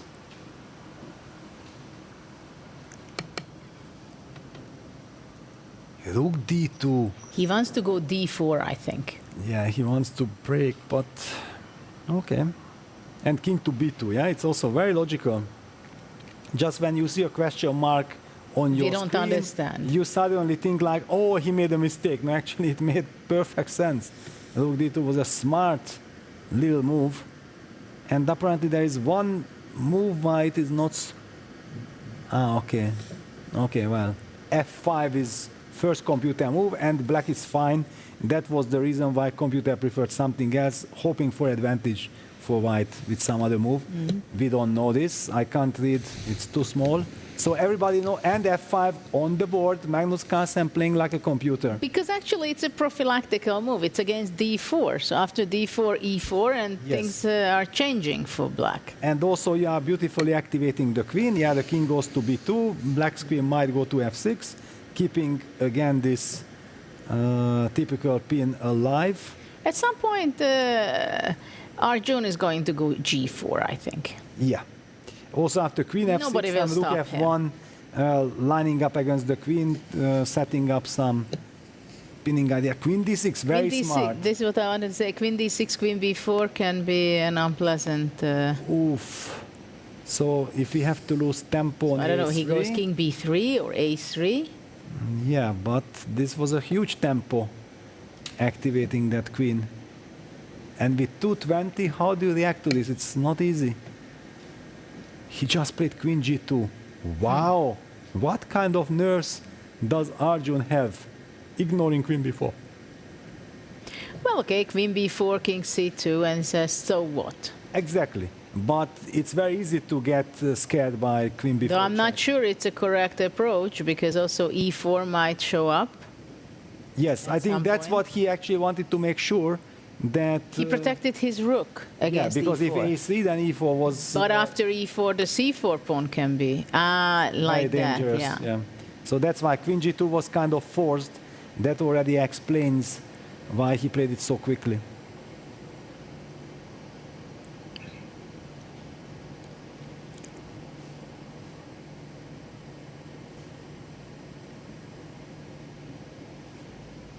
We are looking at this game. I'm just wondering, do we maybe need a bird's eye view or not for our viewers to... g5, look at that. Okay, we'll be met by g4, I guess. Maybe knight g6 he wants to do, or what does he want? Was this g5 a good move? Of course, if Black can play g4, then it's... Yes. Of course, it's a great move, but... Black wants to play g4. So maybe after g4, Black wants to go e4, takes queen b4 check, king c2. Yes, I'm assuming that But how? if White Why? pushes g4, then okay, Black will not weaken the... Okay, you can also say that we get this passer, but White is blocking this beautifully. So intuitively, I also feel that e4, d takes e4, and then queen b4 check would be the more natural kind of reaction, but we will see. e4 is on the board. We will see how Magnus 1 minute, 36 seconds. f4. Okay, that's the kind of standard reaction, but this is also very good news for White. There is stability. There is this e4 square to play with. Yeah, but still, the queen b4 check, it's always there, so White has to do something about it. E takes f4. Now this is becoming Arjun territory. Yeah, he likes this messy, unbalanced kind of positions, but he's behind on the clock, yeah? Still 30-something seconds. G takes f4. But it can be also risky, I think. Well, it is risky, but very ambitious move also. How will White go h4? Yes. Crossing that important force rank. wondering if there will be a moment to break with d4. Yeah, it's at the moment I still don't see it how, but I don't know. Maybe king b3 is the move. I think it's about time to stop black playing queen b4. queen b4. Yeah. He plays queen f2. He's also trying to support d4 Preparing and h4. d4 Both and h4. Yeah, both moves. Yeah, but at the same time, now pawn on c6 can move also suddenly. Yeah, but do we move? I don't know. Do we move? I I'm don't just like saying it's an option. Yeah, I don't like Magnus's decision with this g5 f4. This g5 f4 is very double-edged. maybe over pushing it. Yes, exactly. I think that Arjun is now happy and he's done on the clock, but if he gets to break out with d4 and black has not castled yet, this is still an awkward kind of spot. Yeah, Magnus pushes c5 trying to lock everything down, but is he able to lock everything down with the c4 square? What about takes on a8 and rook e2? What is he gonna do? Rook d2, knight g6. Okay. How about a d5 square for white? Yeah, but also he goes H4. h4 first to stop knight g6. Well, Magnus in a lot of trouble. Magnus is not going to be enjoying this one. Well, actually, because if it goes bad, it will be borderline lost after rook d2, rook takes e5. As you highlighted, the d5 square, if that knight jumps ever, then Yeah, suddenly everything turned upside down. everything is collapsing. Yeah, Magnus in a lot of trouble, and the clock is ticking down. 47 seconds for Erigaisi, but suddenly we can say that he's standing the best possible position at this point in the whole rook d2. game. Just rook d2, hit that pawn. Because it's not just the pawn, but if that pawn What falls, can he do? black's position falls apart. Maybe rook e2, rook de2, queen d4, and he played it. He played it. Yeah, queen d4 looks like the only move. I don't see any other move. But you cannot play d6 because the queen gets trapped. Yeah, so it's very tricky. Queen d4, queen f3. Queen f3. If d6, rook e4 traps the queen. And if you take on h4, I take on e5. And What about the a8 rook? that's also a problem. But yeah, just to highlight But that. rook e5 is just This would be great to cement the structure, but it loses to rook e4. The queen is trapped. That's a huge problem. Well, very unexpected turning point. Yeah, Magnus Queen grabs the d3. pawn, but this is total desperation. Rook e5. This is the pawn that you did not want to take. Just there were no moves. Full collapse. Yeah, it's total collapse. Knight g6 had to be played. Rook d5, rook e4. That's it. Rook So d5, after rook d5, You have to black play has to go queen queen g3 h3 or or queen g3. Okay, so but that's then you still play queen d2. queen d2. And, yeah, this is what's happening. Okay, queen d2, rook d8, h5. Yeah, the h pawn is still alive, and black's knight is Very much alive. running out of squares. Ooh, what a horror position for black. Yeah. I almost don't dare to say that even maybe rook c5 is possible, but of course, no need for any speculation. It's a winning position. Just stay calm.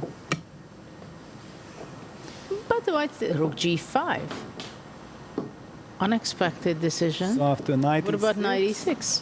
his idea is But okay, he had 2 seconds left on the clock. f3. I think knight e4. Yeah, let's zoom full on the players, I let's- think, because Full screen on Magnus and Erigaisi. Let's see how they play it out with seconds on the clock.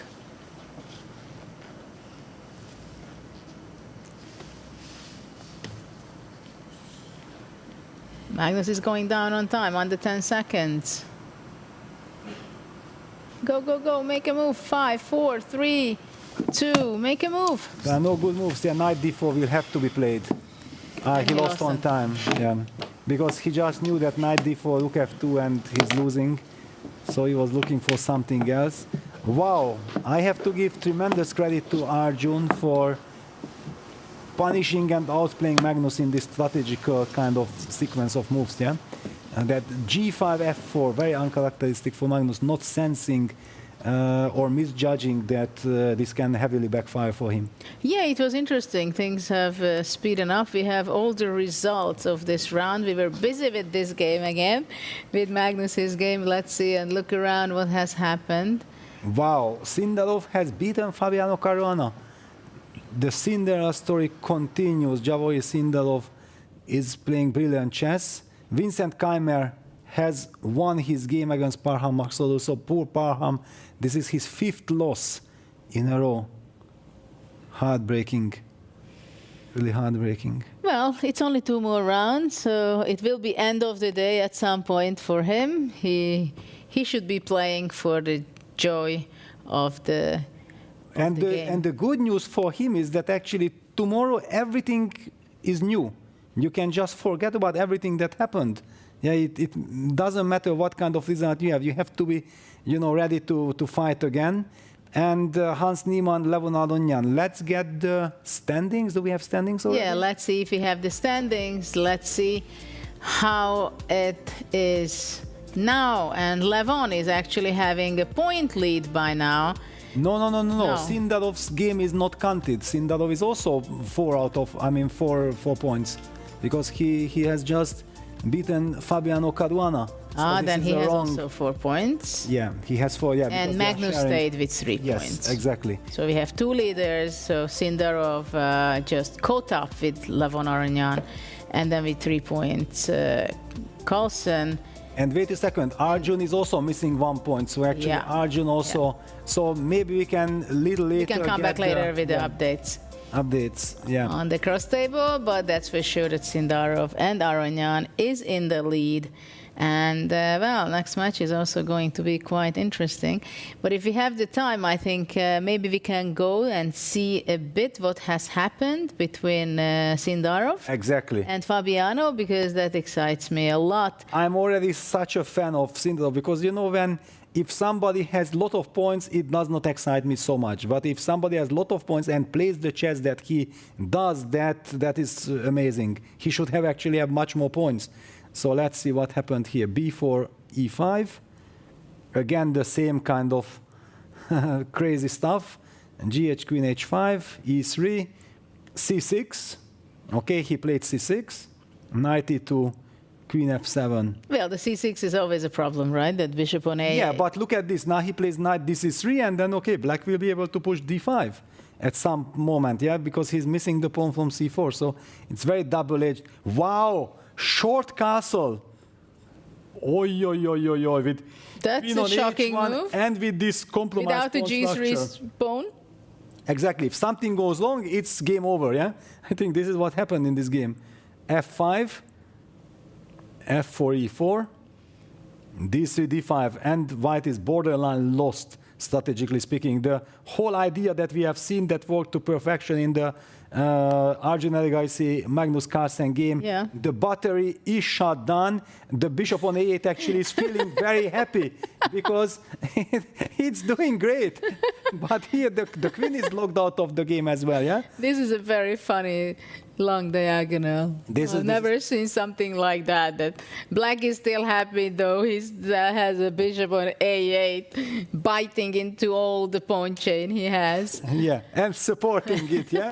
Just if you undermine it with B5, A4, A5, A6, I'm still ready, yeah? Knight H6, threatening some knight G4, bishop H3, yeah, another sign that these things are out of control. B6, now the bishop is opened. Queen G2, yeah, white is also making progress, but the position just long term, it's bad, yeah, takes. Queen E2, King B8, a nice little move, you know that you have to move, you get out of this pin, you cover the A7 pawn just in case, A3, bishop B7, small little improvements. Knight D1, G6, yeah, supporting, cementing, and here we go, one more time, the pawn island. The pawn island, if white's pawn would be on g3 and knight on f2, it would be a solid position for white. But now everything is, the knight on g3 is locked out of the game. The bishop on h3 has no more target, no more room, and the weakness remains, and also the e3 pawn. So from this moment on, I think it's a technical task for Sindarov. Let me speed up. So he's regrouping his pieces. He got the dark square bishops, and then it's just question of time when he will be breaking exactly, and he's breaking through. He does not even take on h2, which shows that he's so happy. b5 fighting. The weaknesses and the problems are not running away. So king h1, king b8. Apparently there were better moves, but finally black breaks through and white's king will be checkmated. Wow. Okay. Queen e4, rook h3. Just before white opened up and was threatening something, he gets checkmated on the other side of the board. A very convincing performance by Javokhir Sindarov. Well, actually, Fabi played a very dubious the whole opening, this gh5, e3, knight e2. Yeah, so basically shortly after the opening, few moves after that, when they got this pawn structure of e3, f4. It was a hopeless pawn structure. It was very difficult to... And this is what I see also in freestyle, that it happens that it can be the first 3, 4, 5 moves, and then suddenly you have such a disharmony between your pieces that you can never recover. Yes. Because simply your pawns are blocking your opportunities. Also, the queen on h1, of course, cannot be very beneficial, like here.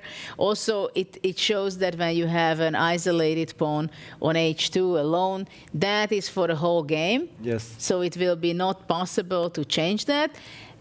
And black can afford having a bishop on a8 and take his time until one day it comes out. Yes, from it was basically a model game how not to play the way how Fabi played. Everything fell apart.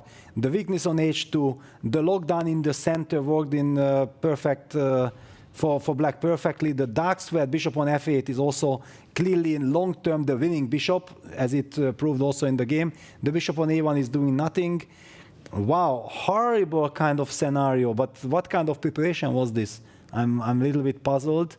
And sometimes we also see the danger when the players are talking to each other and they are influencing each other that, it's a clever idea, and then they all end up in some trouble. Yeah, but we see also that the players are influencing each other quite a bit because I think in almost all the rounds we had at least 3 games with the same starting move. So it is interesting, even when Hans was not with them. Also, actually, he came to the same conclusion, I think. He came? Or no? I think in one of the games.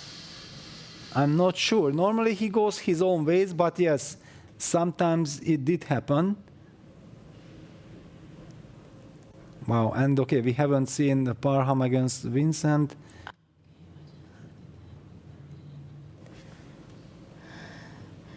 Ooh, what a position. Yes. Again, the same horrible GH5 structure. Yes, the computer is not that pessimistic, but it just, practically speaking, looks so dangerous that why do you commit to such difficulties? Because normally such positions require tremendous energy from the side who is compromising his position so much. Of course, yes, Parham is a player who likes all this craziness. He enjoys it. Apparently, he has also played brilliantly. He got the upper hand here against Vincent, but still long terms, in time trouble, it will be easier with black to play with a good structure.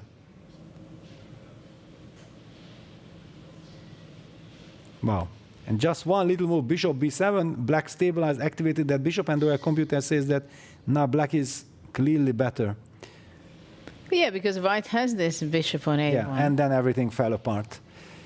Yeah, it just shows that, yeah, if you do something too original, you break the rules of chess, in a 10 minutes game, you are just going to find it very difficult to prove that what are the justification why you are breaking all the rules of the game. Yeah. So let's see, before we go to the drawing for the next round, what is the matchup in round 6 already. We are 2 rounds to go today, and still very interesting games in the next round. One of the key match we're seeing here, I think. Wow. Magnus Carlsen against Levon Aronyan. That's gonna be huge. That's a huge match. Sindarov against Hans. That's also a prestige duel. Yeah, I think Niemann, knowing that Javokhir has just won the World Cup and he's doing so great, he wants Vincent Fabi, Clash of Generations. And Arjun against Parham. Yeah, well, Arjun really played well, very well. I mean, it was not so easy in the opening phase, but after that, he came up with such an original ideas that and outplaying Magnus in such a position, it's pure mastery. Yeah, amazing stuff. Yeah, absolutely. So I'm very much looking forward to Levon's game, of course. Of course. That's well. Let's see. What was the game, by the way? What did Hans do in the last game against Levon? That was a draw. That was a draw. We haven't had a chance to look at the game, but it was a draw. That's why Sindarov and Levon Aronyan are sharing first place at the moment, and Magnus probably will try to stop Levon at this moment. Well, this is a big game because, of course, if Magnus wins, then he's there. He's catching up. Levon was leading in the last few rounds already, so he's very stable in this tournament. Yeah, there are only 2 more rounds, but he knows that this is the danger. Yeah. If I survive this game, probably I'm going to win the group stage, and I will collect all the maximum points that are available. Sindarov, of course, thinks the same way, so they cannot slow down. I'm loving the fact that we have these extra points. Yeah, absolutely. I would like to have more points, not only like 8, and for the second it's 7. We should have more points to play for. Yes, it's interesting because actually it's very demanding. So whoever wins this group stage, it's huge. Yeah. And just picking your opponent, because you're anyway picking a very strong opponent, it's not such a big reward. Yeah, it's you need a lot of energy, a lot of preparation, a lot of resilience. But we can see already when we see the players talking before the game that they are getting tired. Yes. They are not so talkative sometimes. I saw how Magnus leaned on the couch a little bit, like, there are still 2 or 3 more games to go. Yeah, that the exhaustion is certainly playing a role. Yeah, and also after a few rounds, you more or less know what direction your tournament is going, right? It's not going to be that you start out very badly and then you're going to have your game of your life, right? Yes. You know more or less how you're scrolling up. I mean, you have new goals in the tournament, yes. You can with big high expectations, but by now, okay, let me make a draw. Maybe I can stabilize, I can cement my position. But do you think anybody today came here that my expectation is to be top 3, to win the tournament, to I don't care? I don't really believe that anybody could really have big expectations because it's a very tough tournament. You also know that it's 7 games and with the fast time control, things will get out of control. You just want to enjoy and you feel like it will be a wonderful warm-up for the knockout stages because you really get a lot of experience. Yeah, definitely. And this is already the 5th event they are playing. And definitely I will ask some of the players, how do they feel, how much they became better? Because sometimes you have the feeling that you understand more, but actually you understand less. Yes, but there's also this catch, that the first 4 events happened one after another, so they were very much into it. But now since Las Vegas, which was in July, all the World Cup, Grand Swiss, so many things have happened that people might have lost the touch, and they need time to get back because I believe now also we see a little bit that the players are more vulnerable than they were, for example, in Las Vegas. Well, maybe it could be the case, but it's also like after 5 games they have played. Do you think Parham can just play and enjoy the game? I hope so that by this time he has maybe given up of counting of points. Yeah, what he really has to make sure of that he finally ends up in the day having the feeling that, okay, it was a bad day, it was horrible, but I can. Yeah, this feeling he should try to get back with some good moves, even if he doesn't win the game, but just that he gets this feeling like, wow, actually, I'm back. Yeah, I hope that he's going to be playing some great moves so he has the self-confidence for tomorrow. And we are just about to see the next draw. So please, Fiona, let's see what's going on. Welcome back. 5 rounds have been played, and what a combative tournament. Only 5 draws so far throughout the day. We're ready to draw the next position. I'm delighted to be joined by Women Grandmaster Dina Belenkaya. Dina, you were in Cape Town, now you're here in Grootboos. What has your experience been like here in Grootboos? Thank you, Fiona. And honestly, I think this is by far my most favorite edition of the Freestyle Grand Slam. And if I may, I think every single freestyle tournament should be happening here in South Africa.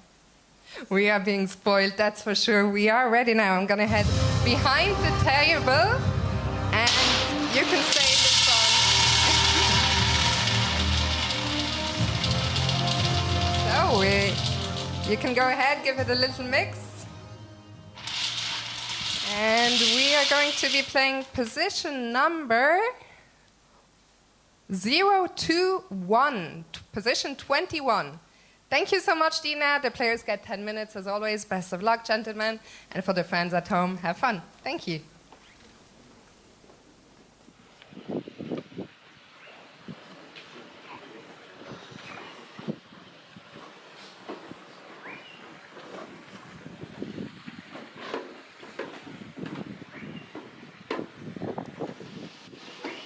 Just us.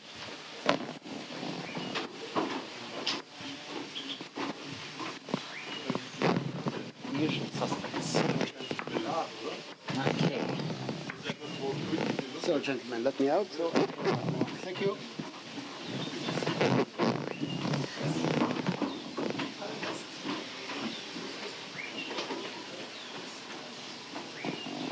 It's annoying. It's annoying, yes. You played before. Ah, C6, yeah? Maybe C6 is the move. Looks solid.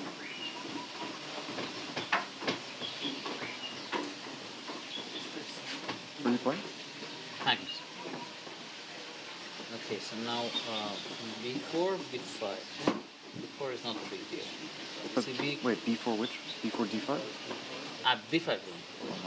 Why D5, D5? Okay, here.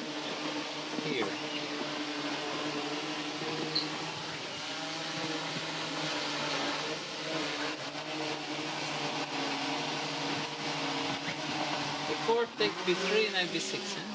Sorry, what's that? B4, B3, B3, knight B6. Would be Sure. kind of okay, yeah. Also some B5. But E5, we have to be careful. Bishop F3 is Ow, oh. scary. Ah, yeah, then that makes sense. Yeah, it does make sense. But knight B6, I didn't see the big issue.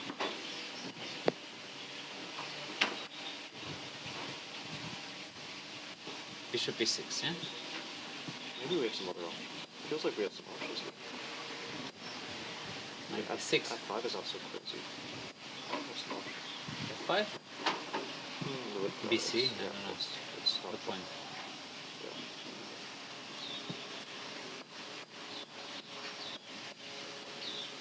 So it's Bishop E6, huh? I'm also thinking knight D6. Knight D6, E5, Bishop F5, knight C2. Yeah, that looks peaceful. Right? For take, we have to take the D knight. Yes. Not scary? Not so much.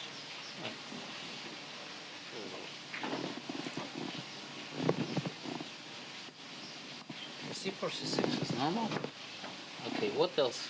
How about those H4 stuff? The stuffs. Well, we always respond with H5, right? We should play H5, yeah? Unless what? Just like, what's wrong with this type of retake, I guess? Yeah, takes, it's 5v5. I was just wondering what's wrong with this type of Worried. just slightly worse.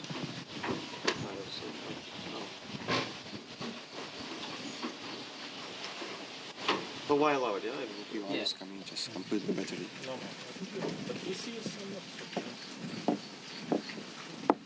We are not so sure Ah, you want to put the bishop? Maybe.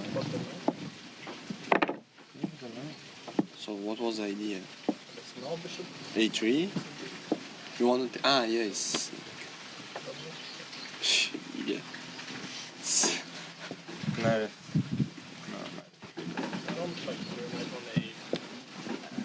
Okay, we can just think about it.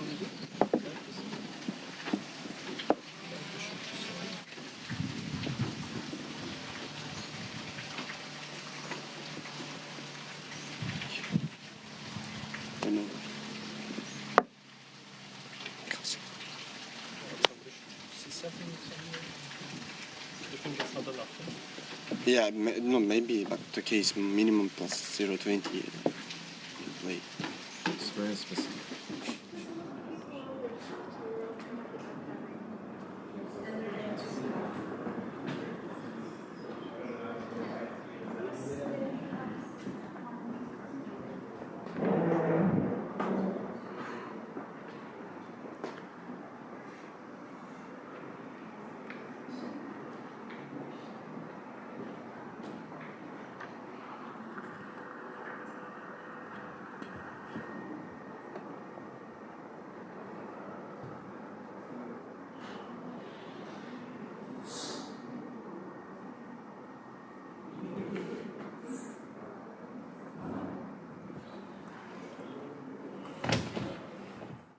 Stuffs are coming.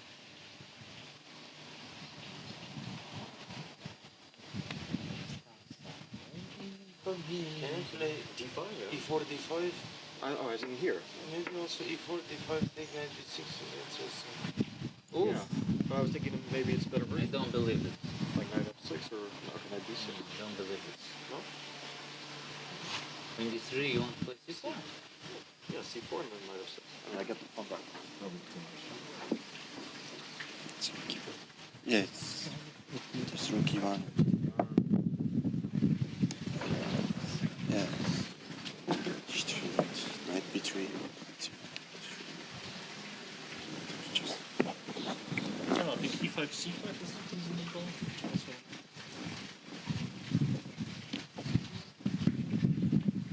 I kind of like their idea of going different.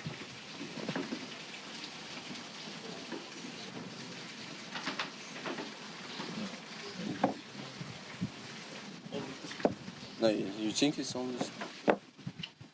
You cannot play something d5. No.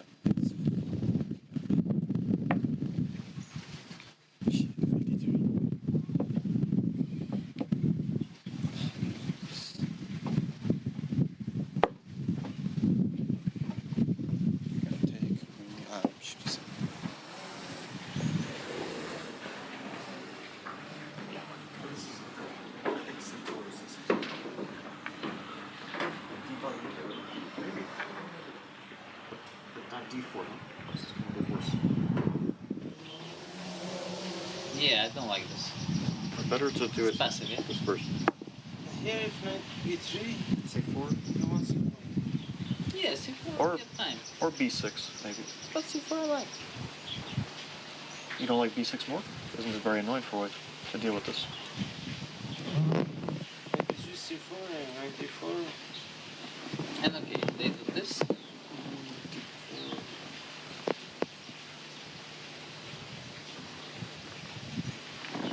The goulash gambit.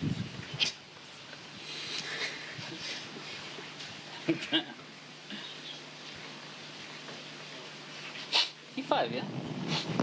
Before D6 was the big deal. E5, c3?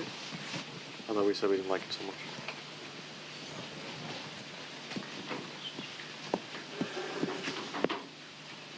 I don't like this starting position.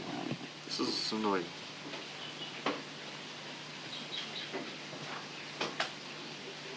No easy stuff.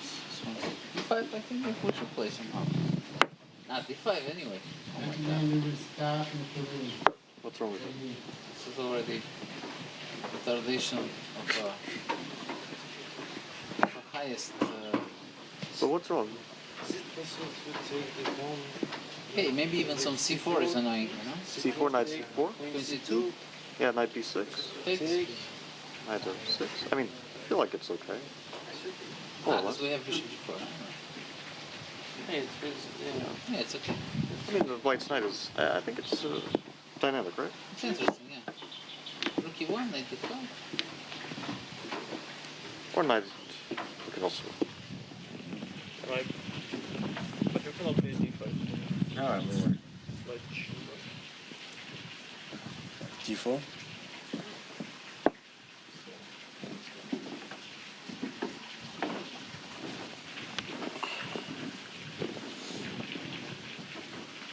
We will start in 1 minute.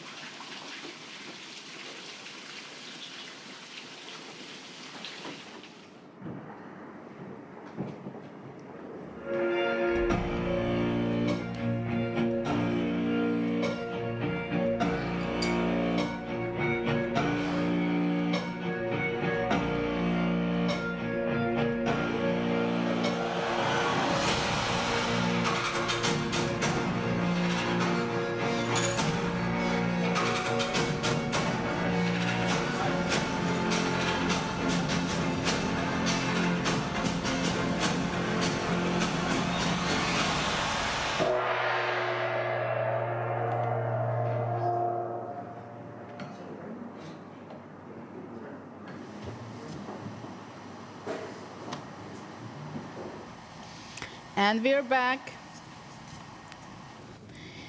And we are back with round 6 of the group stage. So the penultimate round of today, and we are going to see a very fun game. Of course, all of them is pretty fun. But to see Magnus Carlsen and Aronyan, but maybe there are some technical issues still going on as far as we see. And here.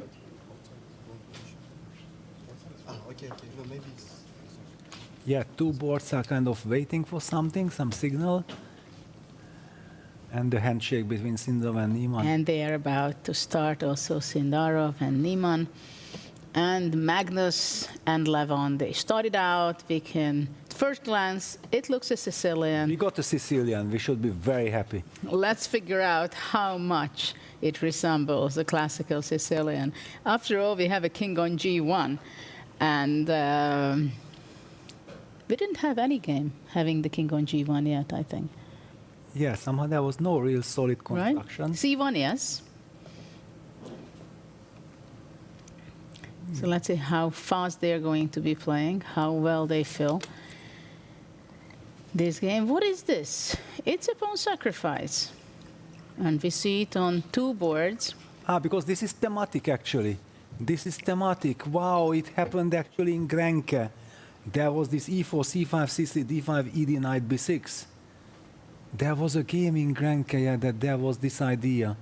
And Magnus beat Mamedov. I think he beat Mamedov. He tricked something like this and he immediately got a very nice position. Wow. This is a famous trap. And even Magnus is falling into who has already played it himself. Okay, but was it the same number of position? Well, but it's, no, I have no idea. I don't know what is the number of this, but it is just that there is this idea that you can play like this with black. And queen this is already the first question mark because it has the human effect. Yeah, that when your opponent blitzes out this knight b6, and the same applies to Vincent now, he's taking his time that you might get under the influence that, wow, I fell into a trap. With the speed and the confidence Levon and Fabiano has blitzed it out, and they know that it had to be preparation. It had to be preparation, wow. So... Well, okay, it had to be preparation, but they had a 10-minute preparation, right? Well, probably just 30 seconds of preparation for this position, yes. But still, they pretend they know, and Levon is a maestro of, you know, the psychological games.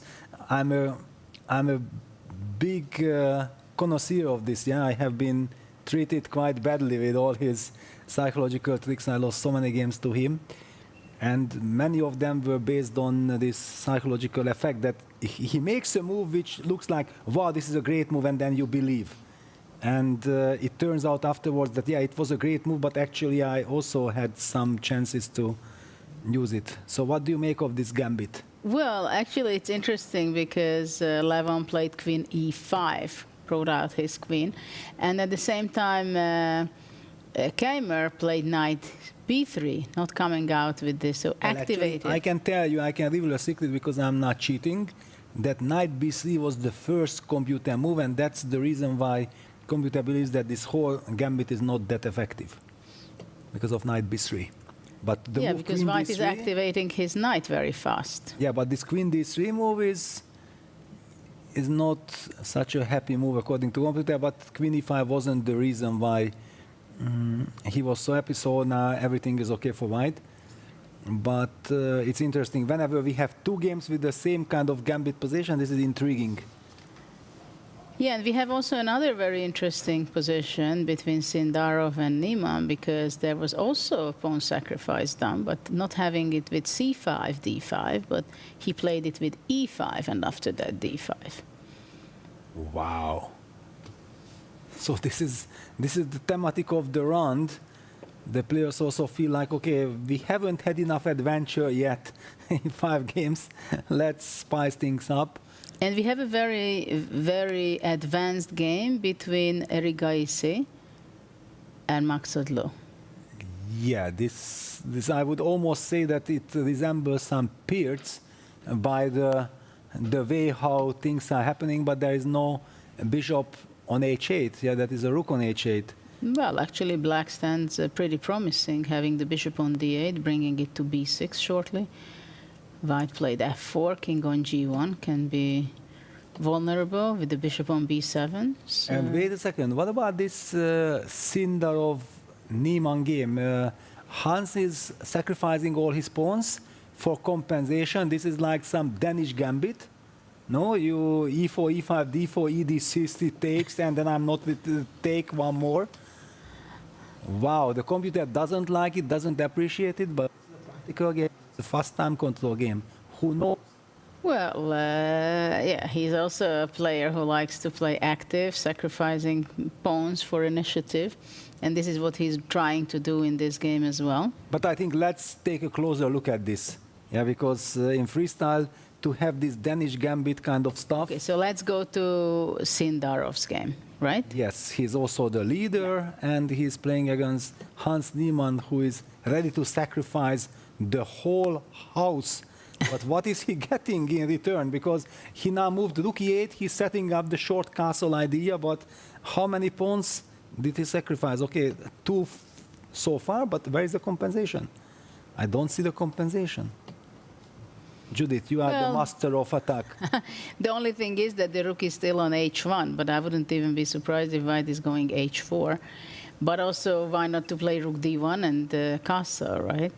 And set up this castle. Bishop on f3. Okay, we have to go back to the start, yeah, to understand what happened here. What are we? It was the only game which featured e4, e5, c3, basically setting up the idea of going d4, and black sacrificed the pawn immediately with d5, ed5, knight b6. Yeah, that white is unable to protect with c4. That's the main idea. So white plays knight f3, but this is a lovely development, hitting the pawn on e5. c6. Okay, so basically Hans had to go with the flow. He already said A, let me show B. I mean, let me say B. And what is this? DC knight f6, vamos, vamos, but white breaks in the center with d4. This was not supposed to be happening. Yeah, the whole plan was based on that white has to pay attention to e4 threat, and then we might It's the second time that Sindarov plays a good d4. Yes. Amazing, yeah. So he collected the pawns, and he breaks in the center as a lovely d4 knight. The bishop goes to f3, castle rook d1, bishop c7, h3, knight c4. Slowly the question appears, why isn't white just winning? Well, black wants to go knight d5 on castle, I guess, and try to take the bishop pair. Yes, he's I mean, it's a on practical chances. Yeah, of course. But the question will be that if I take, for example, now CB, and I'm forcing bishop b7, and we trade everything, and then I castle. Then where is the compensation? Yeah, I was just wondering on that if c takes b7 is. Because you have to take back. Yeah, there is no other move, and then takes, and then I castle. Oops, I have to make like this. Yeah, and I have this outpost, and I'm 2 pawns up, and there is no mating set on h2. Well, there's an awful knight on a1, but I still don't understand why is it withholding you from converting your 2 pawns. Yes.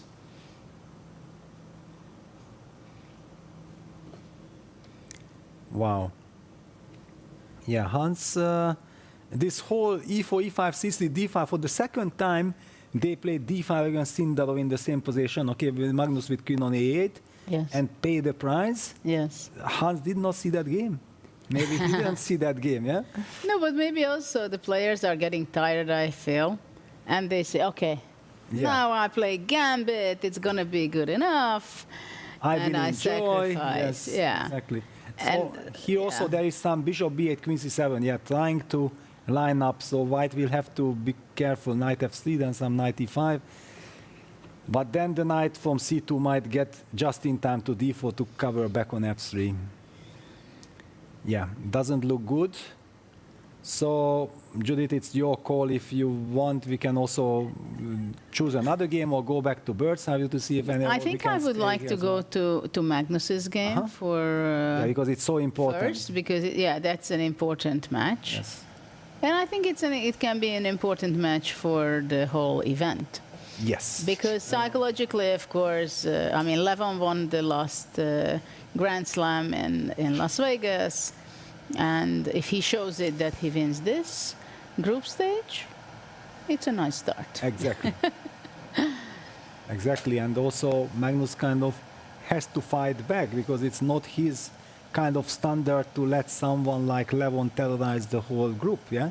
Because winning Las Vegas by knocking Magnus out in a very convincing this Blitz playoff, that was really shocking with which is Levon was able to eliminate Magnus there. Interesting position now because the last move, Queen f4, attacking the c4 pawn, and white is not able to protect it with d3 because the c1 bishop is not protected. Yeah, these are the moments when I was falling apart against Levon, yeah, these kind of things. We see the Elvabar saying that white is better, but it's very easy to fall under his, aura that, look at this. Is it possible to play d4? Yeah, it's also the move that I'm thinking that is d4, queen takes c1, and then d takes c5. But I also have queen c4 just in case, and I'm slightly better with the lovely bishop on b6 coming.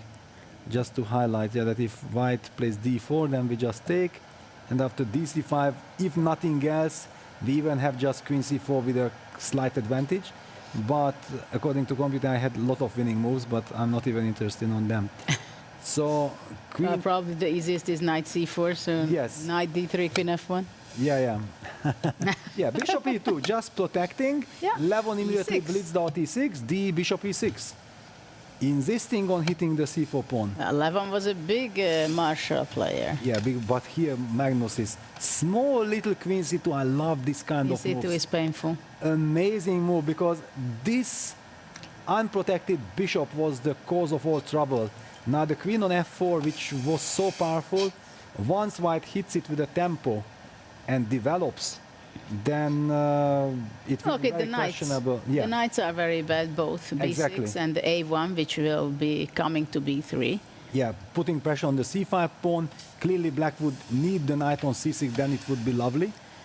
But wow, Magnus with bishop e2, e6 takes, queen c2, gets the control, and maybe puts the stop signal to Levon. Not so easy, my friend. Not against me. Yeah, and actually his plan is not even d3, I think, in the next move, but playing knight b3, and maybe d4 will come. Exactly. There are even many things, but yeah, now Magnus is the one who is drinking the water. Yeah, it's the typical way that when you want to signal that you are comfortable, you know what happens, then you drink a little bit. And I think for the and look at Magnus is so incredibly happy. Yeah, Levon plays Rook E8. Yeah, checking the other boards. He can afford. He feels like exactly at this moment I can afford myself to do that. But don't underestimate. Let's not write Levon off here because he is very tricky, and he will be finding ways to, as you said, all with his pass from the Marshall. Yeah, that he will create compensation, and he will try to drive Magnus crazy. D3 on the board. Yeah.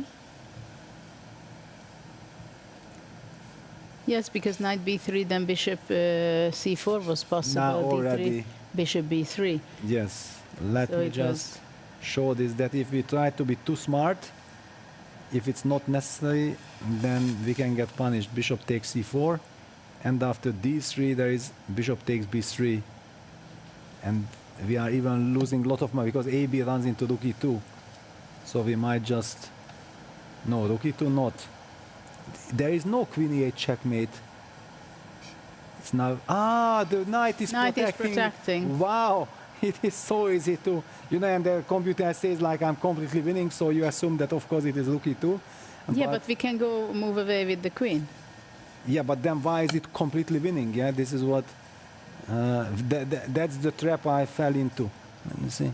Okay, queen e5. If I don't see that I'm completely winning, I would have played queen e5. That lovely position. According to computer, I have to design with white. I don't agree with this with assessment. white.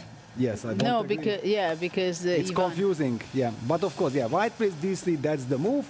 That's what happened. And now Magnus game continued. Queen f5 gets a question mark, but a human move. Okay, and naturally bishop e3, knight g4, bishop g4, queen g4. And bishop takes c5. Wow, I'm always surprised that because he stops castles. So it's not just because I don't like to be greedy. I wanted to ask you that actually I know that you were also always energetic and playing for initiative analysis. That what do you think about collecting this second pawn? But this pawn is not bad. It's tasty. Okay. If it's tasty, it's tasty. Julie told you guys, and Levon goes knight takes c4, so it had an impact. It had an impact. I somehow sensed it that, okay, Levon cannot tolerate this any longer. Let me sacrifice something. Once again, it might work against me, but I don't believe that it works against Magnus. So what about, what's the plan for black? h3 probably? Well, confusion. Well, no, h3, then I will target your bishop, and then it's not a sacrifice anymore. Sorry. And if takes, bishop takes c4? Yeah, well, if we don't take, then black is doing great. So actually, I think we have to take. And then after bishop c4, play something very strong. Can white go knight d3? Yes, and no, where is the follow-up? For example, queen e4. Okay, we have the advantage, we can make the moves, yeah? So dc, bishop c4. And if knight dc, I play queen e4. And I saw like I'm maybe winning back the piece. This might be okay. All right, let's see the action. Takes, and...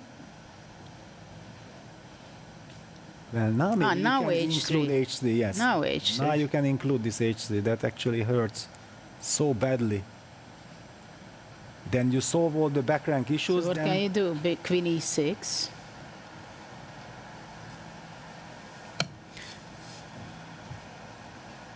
Yeah. h3. On the board. Wow, very intense.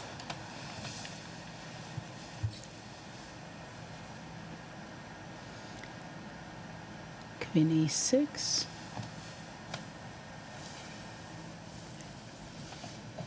Well, a lot to calculate. Magnus has 1 minute, 40 seconds. Yeah, queen e6 feels like the move, no? It's... what else? Yeah, I don't see anything else. Queen h4, knight f3 comes with a tempo. Yeah, and then how do we deal with queen e6? Yeah, queen e6. Wow, look at this. The Everbar says queen e6 is not even a move. It's so confusing. You feel like an idiot in such moments that, okay, queen e6 is a normal move. What's the big issue? No? It coordinates forces, but probably that simply that black cannot castle. This is such a big problem, yeah, that let me cheat. This is what is it? Knight okay, knight d3 now. Knight d3. Yes, I understand. d5. That queen d5 and then rook d1. You can protect like this, but this is not so easy. This is far from simple to understand with so little time on the clock. Because having h3, king h2 sneaks away. Yes, that was understandable. That thanks to h3 we don't have backrank issues. But what do you do? Bishop d3? Yeah, and then queen d3. Queen d3. And rook e1, check king h2. King h2. And if king queen c5 or queen d8. Yes, queen c5, queen d8. Yeah, this is finito. But yeah, so all because rook d3 doesn't work because rook e1 and bishop c7. Yeah, that and then this is super interesting. But we have action h3 queen e4 played. Wow. But okay, this is thank you very much. Then takes. This is a technical victory for Magnus. Even if I just play the two pieces versus a rook without a pawn, but Magnus can wants white? to be. Oh no, I thought can white go knight d3 takes rook d1. But you go bishop and c7. bishop c7, yeah. If knight d3, bishop d3, rook d1 looks like a smart idea because we are hitting the bishop, but there is bishop c7 keeping control of the h2 square, and then rook d3 runs into rook e1 checkmate. So this we cannot do. We will have to give the rook for the bishop, and we have two pieces versus the rook. Only that we don't want to move the bishop from the diagonal, still stopping the castles. Then, well, the question, where do you go with your knight now? Yeah. Nowhere. Yeah, Magnus goes b3. Yeah, Magnus just wants to clarify exactly. Take my rook, I'm gonna take, then I know what we are dealing with. But the computer doesn't like it. Okay, because it was kind of a waste of time, I thought. Yeah, but at least humanly you make sure. Yeah, that you want to clarify that. And you think like I'm anyway winning, so what's the big issue? Yeah, h5 played. Magnus is down to 40 seconds. His rook on h1. If black is able to reach to play h4, rook h5, there are some practical chances. Rook h6, rook c6. Yeah, but now that rook h6 already happened, we don't care about castles. So something like bishop e3, king e2, king d3, sneaking with the pieces towards the center looks natural. Okay, Magnus even goes fc, but fc weakens the dark squares. I'm not liking this. I don't like, and computer doesn't like it. No, I wanted bishop e3, king e2, just some stabilization, yeah, and then put something on d4. Rook e8. Yeah, black squares, g3, having exactly, a g3 yes. Some h4, bishop c7, bishop g3 potentially appearing. This is not gonna be easy with little time on the clock. h4? Yeah, it's kind of the tempting move. I don't know if it's the best or necessary, but clockwise, Magnus down to 21 seconds. Okay, then I really like to create some problems. But it looks so appealing to go h4, bishop c7 to g3. Yes, exactly. That would be the way to cause trouble, yeah? At the same time, he's maybe thinking also about rook e6, doubling the rook. I just don't get the benefit of f3, king f2 when he had bishop e3, king e2, rook c6 played. Approved by the engine. Bishop d4, Magnus's pieces are getting overloaded. Everything is protecting something, but actually nothing moves.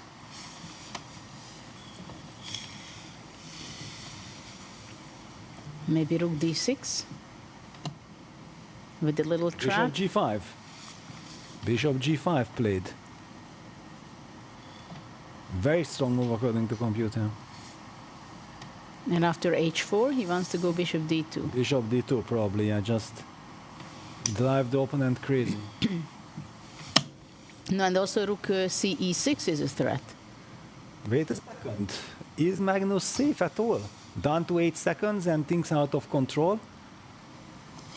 Wow, Levon is Creating something, yeah? creating, H4, bishop f4, rook e6.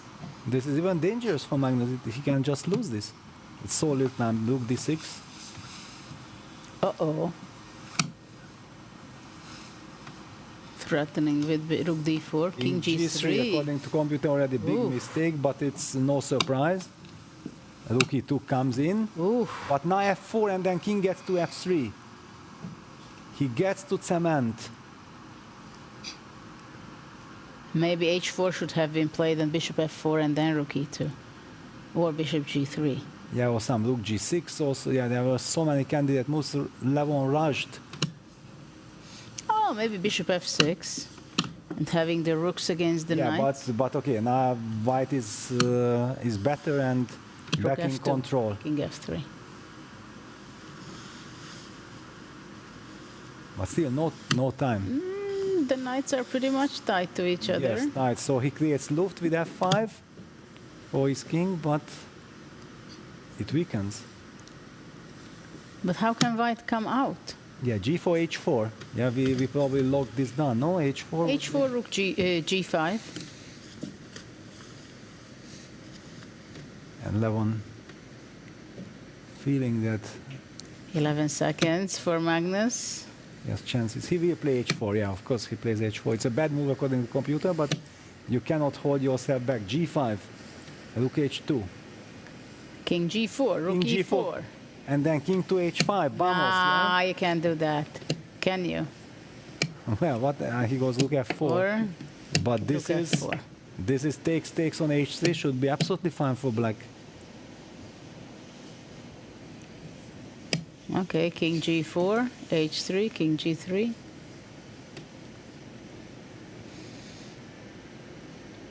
No, but now he's going rook f1, knight e3, rook b1. Who is better and why? Yes, these are the This is typical my questions. But maybe just a question.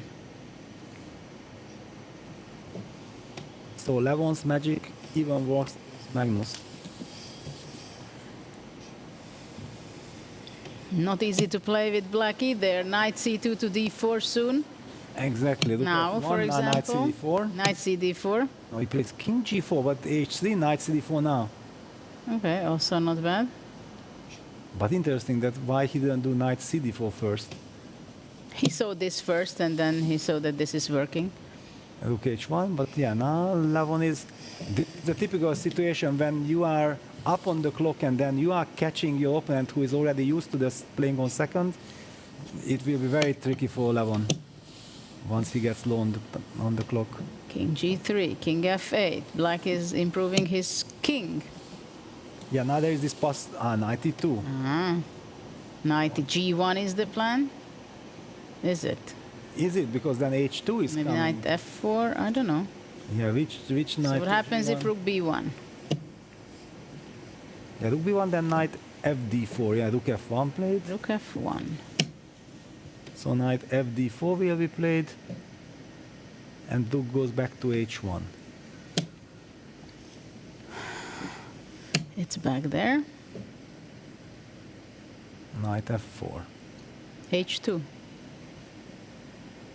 Knight f3, rook b1. No, Yeah, you h2 will- he comes back, but the g5 pawn is Yeah, hanging. Maybe now he goes with simply rook g1 and rook g5. Yeah, it or the- should be. knight e6. Yeah, knight e6, deadly fork. Be careful. Yeah, h2, knight fe2. Rook g1, yeah, Jack we're gonna see takes. this. Rook g5, no more knight e6 trap. g6.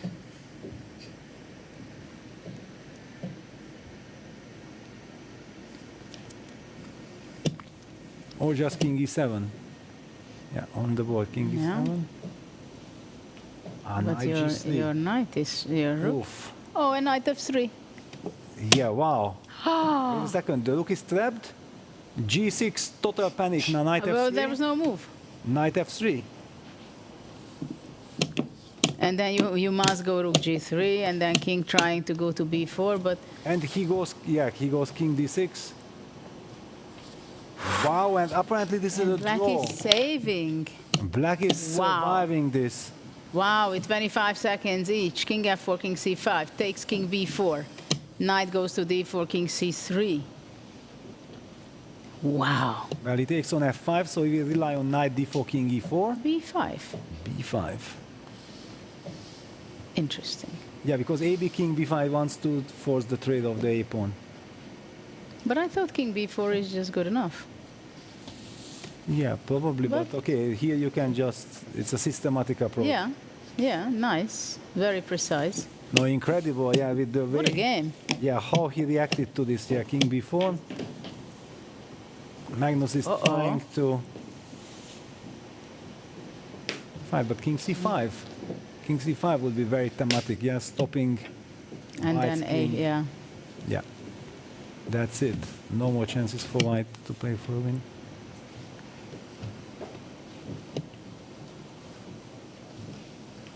a5, king d3. What an incredible battle this has been.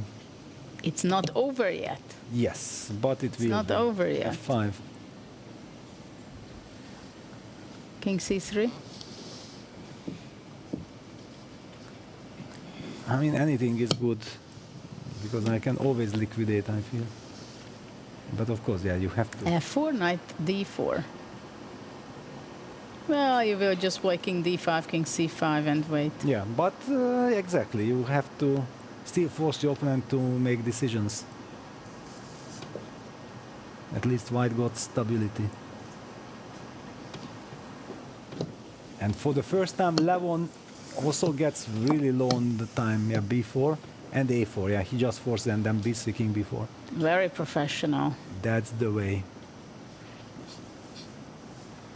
Very professional way of dealing with it. Knight d4 because B2, b2, knight b3, check. King b4. Yes, of course, draw, but for a second I was scared that. What a fight. Amazing. What a fight we witnessed here. Yes, yes. Incredible. We still have one game going. In the meantime, just for information, Sindarov won again. Wow. Against Hans, and Arjun won against Barham as well. And Vincent Is still playing. I think it... probably it ended in a draw, or what happened? Because I'm not sure. Probably they ended in a draw.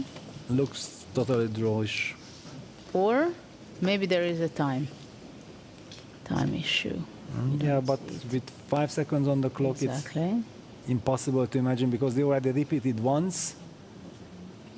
I'm expecting that this was a repetition. Because it was already also over 40, yeah, draw. Yeah, correct. It was over 40 moves, so the players could agree to a draw. So right now, we see Sindarov is leading. Yes. Amazing stuff. What a birthday for him. What a birthday for so far, right? It's not very often that people having their birthday can say that they perform the best. Yes, exactly. And he's turning, today he turned 20. Yeah, so it's a very nice kind of special number. Yeah. So maybe we can see the standings for the event before the last round. We can see it. And Sindarov, who made an incredible first game victory against Magnus Carlsen. After that, he made some draws, but now he started to win game after game, has 5 points out of 6 games.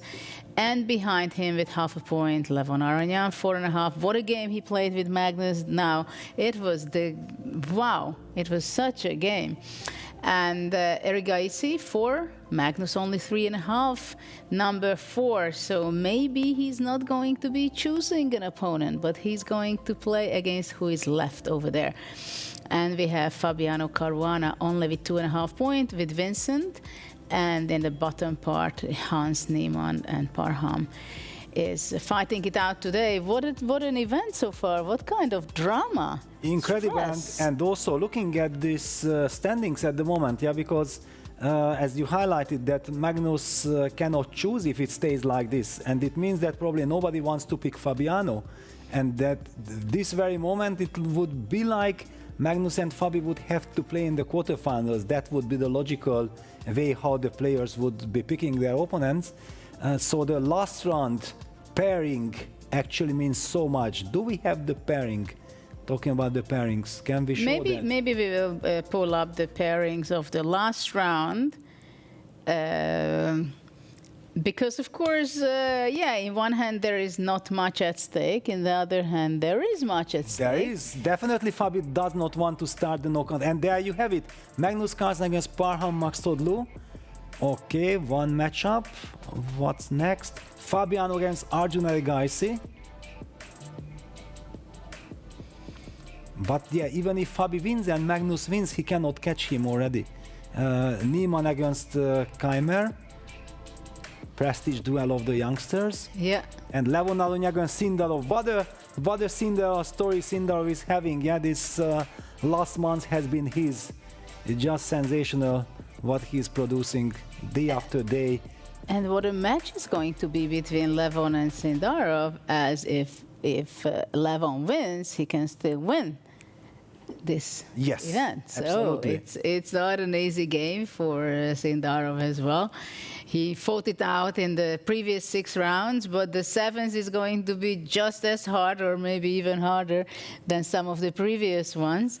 So it is exciting as it could be. But basically, Fabi has to root tremendously for Maxtodlu because he can catch Magnus because Magnus was 3.5, Fabi was 2.5. So if he wins against Arjun, he anyway cannot catch Arjun because he already had 4 points. And but even the direct encounter was won by Magnus, so maybe Magnus is fourth already. I don't know the exact rules if it's a tie, what mattered the most, but it seems like the first 4 players are pretty safe. Yeah, of course, on the other hand, it's going to be also interesting who is going to be picking whom, because that's a tricky thing, right? Very tricky. We remember what happened with Nakamura, right? Sindarov picked Nakamura. Sindarov picked Nakamura. Nakamura. Yeah. So it can be some psychological, interesting story line over there, when who is picking whom because they think it's the easier. Different time control, and anything is possible. Well, absolutely. It's always tricky, but I think also for Parham, this last round, it's also it's not going to be an easy cake for Magnus. Yeah, and it's very important for Parham to finish the day with a bang or with something that gives him some. And it's not only energy. It would be a victory, but it would be the victory. Yes. Right? I mean, to win a game against Magnus, even then you can just forget about the whole day. What happened all the before? losses. Who cares? Yeah, I beat the best. Yeah. So he must be very motivated, Parham. He says, okay, now I give in all my energy. Okay, whatever happened today, I forget about it, and gives all in. And also he plays with the white pieces, though I don't know how much it will be an important issue, because this is going to be the number 7 position they are going to be playing, which is quite difficult and I think quite exhausting for the players. But it's going to be the last game of today, and we are just about to throw it to Fiona, and let's figure it out. To play, I'm delighted to be joined by Gawa, who's a chess fan. He's here with friends from Cape Town, and it's your first time watching a chess competition live. What have your impressions been? It's a privilege to have this tournament hosted in my home city, and it's amazing watching the best in the world doing what they do live. I've been following them online, but it's nice to meet them and see them live in action. Yeah, and what a performance they have put on today. We are now going to find out which position they'll play for this last round. So let's go.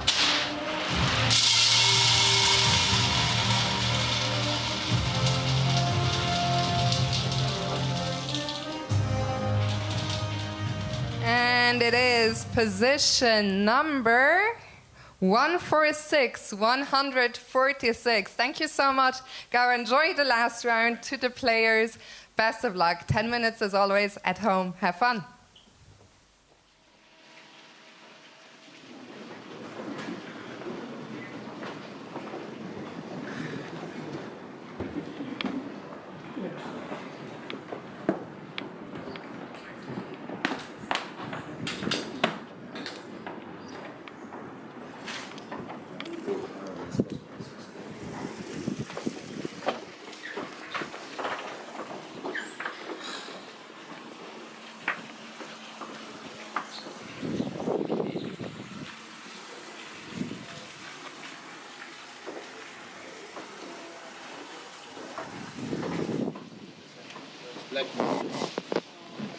The one in move 7, I need like, I get like 60 moves to realize this. Give one more pound moves.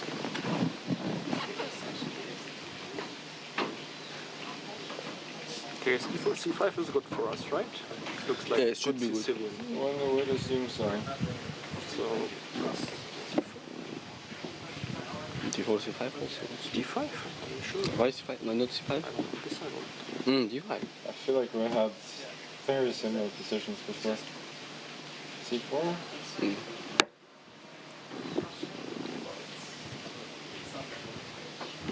Make some sense or not? I mean, maybe immediately. Ah, you win a sack? Yeah. 80-65.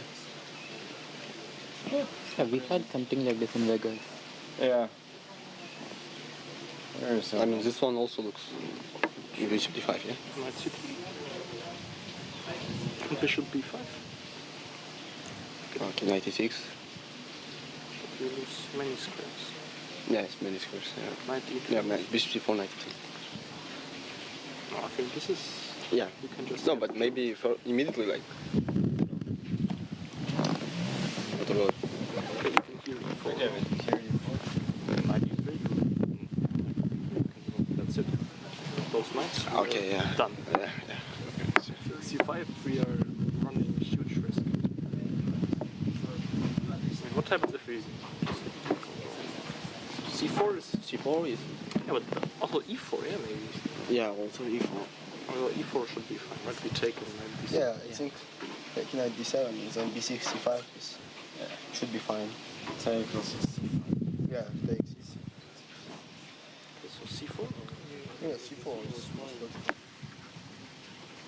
No, but this is... And this is nothing. Maybe knight c3 and try knight e2. Maybe not c4. But then it's hard. This? Why not? Yeah, I like it. Also like If e5 is good, then e4 must be good. takes 97, yeah? Yeah, d6. This is Yeah. super Yeah, solid. like They have this the is 6c5. Not the way. It's, yeah, not like e4 also. You got nothing out of it. Okay, and what about 93? c5 or what? Yeah, c5 or e5, right? Ah, we also have this type of stuff. e5 or c5. Horses. Maybe the first move is not the one. Maybe we should just... Okay, what about this stuff? This looks better.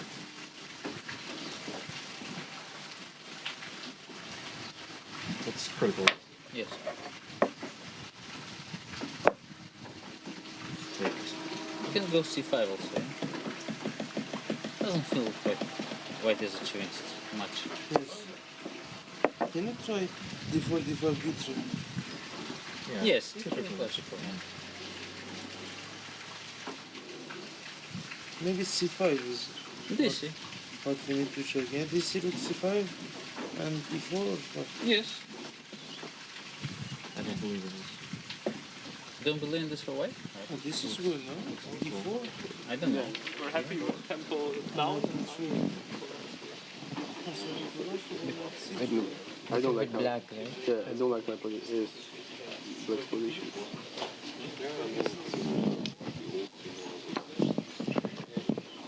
But still, we cannot get up.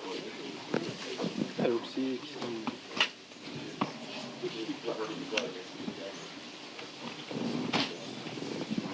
Very fast.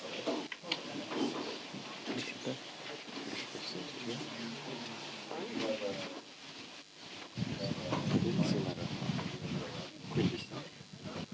Oh, sorry, I was H5?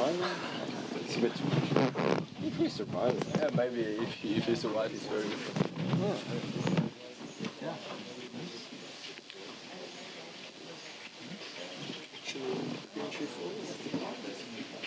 Oh, wow. Oh, I took it something for But I don't want G5. Ah. really fit. It should be We survive one more? Yeah, H5. Much better? Yeah, you can now just I will always have a bad feeling that something will go wrong.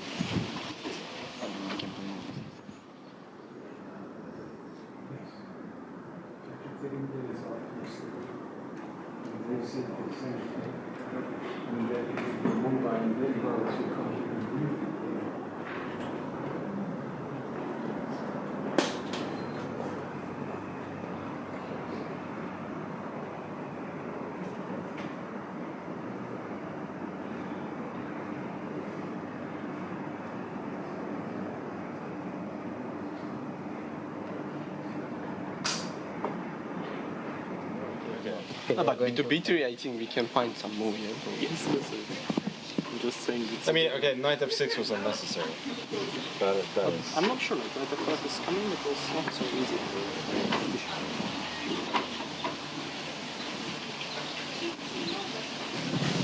I would prefer to find other option.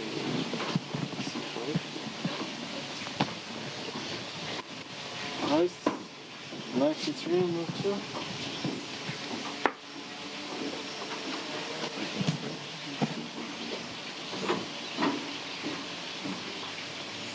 Also C5 doesn't look good actually. Yeah, d5 is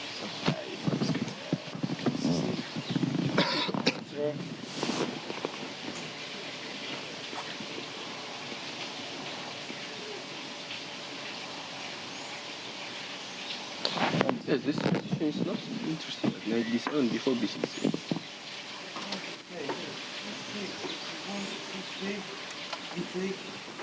G3. Now they are playing bishop h3 maybe. Yeah. But knight is only 6, no? C5. Yes. I don't choose knight e3. Knight is fantastic, yeah? Knight is it's ideal for knight, yeah? But maybe I can go knight d2, knight f3. Yes, you should. Okay, if you want to be ambitious, let's go like this. Ambitious, yeah? 2 minutes to the start of the last Knight e7 b4, it's a space advantage. It's good. Small space advantage. But this, I mean, this is fine. And also, I think this is fine. Knight d2. Knight f3. Yeah, knight f3. I think slightly better for it. You think so? Very slightly. Normal stuff. It can be for it. Okay, it's all just stupid, yeah? It's okay. To me, it looks equal. Yes, it is equal. Bishop to d. I don't understand why Yeah. here. I don't know why white is even slightly better. Yeah. No, knight on the 6 is fantastic. Okay. Famous knight. So what should we play? Nothing. Play nothing. We could also play like this, right? And then. Yeah, it's too boring. Yeah. This is boring. But everything would be solid boring. This will D4 at least. Real symmetry. D4 at least is. We will start in 1 minute. 1 minute to start. 1 minute.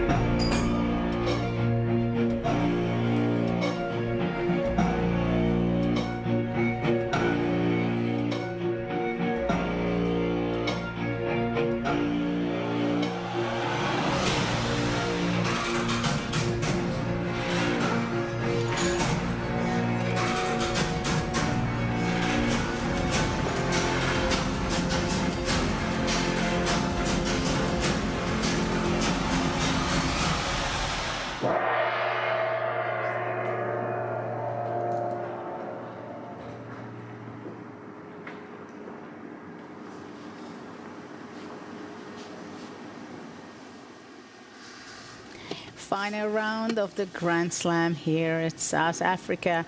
And let's see how they are battling it out and who will be the victor, the champion of today. There is a huge match going on between Levon Aronyan and Sindarov, because they are both fighting for the first place. Sindarov is actually standing on 5 points and Levon with 4.5. So if he wins, he's taking over Sindarov.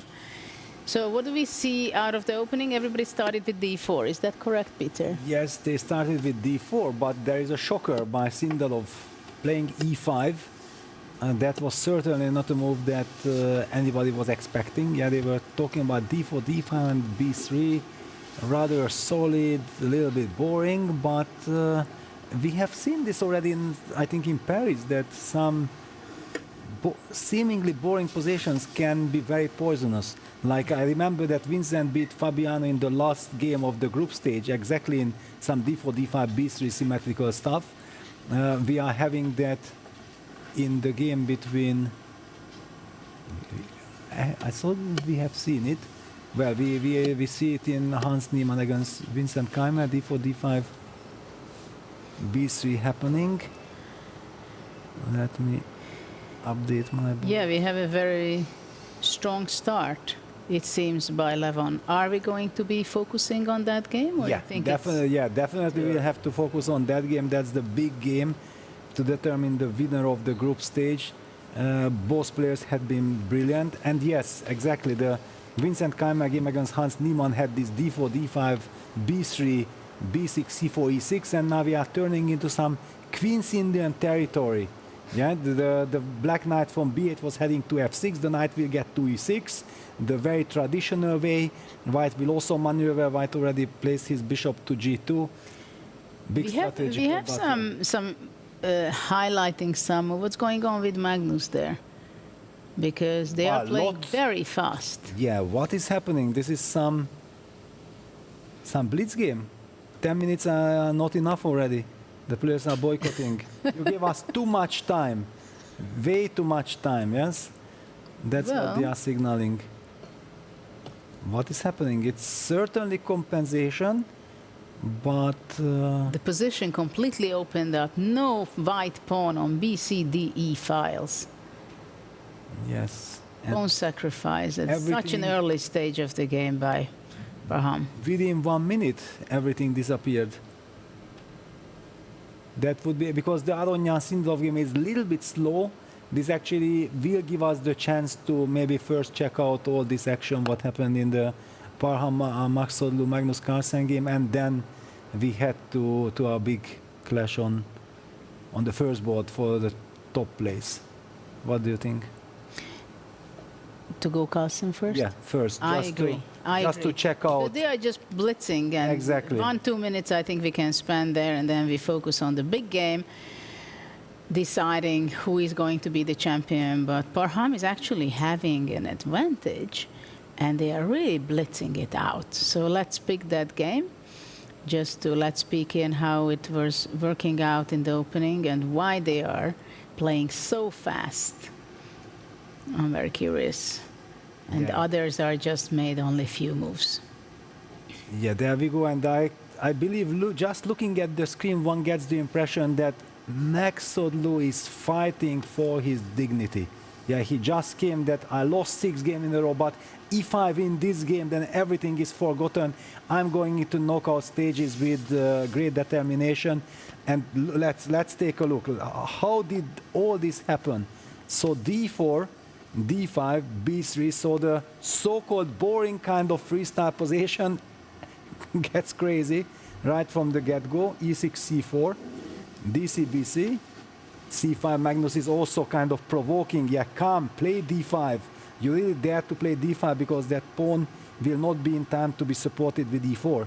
Because if white gets e4 in, but Magnus was counting on the pin along the e file, and Parham said, all right, take this pawn, bishop takes d5, beautiful, bishop takes b5, the counter shot, queen takes e4, clearly Magnus's idea. Now it seems like black is about to trade queens, settling queen takes g2 checkmate, an endgame with pawn up, thank you very much, but not so easy. knight e3, suddenly possible, protecting the pawn, hitting the bishop, winning a vital tempo, and now the knight from b1 will be able to join the party also with tempo. So bishop c6, knight c3, queen g6, and the very, very energetic h4 setting up rook h3, rook g3 kind of ideas. Judith, I will let you take over after h5, rook h3. What are your feelings? This is the current position. Well, it seems like Parham came to this game with a lot of energy, and he says, okay, it's double or nothing. There's nothing to lose anymore. So I can give in everything. I have all my ideas.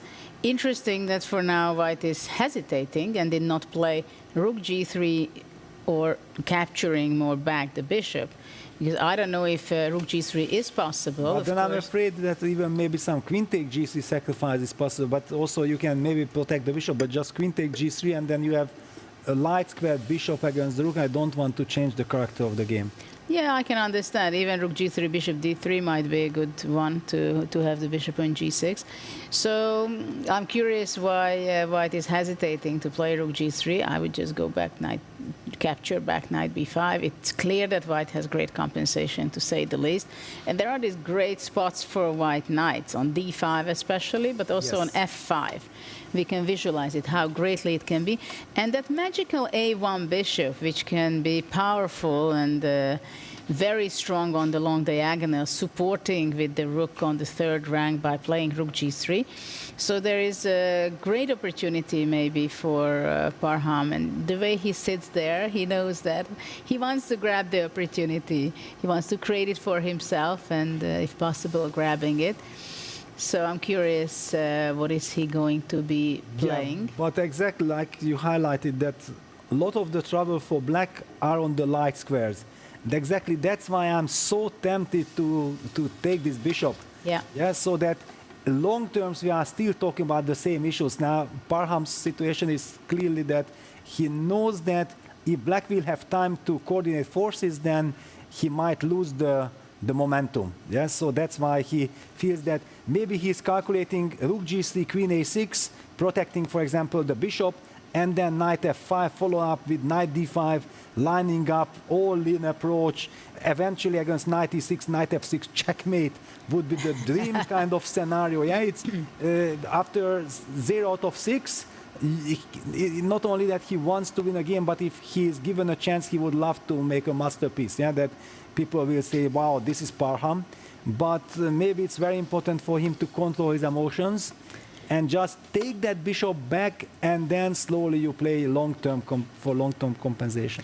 Well, I think also it's important for him that he's not spending so much time on this move, because after all, it's a 10-minute game, and it's important not to stay too much behind in time.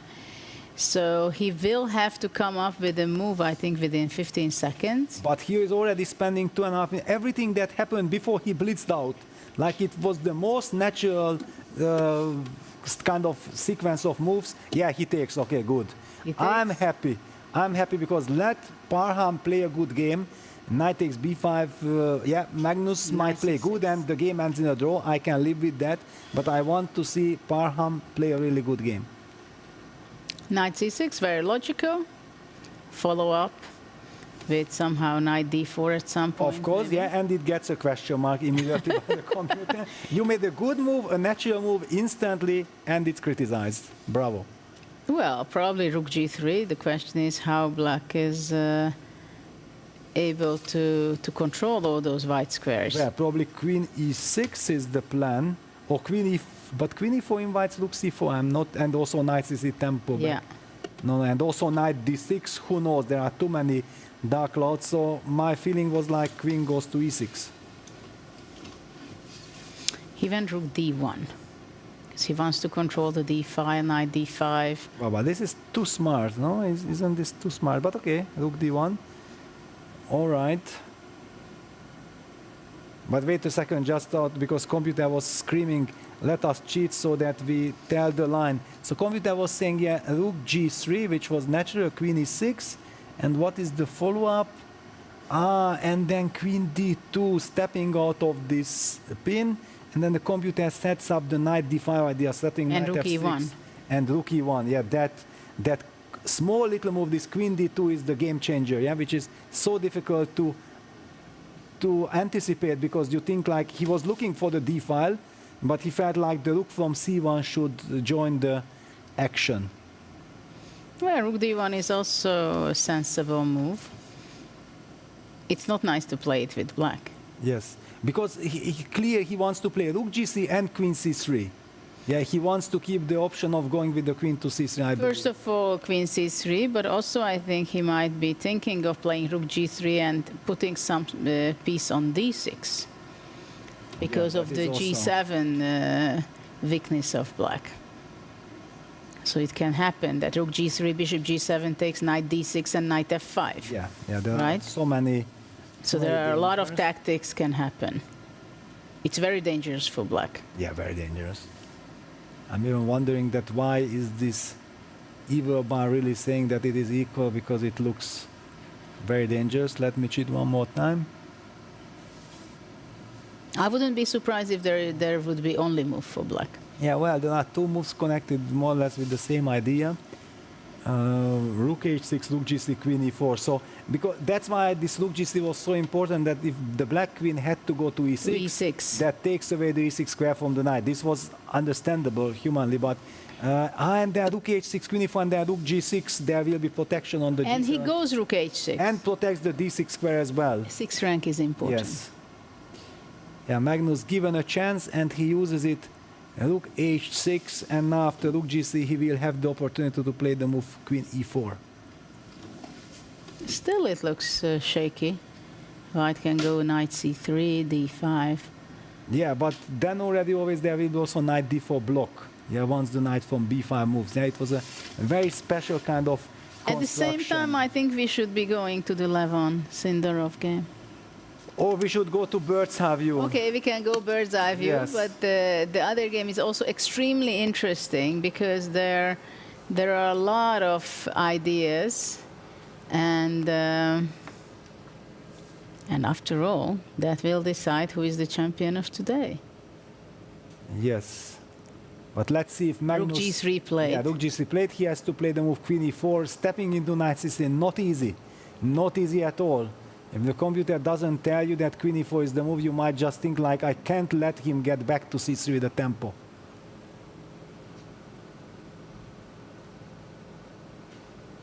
And by the way, so far at least, based on the Evelbar's evaluation, nothing dramatic has happened in Aronian Sindarov yet.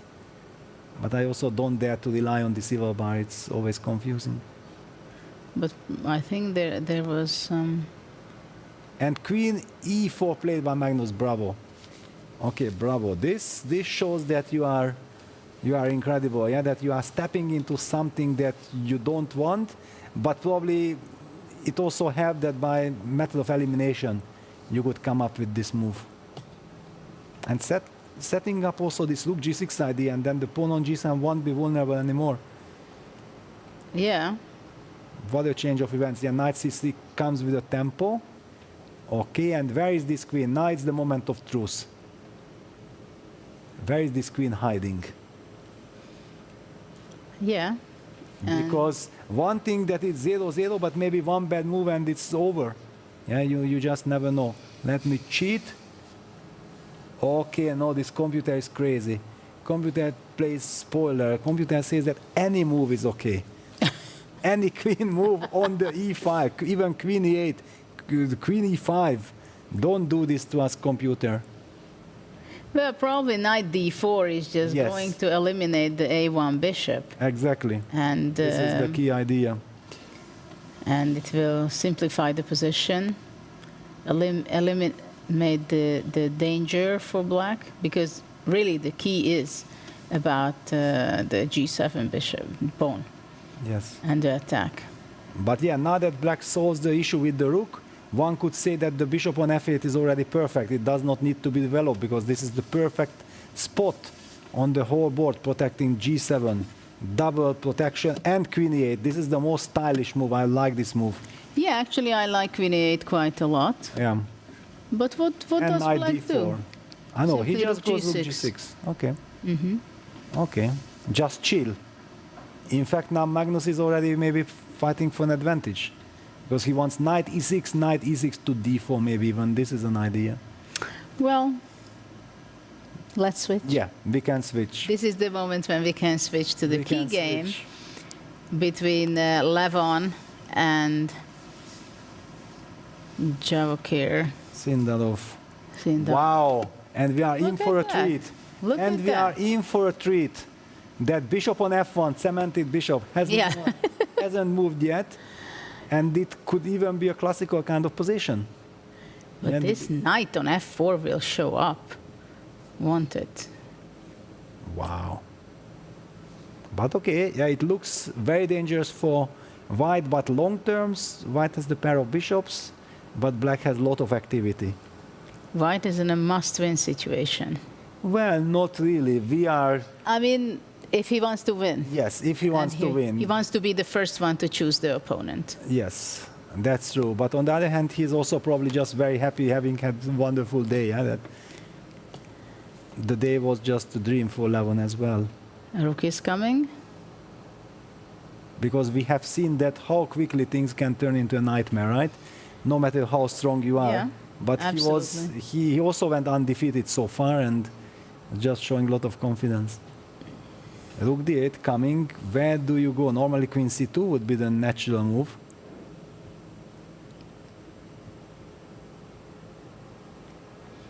Yeah, queen c2 controls some important squares on f5, for example. Yes. Also but for defends example, the e2. after knight d4, then I'm forced to give up my bishop. Yeah, bishop d4, rook d4, and then queen f5 check, for example, is a very funny kind of endgame. Let me just Well, quickly yeah, show it. Unusual. Because this bishop on f1 is something that we have never seen before. By the way, on the computer, this is computer. Yeah, queen f5 is almost winning for white. This is very funny because I wanted to highlight that this is we don't very often see things like this, and it is solid. Yeah, because the pawn is on e2. Yes. So white will be able to grab the pawn probably on g7. And the rook e3, can be activated. Yeah. The pawn is falling. It's just shocking. Yeah, that it's so tempting that rook d8, queen c2.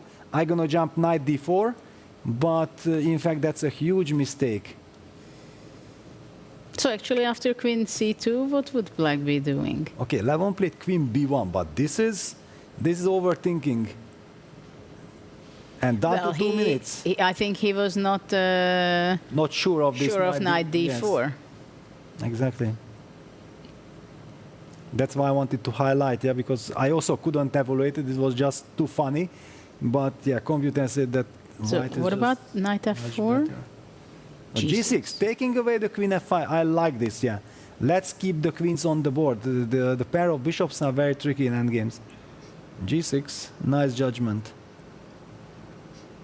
And also it has some suffocating feeling after G6, because with the knight on E3, the rook cannot join the party. Rook on H3 is stuck with this knight on not being able to find a good square. Those pieces are... Can white go knight f5? Regardless, yeah? Wow, knight f5, just like this. I don't know. I just. It's a desperate move. It's a desperate move. I don't know exactly what's wrong. Computer doesn't like it, but... Well, maybe you can also just take g takes And then f4, and no? f4, yeah, Yes. go rook g8, and on the g file some It was nasty also things my human might kind happen. of feeling, yeah, that now we target and the rook is still stuck. Levon played a move, queen a1. Okay. Queen a1. I mean, the whole day we had queens on a1 and h1, and we're trying to get out, and now Levon goes for it. Yeah, he wants to eliminate that knight from e5. Please trade. Come knight g4, then you open up. But he my just rook on played the from third. d1 to b1. Yeah, provoking g6. Oh. He says it was provocation. We will have to ask him later. Hopefully he will answer it honestly. We don't know. But yeah, it's kind of a trick. Yeah, queen b1, g6, queen a1 with 1 minute 18. Yeah, he wants to clarify the situation. But he also weakened the dark squares with g6, so it maybe was And done what's on the idea if, purpose. let's say, black goes f6? Well, then also f6, g6 construction, not as stable as g7, f6. Does white plan to take, let's say, on e5, and black has to take with the queen, because if f takes, e g4? Yes, and if we trade queens, it's good for white. Then immediately my pieces start jumping. So no, the knight has to move. But I don't like knight g4. Knight c6, can I? Why don't you like knight g4? Because it opens the rook. I don't know, but maybe knight g4 is... But it also weakens the g2 yes. protection. Maybe I should forget about that this rook enters or not enters. And also the rook can come to d1 at some point. Yeah, knight g4 played. It's the most natural move. It is the most natural move. But something that eases white's task, both players down to a minute on the clock with only 5 seconds increment. By the way, Parham is making tremendous progress. He's playing the game of, well, I don't know, game of the tournament, but a very interesting game. Incredible. Let's keep an eye on, yeah, Niemann has great chances against Vincent. And Caruana Arjuna, the guys, he also apparently, Fabi is pressing. But all eyes on this, yeah, the knights are traded on g4. Okay, knight f4 is a threat. Yeah, but rook g6, queen h4 runs into bishop f6. How important it was to provoke g6. Queen f5. Queen c1, covering the anti-square on d2. 45 seconds versus 1 minute.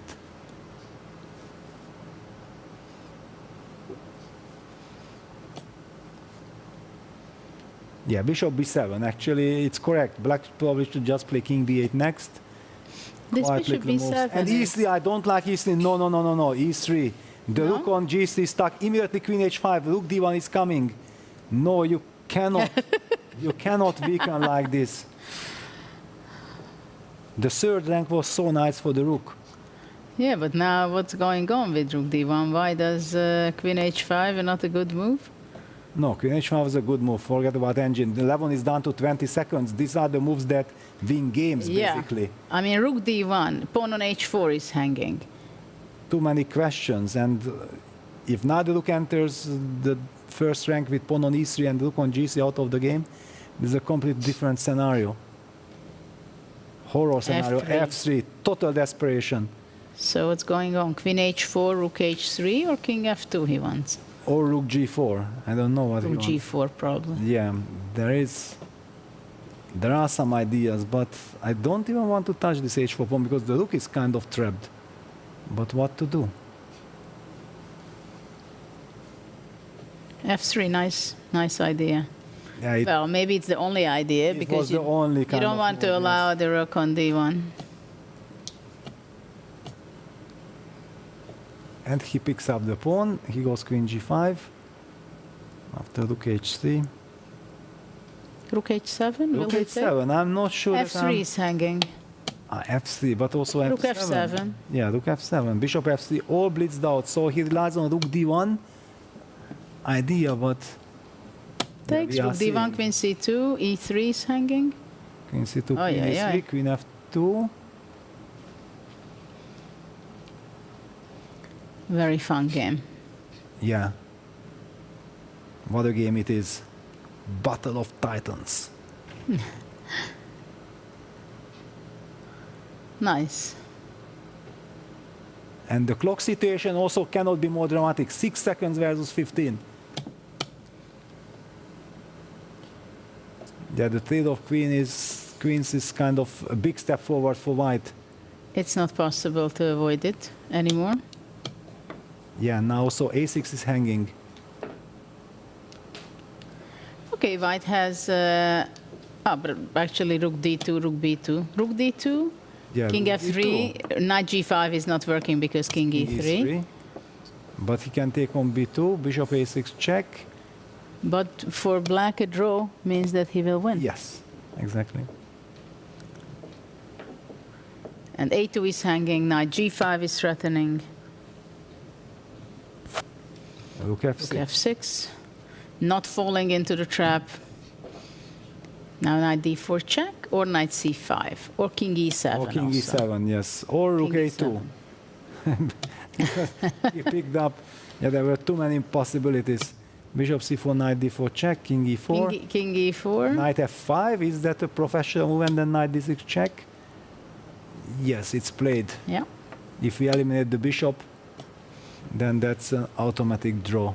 Maybe knight h4 also. No, forget Yeah. about that. Just take this bishop. Don't go on side rook g3, of course. We take the bishop and we make draw. And we win the tournament. Especially we. Yeah. We definitely win the tournament, but already I felt like Sindel is also in celebration mode. Like, yeah, that's it. Here the clock doesn't play a big role. You can rely on your hand. Yeah, the rook goes to g2 and then rook g3 or rook b2. Goes back and forth, goes to g2. King c3, rook g2, g5, okay.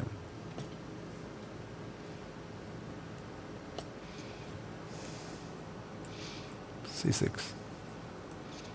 A nice little stop for White's king.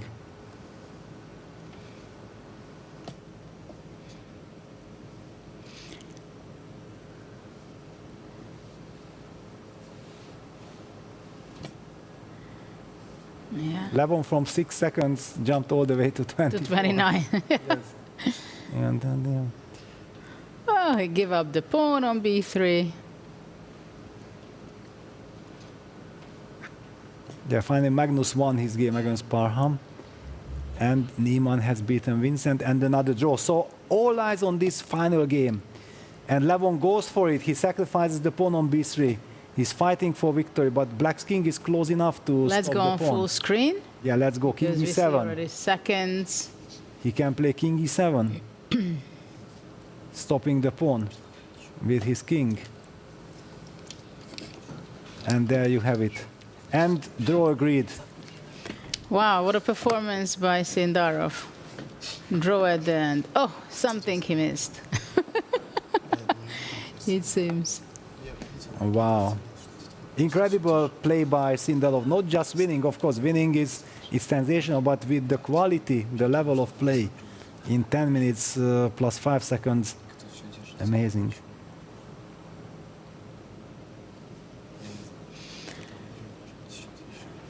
Of course, chess players always talk about chess after the game.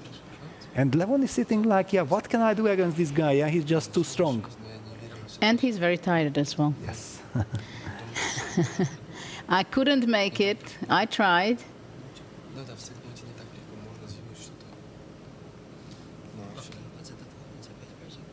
What a birthday for him. What a birthday for Sindarov, right? 20th birthday. How better you can celebrate it than to win the qualification, the first and then day. even to get the chance to analyze this fantastic game, yeah, with Levon, yeah, discussing. I just love this passion from the players, yeah. No matter you played 7 games, you won, you are still discussing what happened Yeah, here. absolutely. You have it in your mind, and you still have it all the moves. Oh, why didn't I play that? Why did you go there? What happened? So let's see the scoreboard, the final result of today's event of the group stage. Sindarov won 5.5 points without a loss. Levon Aranyan also did not lose a single game, 5 points, which is a huge score as well. And then we see on number 3 and 4, Erik Gaisi and Magnus Carlsen. Magnus Carlsen won his last game, and we see the second part of the event, Fabiano 3 together with Hans Niemann. We see Vincent on 7th spot, and the drama of the day with Paham. Well, he was there already against Magnus. We were following it so closely in the opening. He had this energy. Maybe he should have just played it very fast, as he played until the first 15 moves or so, because he got a very promising game. But what a day it was. What kind of games we've seen. 7 rounds, 10 minutes and 5 seconds extra for the players, and what a warm-up day it was for tomorrow's knockout.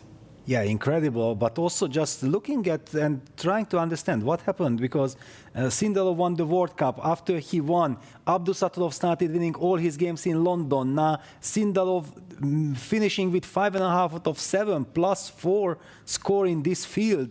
This is just incredible. Who stops these bad guys? Well, we'll see how he is going to be stopped, or if he's going to be stopped in this tournament. But maybe we can look again the game. How was with Magnus' game, just to have a recap? With which game? With Parham? The Parham, yes. Yeah, because we were following that, and I think it's interesting maybe to see what was the crucial point where he missed it.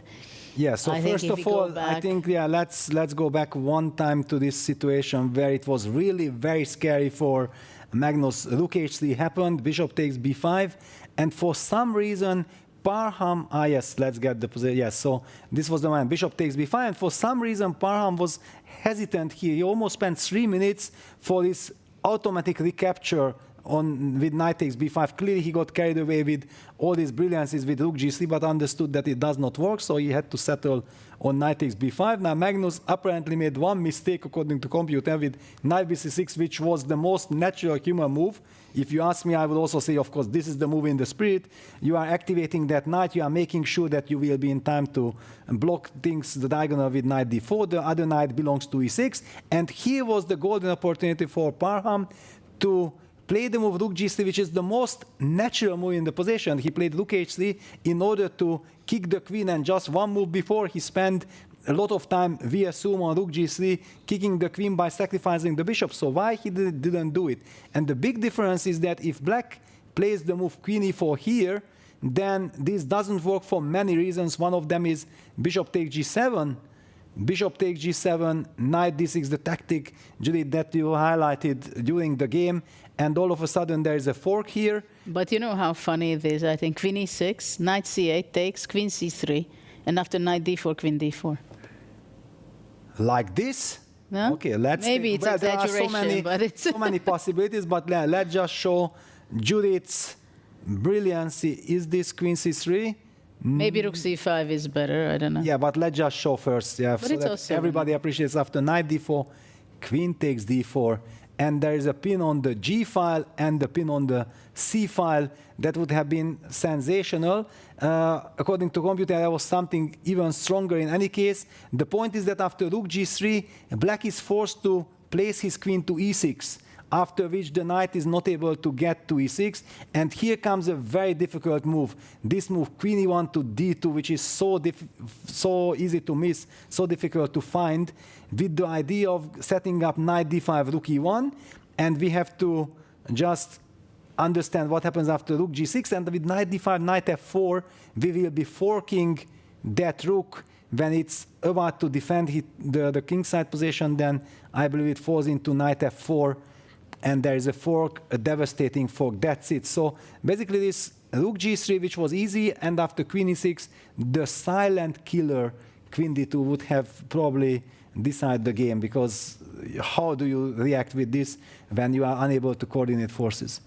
Well, it seemed like, I have a feeling, if Parham would play instantly knight b5, wouldn't spend that time. But probably he thought, okay, this is the moment. I have such a beautiful position. I don't want to ruin it, right? This is what you have. You're short on time, and you have your potential moment to win against Magnus Carlsen. You don't want to miss that.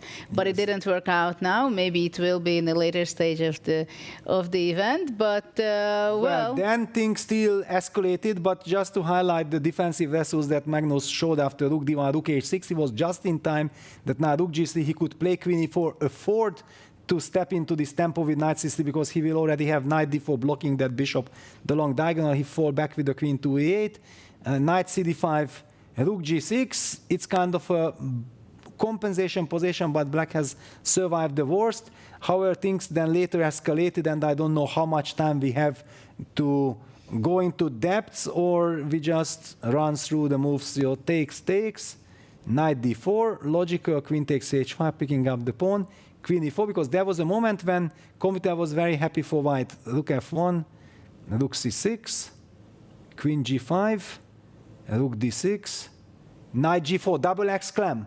double exclamation mark move. Yes, we are going for all kinds of knight f6 ideas.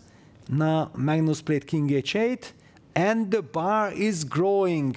The bar is growing, but Parham was unable. Yeah, knight d3 was Maybe some knight f6 worked? move in the wrong direction. So knight df6 would be your choice. Yes, I guess Judith. Judith is Judith. So knight df6. I would rely on queen g6 defense, I'm guessing. But What then else? takes a knight e4. Oh, just simple chess. Okay, lovely. Double attack. So wait a second. Then after knight df6, was there a defense, or according to computer there is no defense? Well, probably black has to take, g takes. Well, I that. have to take and still. Okay. So the same. Yeah, it's always easy when you cheat. Yeah, that this sequence of moves and still knight e4 again apparently wins the game. Wow. Not so obvious why bishop Not e7. so obvious. Yeah. Is it knight c5 that can be, or just taken rook f6? Yeah, but that doesn't look, then bishop e5 doesn't look so convincing. And knight takes e5 doesn't look so convincing either. So, okay, if we take. No, but this is very far. Okay, with black I'm thinking that, okay, give me one more move and who is better and why. But on rook f6, what do you do? Yeah, rook f6. Yeah, you are just playing like a computer. Judith, why don't you play? Why don't you play? Because I saw rook f6, but I underestimated. I saw like, I have bishop because rook e5. f8. Bishop e5, rook f8.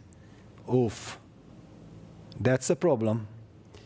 That's a huge And if problem. bishop e7, rook a6 also. Yeah, and possible. also here finally just to Yeah. finish the line that knight e2 check is answered by king f2, and the knight is hanging. So yeah, it was a possibility with knight df6. Probably the players were already very short on time. Knight d3 happened, then knight e6 back. Apparently again some drama. Queen h5 check, queen h7. But sometimes it's easier to defend with no time on the clock, yeah? You make only moves, and queen e5, knight, and then the knight got Came to activated. d4. Yeah, knight cement. Knight cement, and Magnus is pushing back the pieces. And okay, then you lose the control with time scramble. Queen protects, and this is it. So what happened here? What was the golden after queen h7? Apparently there was again something. Wow. Okay, but this is going for some knight h6, rook d7, knight eg4, some aesthetic prize. Yeah. Because f7 is protected, but when you have seen so many, maybe we still need king h2 just to enjoy and appreciate, according to computer, white is winning. So actually, Barham had plenty of opportunities in this game, which he could not convert, but he had nice position in several moments of the game. What was your favorite part of today?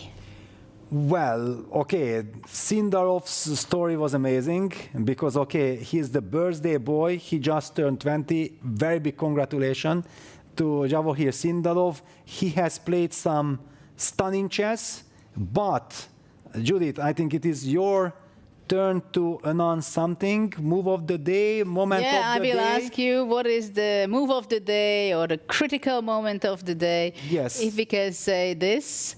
I think, let me just pull up this game. Yeah, and here we go. The move of the day, I think for us, we can speak together that we felt like the move d4 showed that Sindarov will have a wonderful day. Yeah, this was a very brave, very energetic move, d2, d4, sacrificing the pawn, going for the initiative, and basically there was no stopping of Sindarov after that move. Judith, do you share the sentiment, d4? It was also the move that you shouted out, you want to play d4?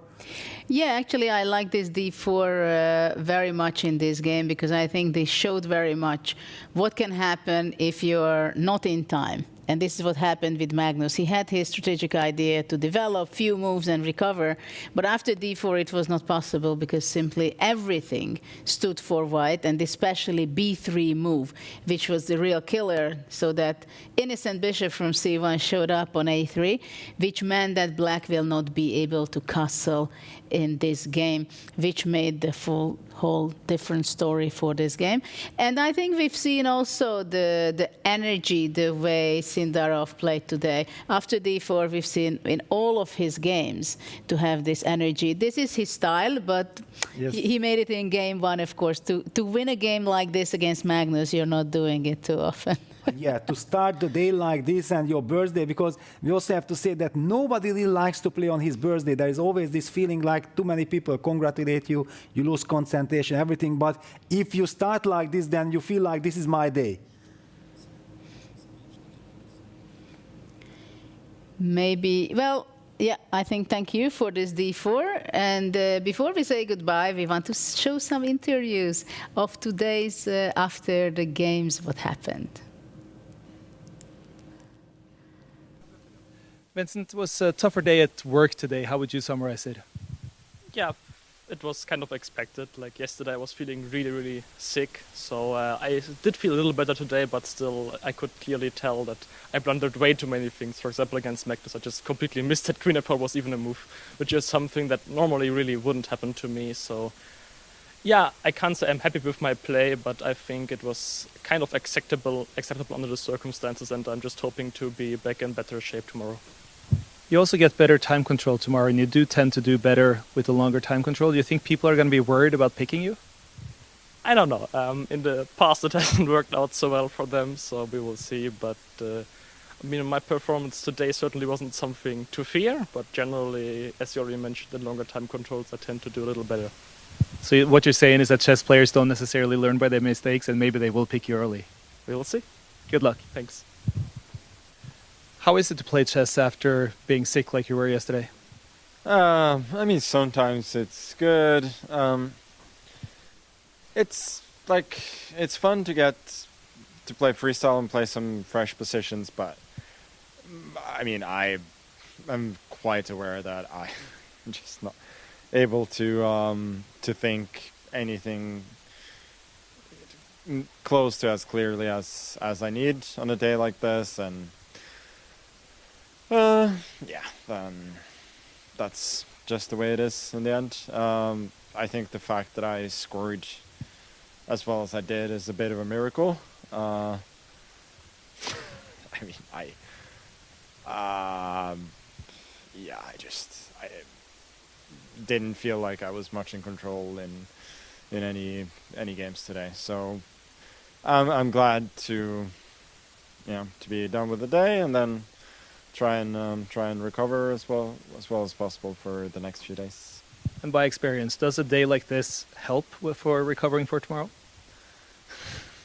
No. I think I just need some rest, and playing chess on a day like today when I'm not feeling up for it, it's exhausting, especially when you have a lot of games. And like in the last game, I was just, I don't know. I mean, obviously Parham had his struggles here, but it felt like it was so low quality that it was just embarrassing. But that's the way it is. Good luck tomorrow. Thank you. And more. It seemed like there were some players who had struggled to find rhythm today. How would you summarize your day? I played terribly. It was very, very bad. I mean, it started okay, I guess. Although the first game also against Parham was very bad, so I can't say that I ever had found my footing today at all. Yeah, a lot of games were truly quite atrocious, and in time trouble I wasn't. I mean, I haven't sat down at the board for over a month, so I don't know if it has something to do with it, but maybe I'm still a bit rusty. So when you have had a month without sitting down on the board, do you think a day like this with that many games can help sharpen your mind for when it really matters tomorrow? Hopefully. I mean, I thought today did matter because there are some points at stake, could prove important. Not a tremendous amount of points, but still something. But yeah, at least it's better to play a less consequential day first. But yeah, probably when you aren't really in practice, to play freestyle and rapid and 7 games is a bit of a challenge. So, after I was +1, I thought, okay, shouldn't go too badly, but then the rest was, of course, was very poor. So tomorrow it does look like you're probably going to be playing Magnus unless someone steals you prior to that in the picking session. What do you think about that matchup? Well, it's always possible. I mean, there's no easy opponents, so obviously Magnus is the strongest player, but still, it's not like you get anyone easy here. Good luck. Thanks. Well, we've heard the players that it was not their day, it seems, like all of them were explaining they didn't feel so well yesterday, and today it was Fabiano has said maybe he's rusty. We'll see tomorrow how it's going to be for the players. Peter, what is your take after listening to the players, how they felt, especially Magnus? He was also kind of unhappy with his play. And what do you expect for tomorrow? Yeah, it was clear that the players were unable to show their absolute best. We don't know exactly what happened, but this was a warm-up. It was, nobody got knocked out. Yeah, everybody has a chance.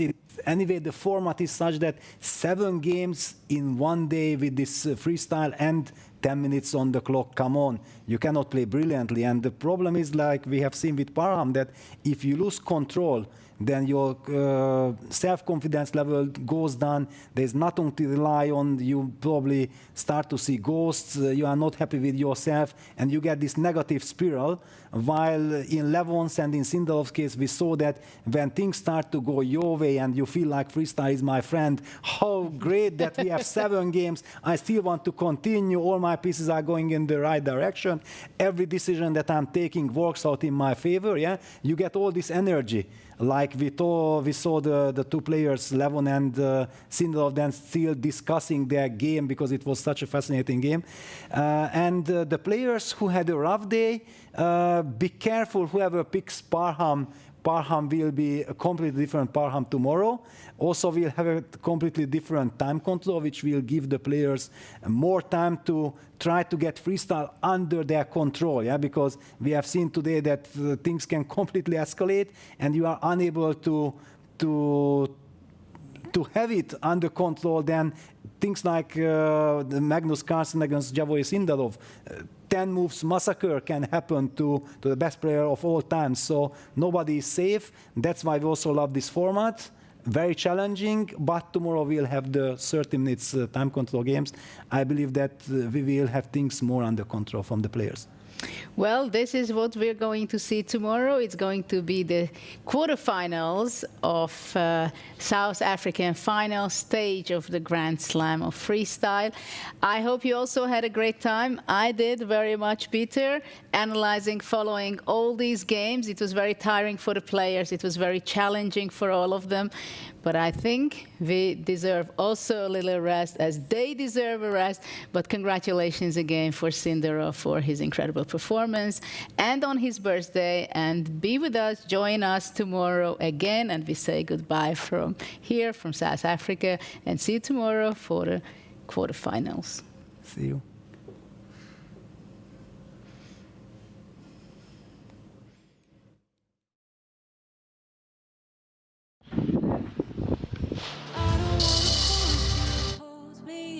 What if I keep you on your toes? What if I give you the right dosage? Is there somewhere we can go to fix these broken roses? If I told you that we could have a better life, would you bring the old you? Or is that person still alive? If you took him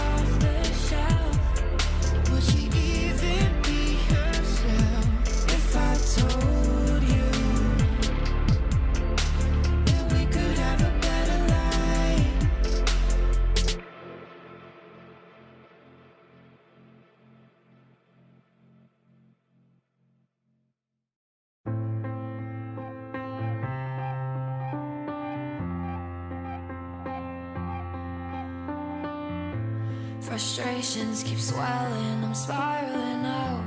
My mind's overthinking, I can't hear a sound. Stop looking past me, putting me down.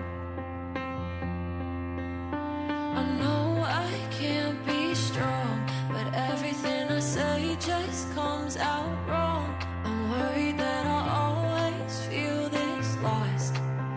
What cost? I was drowning in a sea of my doubts, in a sea of my doubts. Now I'm shouting just to let it all out, just to let it all out. I was falling and I couldn't look down, and I couldn't look down. Now I'm shouting just to let it all out, just to let it all out.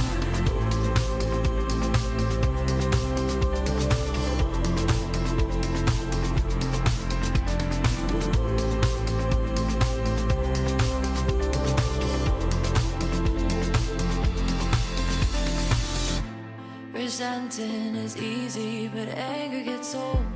Have trouble believing the things that I'm told, and I wish I could go back to the person I know. I know I can't be strong, but everything I say just comes out.